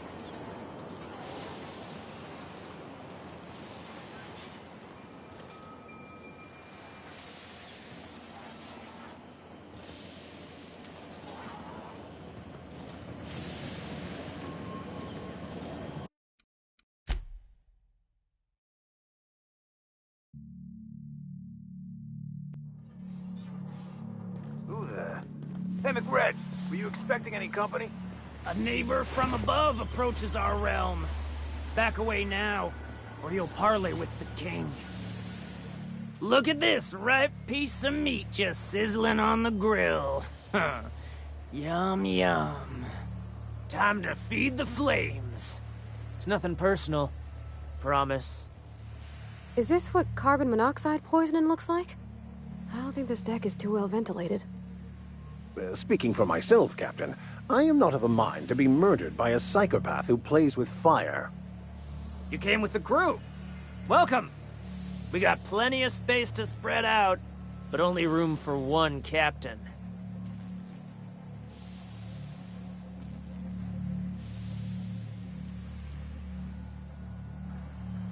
I know this ain't a toy, neighbor from above. It's a catalyst, just like me. Keep talking. I like the sound of your voice.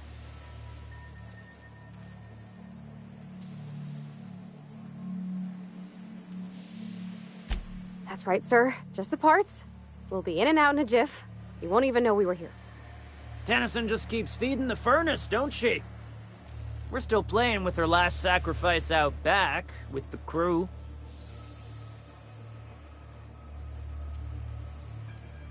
We were just sitting in a circle, sucking down exhaust fumes and toasting to the memory of our brain cells, making this broken angel fly again.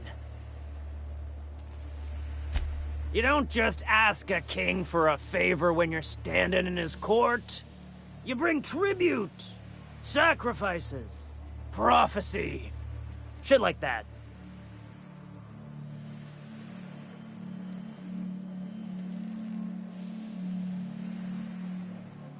Under its skin, this ship is all poison and darkness. Lead bones, asbestos muscle. Maybe you're right. You've got the run of the kingdom. Up those stairs, you'll find the parts. My crew won't get in your way.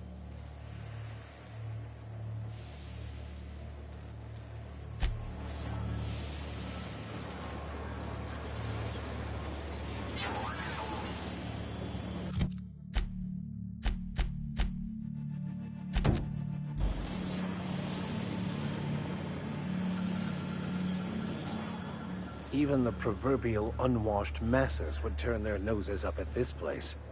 We'll cut them off.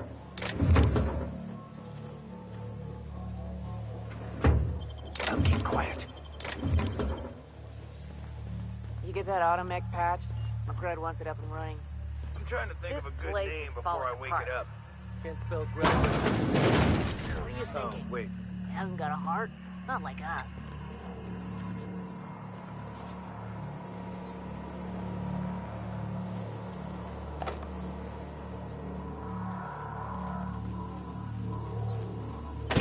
Leia's gonna be pleased as pie when we show her these.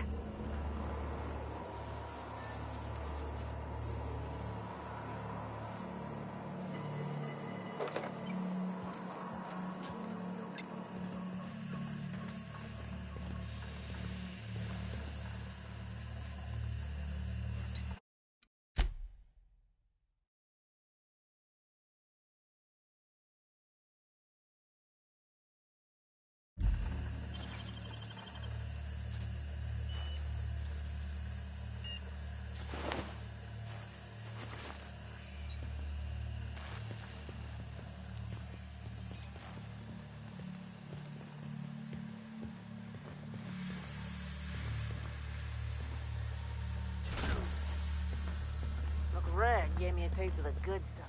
I've been tripping for days. Careful with that shit. You'll end up as crazy as he is. He's crazy to live in this.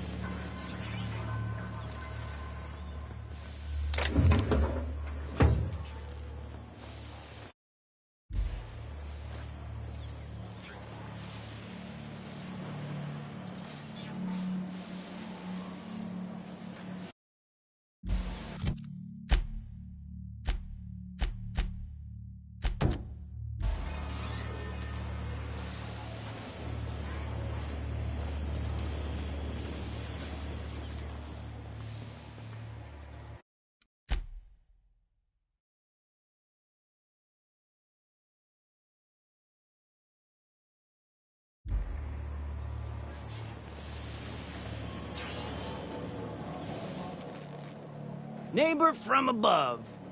What brings you to my little moonlight kingdom?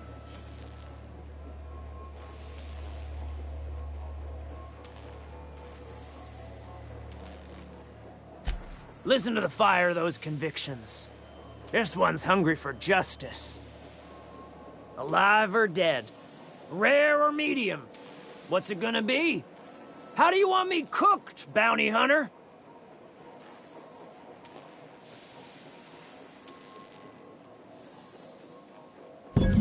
My flame? Shit. Little Flick here got me started on the pyro path. Fine. He's yours. Give him a good home. Don't worry, Mr. McRed. We'll treat Mr. Flick extra nice on account of he's your friend. You call your lighter Little Flick? I'll miss my baby pyro, but it beats losing my head. This court needs its king, and I'm one of a kind.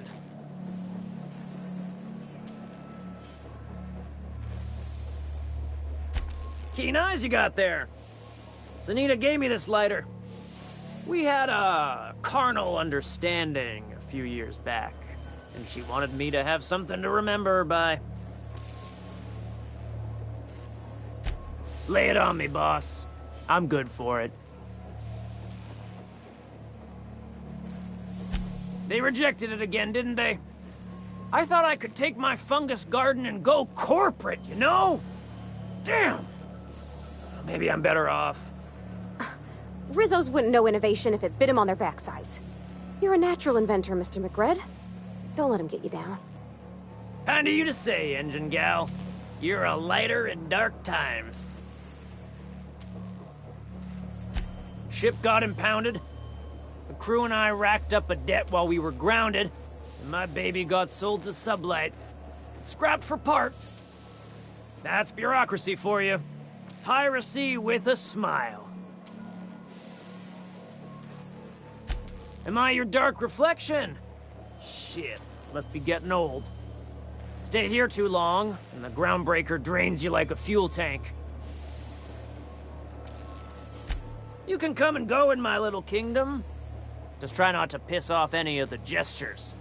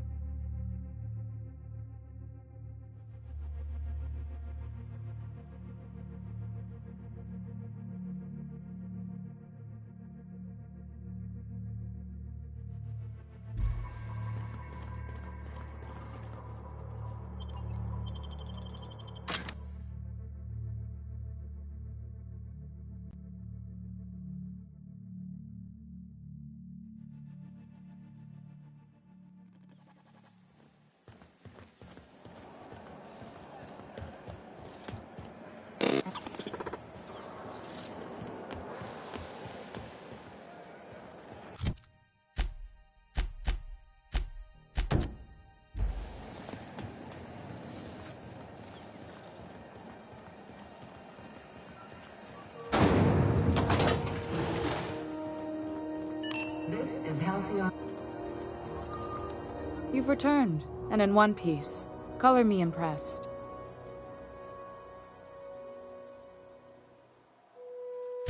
Good work. I'll take those. I need you to head through the large door at the far end of engineering. Take the elevator down into the machinery shaft. There's a terminal in the back. Activate it when I call over the ship's PA. And bring weapons.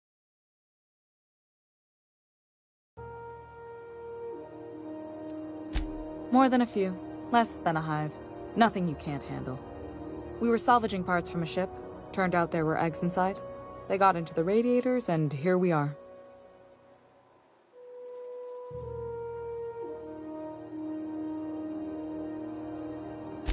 Don't worry, Miss Junlei. We'll be super gentle with the ship. You don't got a thing to worry about. I mean, aside from fires and such. I'm genuinely heartened to hear that. Thank you.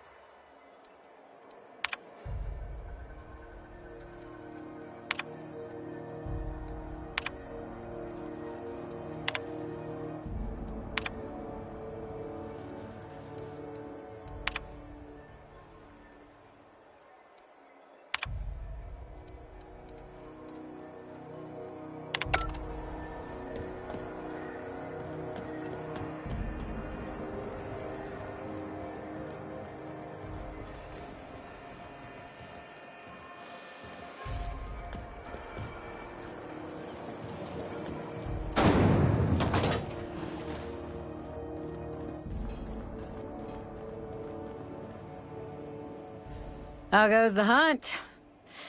I've been ruminating on it, and I decided, if you ain't killed McRed yet, I want you to hurt him a little before you do. Nothing excessive, mind you, but the scoundrel deserves a light beating at least before he kicks off.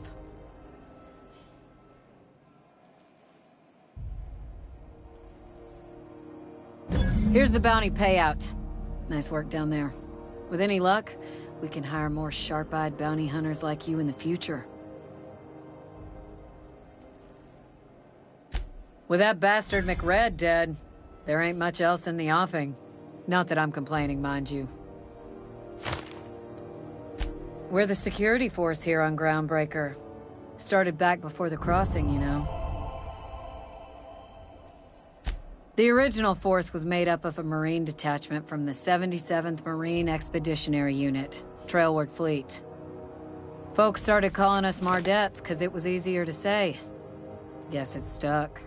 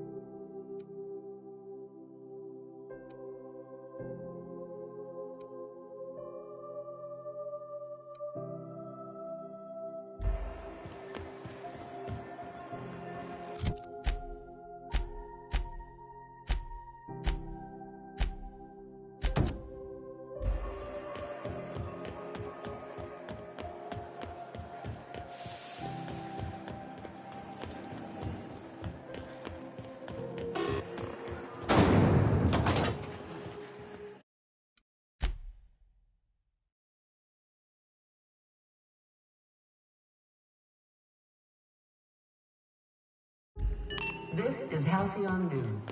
We interrupt your regularly scheduled advertisement with a following.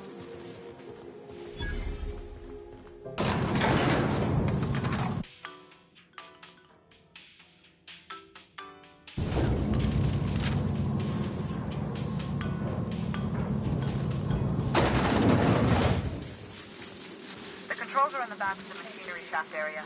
Keep clear of the radiators. You don't need...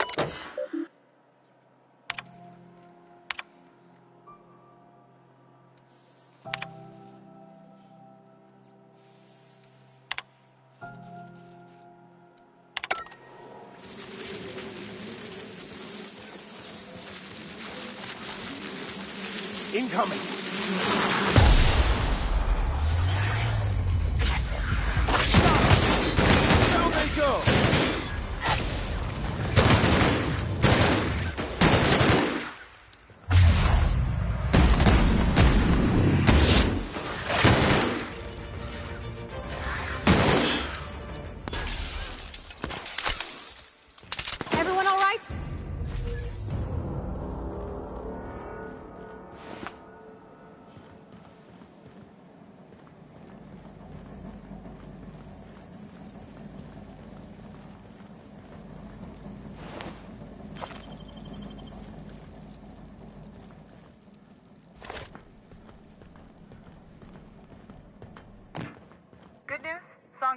security mechanicals booted up and killed a bunch of mantis. Bad news. Diagnostic says their circuit boards are fused from the heat, so they're not thinking about it. Too fast if you can. Too fast if you need to. I can always fix them later.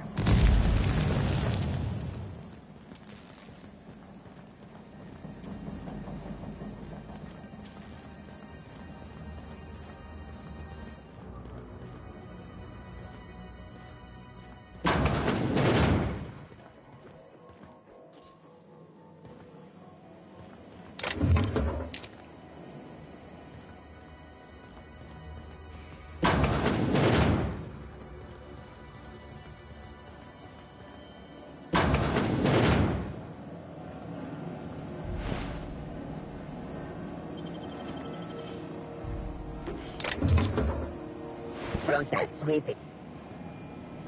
Here they come!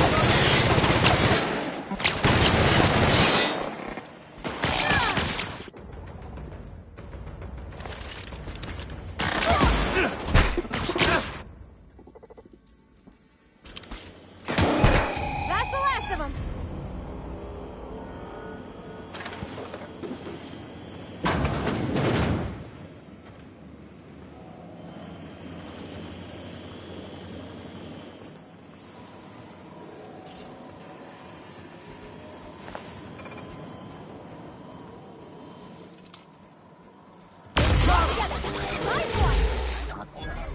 Invest.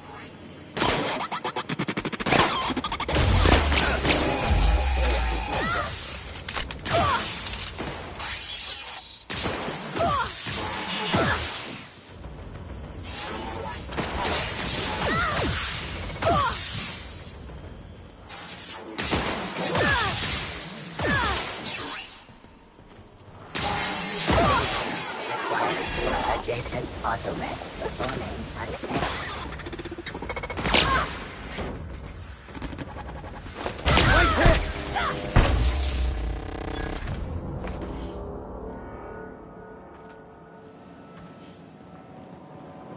That's the terminal.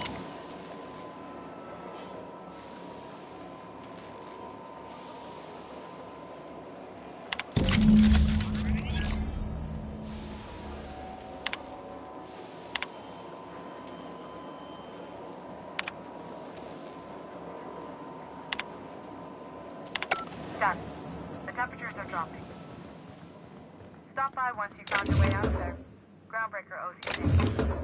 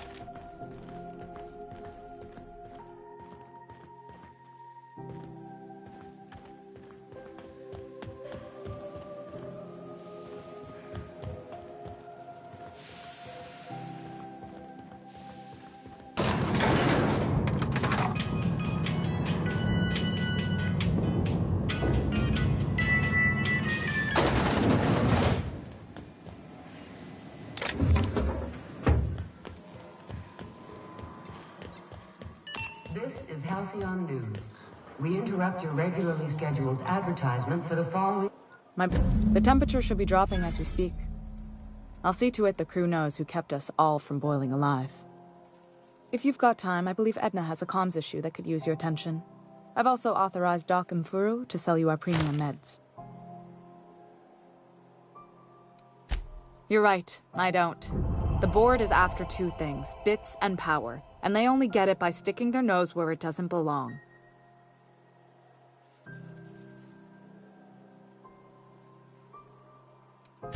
I placate them when I have something to offer, but I can also be a real hard ass. It'd be a joy if I could kick out the corporate merchants and reclaim the docking fees in my lifetime. Too much of Groundbreaker's income is flowing in the wrong direction.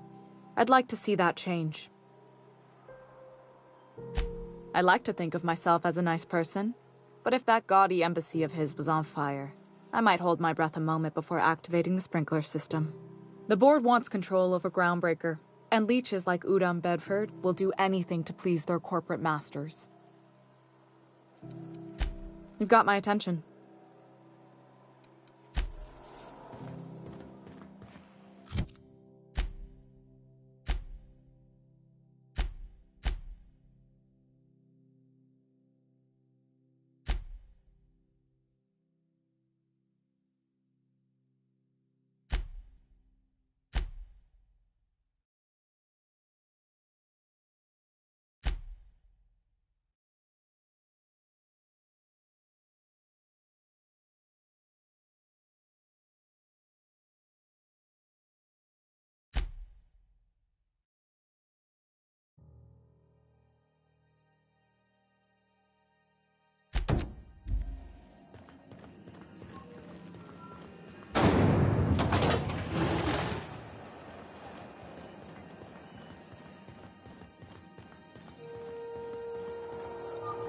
I was doing some maintenance on the radiators and found this lying around. You look like you need it more than I do.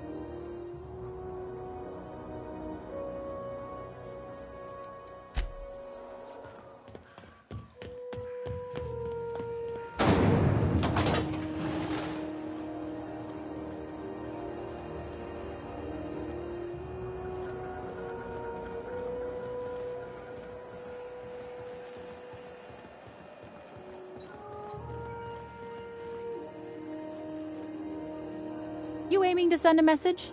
If so, we best do it now while we still got time. Well, yeah. The comm center routes all messages within, to, and from the Groundbreaker. We also switchboard most of the message traffic throughout the Halcyon system. Of course, we're about to go dead, so I may be reappropriated to Architect Knows Where doing Law Knows What soon enough. Our primary relay station's soon to be occluded by a gas giant. Happens every 40 years or thereabouts. The event's forecasted to last for months, during which we'll lose signal to the station. And that's our problem, how? We've got backup auxiliary relays, but the one currently in orbital range went offline some months ago. We can't spare people for routine maintenance. Yeah, I'm working on it. I finally got the chief to approve the budget for a diagnostic expedition. But allocating the personnel loss for sending a technical team to the relay station keeps getting denied by Junlei. The chief.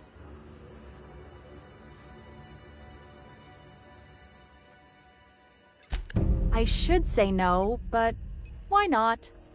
Maybe you can figure out why it's offline.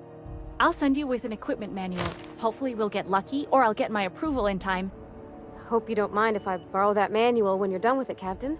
I could do with some leisure reading. Oh, and I'll need you to retrieve a copy of the relay's backup data. I gotta forward any messages from Earth stored in the memory. Better late than never, eh?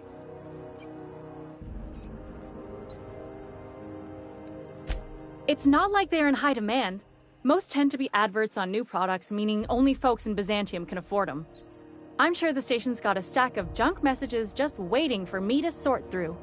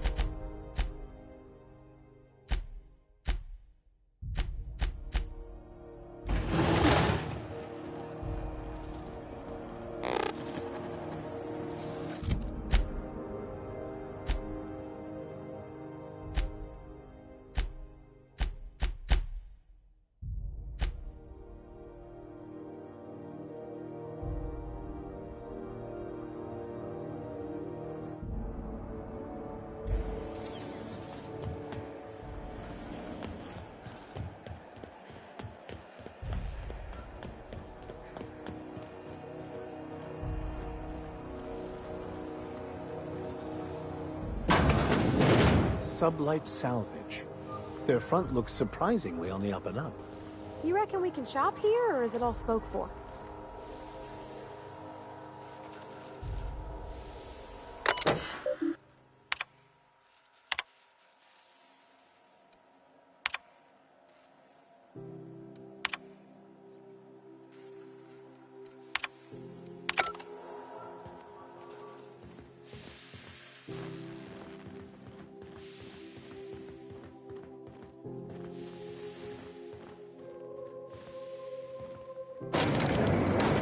Who wants to play an impromptu tossball match?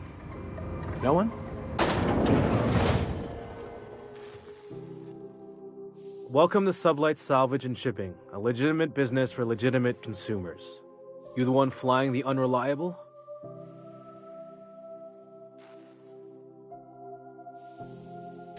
Miss Lily has been expecting you. I'll unlock the door. Sure am. A few years back, they got me started on simple acquisitions.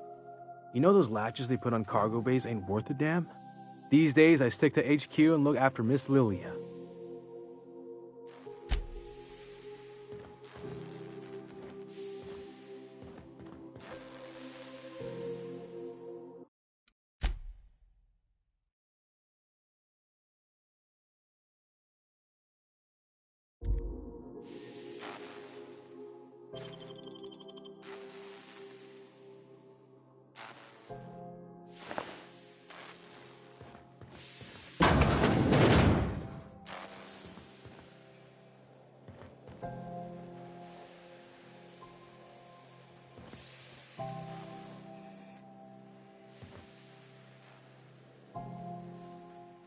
Lilia Hagen, CEO and Executive Director of Aggressive Operations.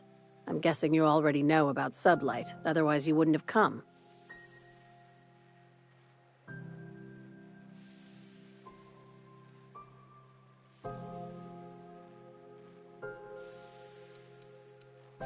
Not a word. Pity. My guy in marketing is about to lose his other thumb. It's nice to see the Unreliable again. Useful ship. Hawthorne was my contractor. I'd recognize that leaky boat of his anywhere.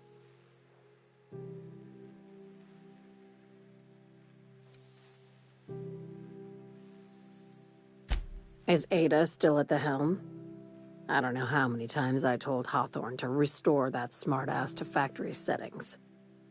I have a salvage job for someone light on corporate ties with a reliable set of wings, but there's a catch. There is always a catch. If you have a nav key to Stellar Bay, the job's yours. Interested?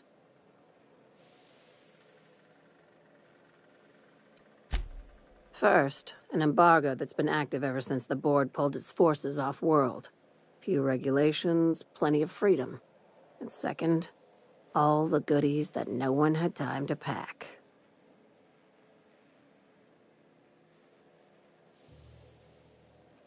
I like that initiative, but ease back on the throttle. Gladys at the Rest and Go might have what you need. If there's anything else, be quick about it. Time is bits.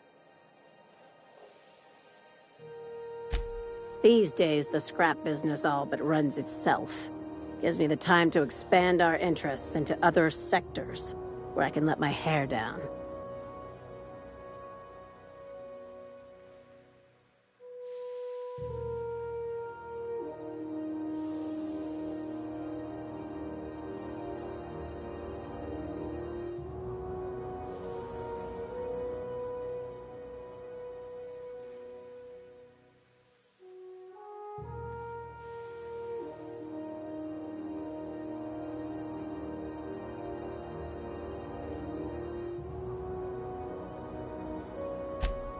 Our field is persuasive acquisitions. At least that's how my legal advisors tell me to phrase it. Not all of our salvage is abandoned when we find it. Sometimes it takes a polite conversation and a shot across the bow. You know, legal formalities. Your words, not mine. Hey, careful with the C word around here. I like to keep things above board, and that kind of talk only makes trouble. Sublight occupies a legal blind spot. No one knows what we're licensed to do, and that gives our little business some freedom. But let's not tempt fate.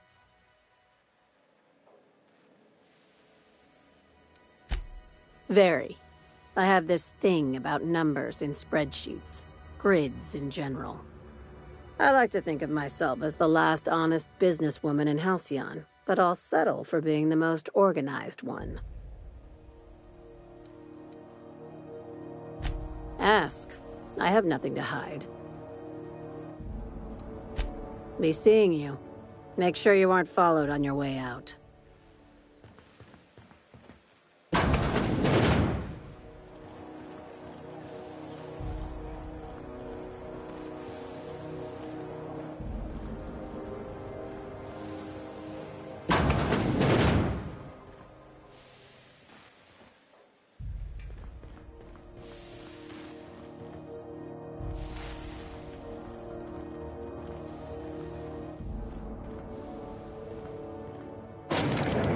Question about your plan, Mr. Vicar. Of course. The cosmos is generated and directed by the universal equation, also known as the Grand Plan. By contemplating the teleological order of things, one can achieve verity. Oh, right. You had a question? Never mind. That about it.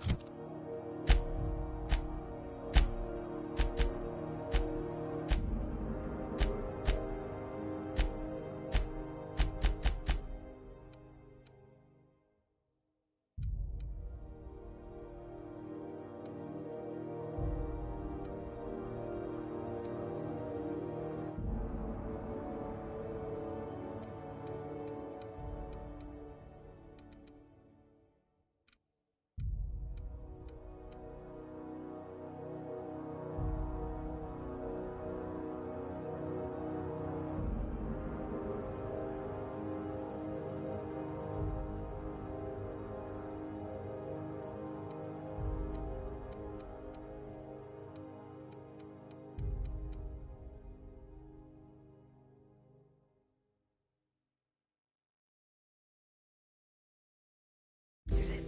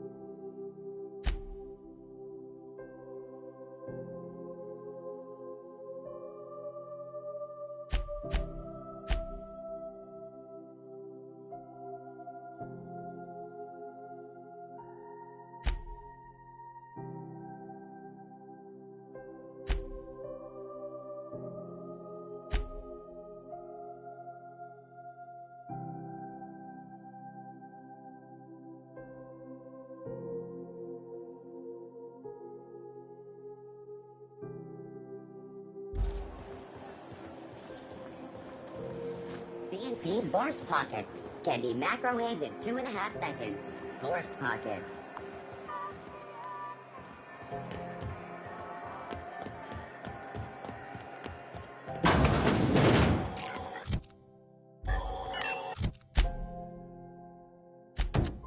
This is Halcyon News. We interrupt advertisement for the following story. It's almost time for today's episode of The Chairman's Children. Care to listen with me?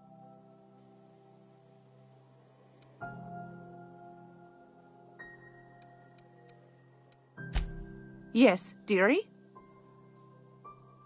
Take that darling ship of yours down to Roseway, where that distress signal I told you about came from, and ferret out some tasty corporate secrets for old Gladys.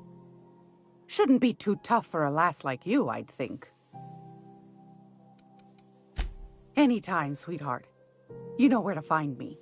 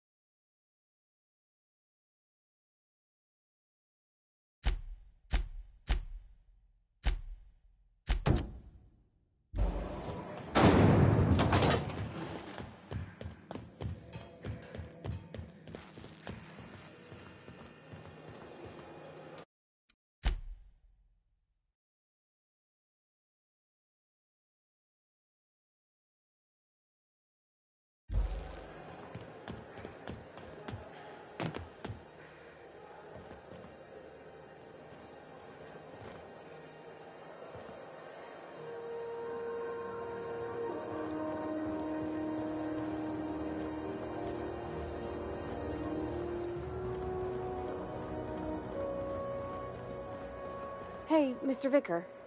Do you ever get a little bit homesick for Edgewater? For that ocean stink? No, I do not. You're supposed to say yes and go on to explain why. I just want to have a conversation. Of course. Hey, you got a second?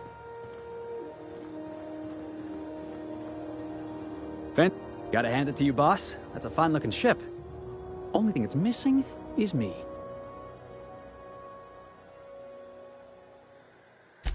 Yes, I absolutely am. Just give me a shot. That's all I'm asking. I could be the best damn crew you ever hired.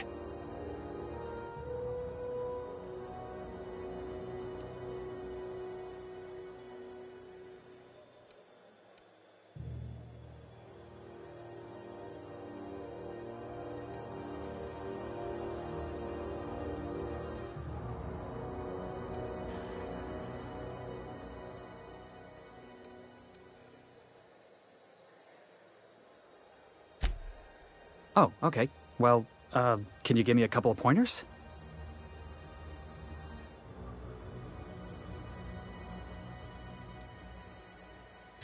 Hey, that's good advice. I like the way you think, boss. Besides, not like there's a line of folks standing around hoping to get on your ship. I'm persistent, I'm eager, and I'm showing initiative. What else do you want in your crew?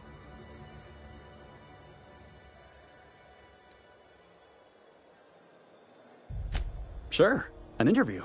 That sounds fair. I mean, first time for everything, right? Ask me anything you like. It's delicious. Mock apple pie and a tripicale crust?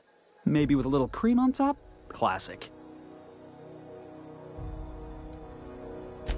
Are you kidding? I love a good fight. One time, I took an autoloader's head clean off its servos with one swing of a tossball stick. You can count on me in a scrap, boss. That's a promise. The foreman told me my biggest problem was that I didn't take orders. I told him my problem is not with authority, it's with jackasses. So yeah, I guess my biggest flaw is that I don't suffer idiots. Hope that's not a deal breaker. Wow. You don't know how long I've been waiting to hear that. Thanks, boss. You're not gonna regret this.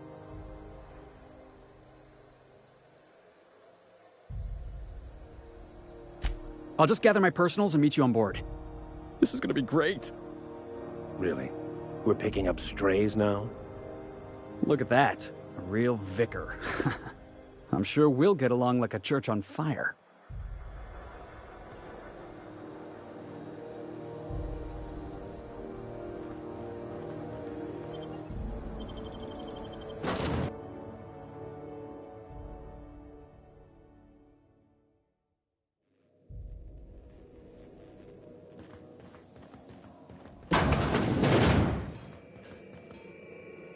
Hey, Captain.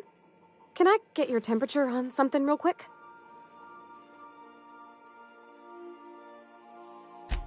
So, Junlei and I have been talking some.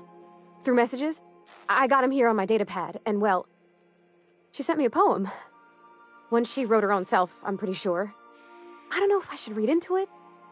Because poems are all symbolic and such, right? It's not so good. But real sweet. Oh, law. That's what's got me spooked. I don't rightly know. It's about this engine that's been shaking itself apart. Then this lady mechanic comes by and lays one hand on it. The trouble goes away. It sings. I don't want to get too hopeful, but I'm wondering if maybe she's the engine and I'm the lady? It's a real romantic poem. It made my chest hurt, kinda.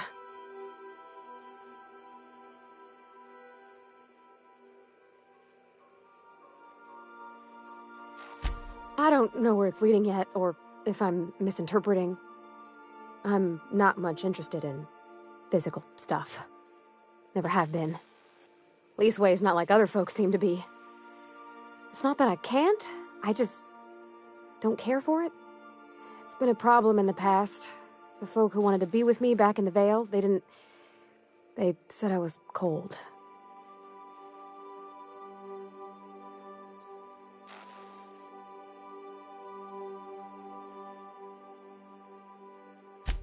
Thanks, Captain.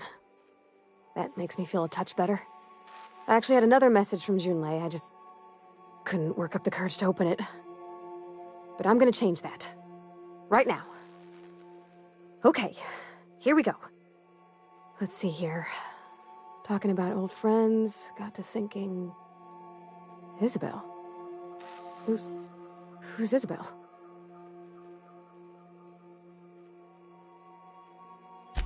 They were... close, Captain. Like, more than friends close.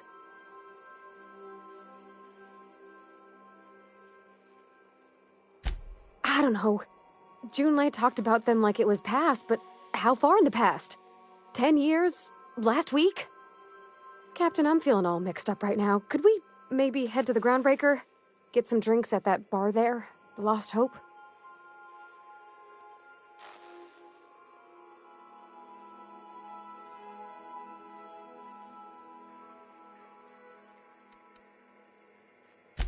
If you're there, I'm sure things will be okay. Like, I mean, you wouldn't let nothing bad happen to me, right? Thanks for asking, by the by. It means something to know you're looking out.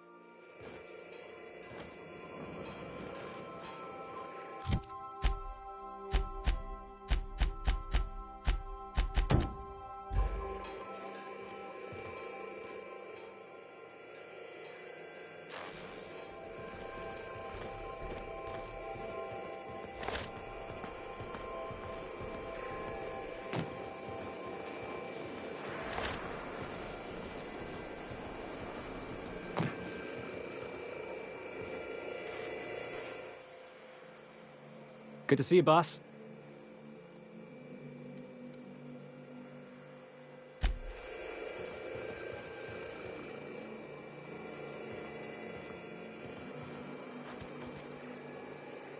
Got it. His name is Reginald Cheney, and he joined a sublight salvage crew. Only he's not listed on the return manifest. Must have made landfall somewhere he wasn't supposed to. Ah, yes. Here. There's a domicile on Monarch in Fallbrook, rented to the same bit card he used to buy his seat on the salvage ship. I should have guessed. What better place to lay low if you wish to avoid the authorities? Oh, it's nothing. I suppose I really didn't have much faith in actually finding him. Was a bit of a long shot, wasn't it? I admit it was a bit of a long shot, but when you've spent as many hours as I have in contemplation of the universe's secrets, you sometimes get a sense for these things.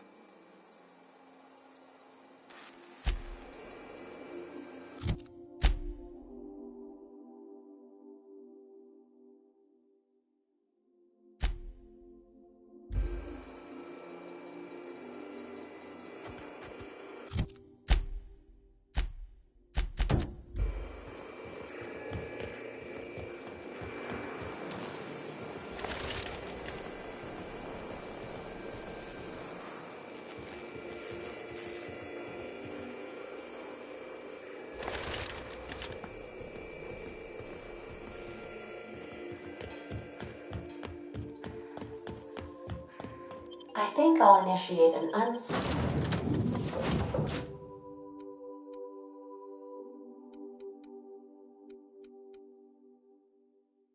schedule.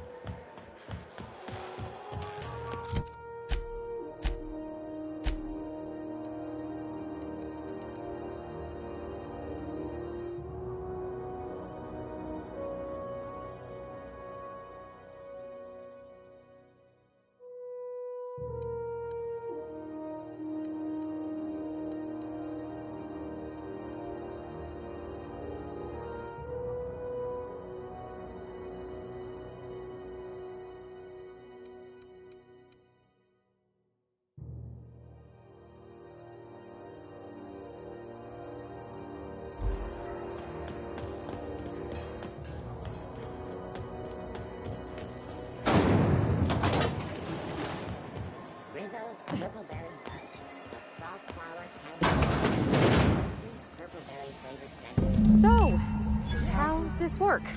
We interrupt Do we get a table? Stand in a corner? Do you have what it takes to defend your corporate township from the dangers of alien wildlife and the unemployed? Talk to your local manager about applying for military training and lend your life to protecting our wonderful brands and products. Military service does not guarantee full employment rights. Okay, so what are we drinking? You're the expert? Oh, and don't worry on the price. I got this. Let's just do it proper.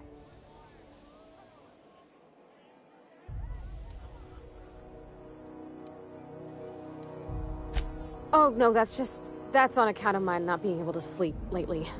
Makes my hands all twitchy, you know? I've just been lying awake, thinking about what Junlei said, and feeling my heart shake.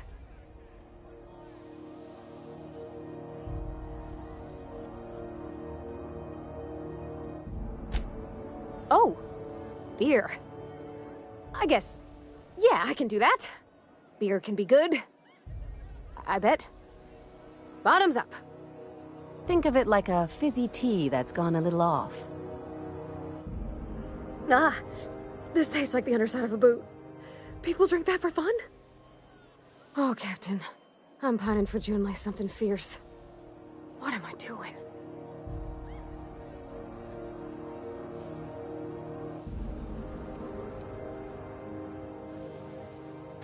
You're funny. Yeah, I guess we're doing that, aren't we? Crewing together, seeing the stars. It's like something out of a serial. I like the ones with grand romances. And I think I'm flubbing mine. I don't know what to do about us. Well, she talked about another girl, right? Isabel. Mentioned her by name and everything, like she wanted me to know. Maybe I've been making a right fool of myself this whole time. Maybe she's not interested after all.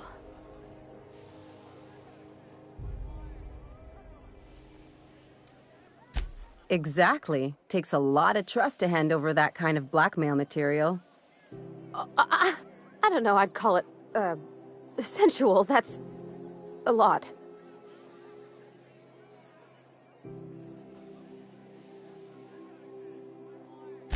It did.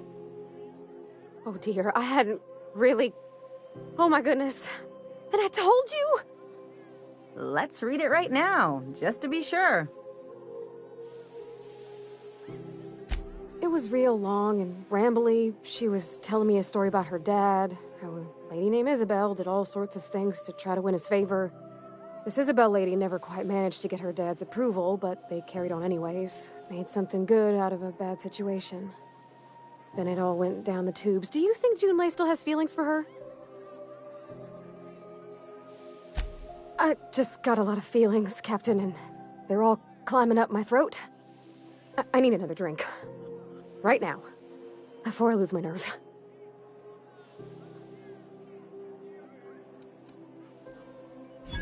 Come on, Captain. I'm here to drink. Okay, maybe you're right. I am a little woozy. Hydration, here I come. Aw, this was just about to get fun. Shush you. Captain, I want to talk to Junlei all the time. Even about silly things, but I'm so scared.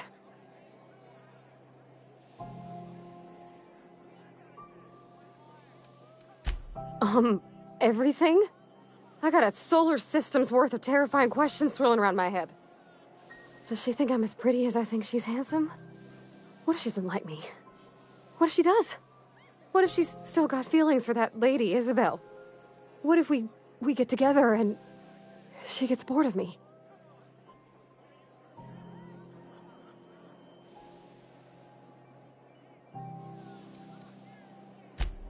There's nothing easy about spilling your guts to the person who's got your heart in their hands. You know I'm not interested in physical affection. Well, it's tripped folks up in the past. Folks I thought cared about me for me. What if she's not okay with that? What if she is, but then later, she's not?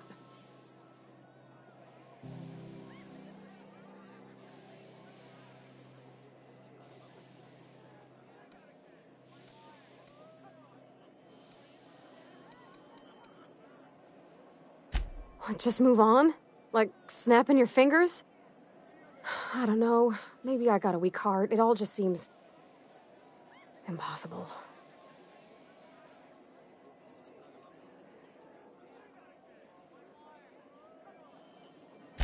Yeah, I know you're right. Just wish it were that easy, is all. I'm not used to speaking free with folks. Back in Edgewater, there wasn't no one who wanted to know my mind. Excepting my dad. Gosh, I don't know that I got that in me. Sometimes I feel real mean inside, Captain. I think ungenerous thoughts. Yeah. I like the way you put that, like, it's okay to want to be better for her, and not impossible to try. Well, Captain, this has been a whole lot. I got just... wow. So much to think about. Oh gosh, I don't know, Captain. Do you think I should?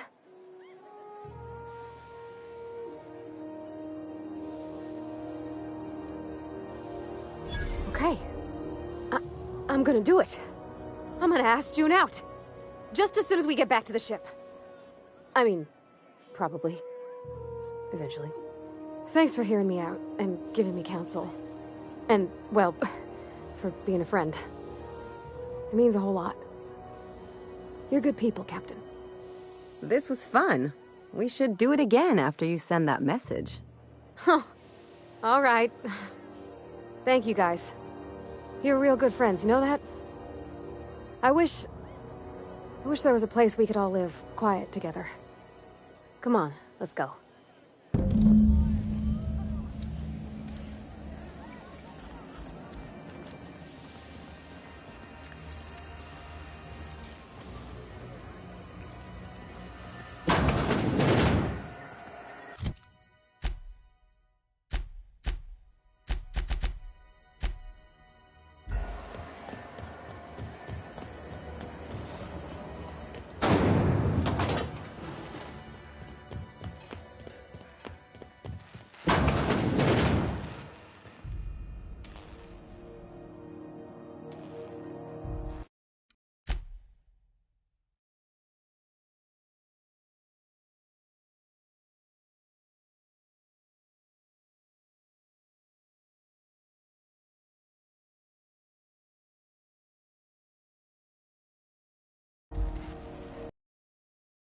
Keep him quiet, Cap.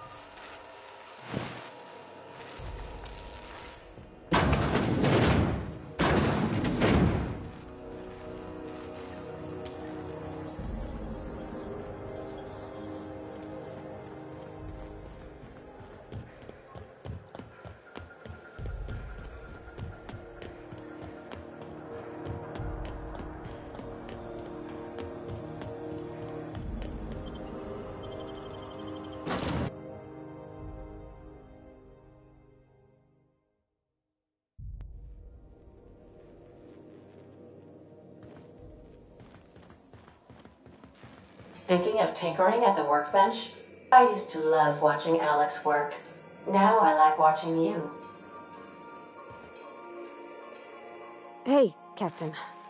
I hope I wasn't too much bother at the bar. I did have fun, and I tried some things I never would have otherwise. And I don't feel it today. I guess that water must have worked. I'm glad I had you looking out for me.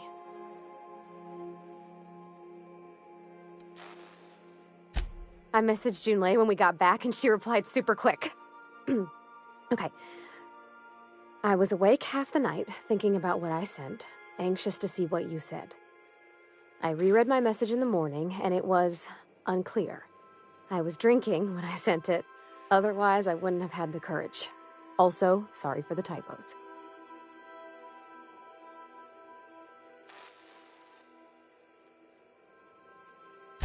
I've ruined things in the past because I didn't say things I should have, like, I've met someone who's become special to me.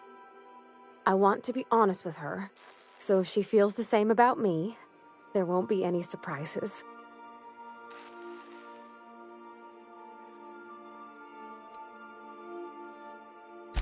I got to read between the lines a bit, but I think she might be. Yeah, I ought to go write her back. I mean, I already did. Twice. But anyhow, thanks for taking me out, Captain.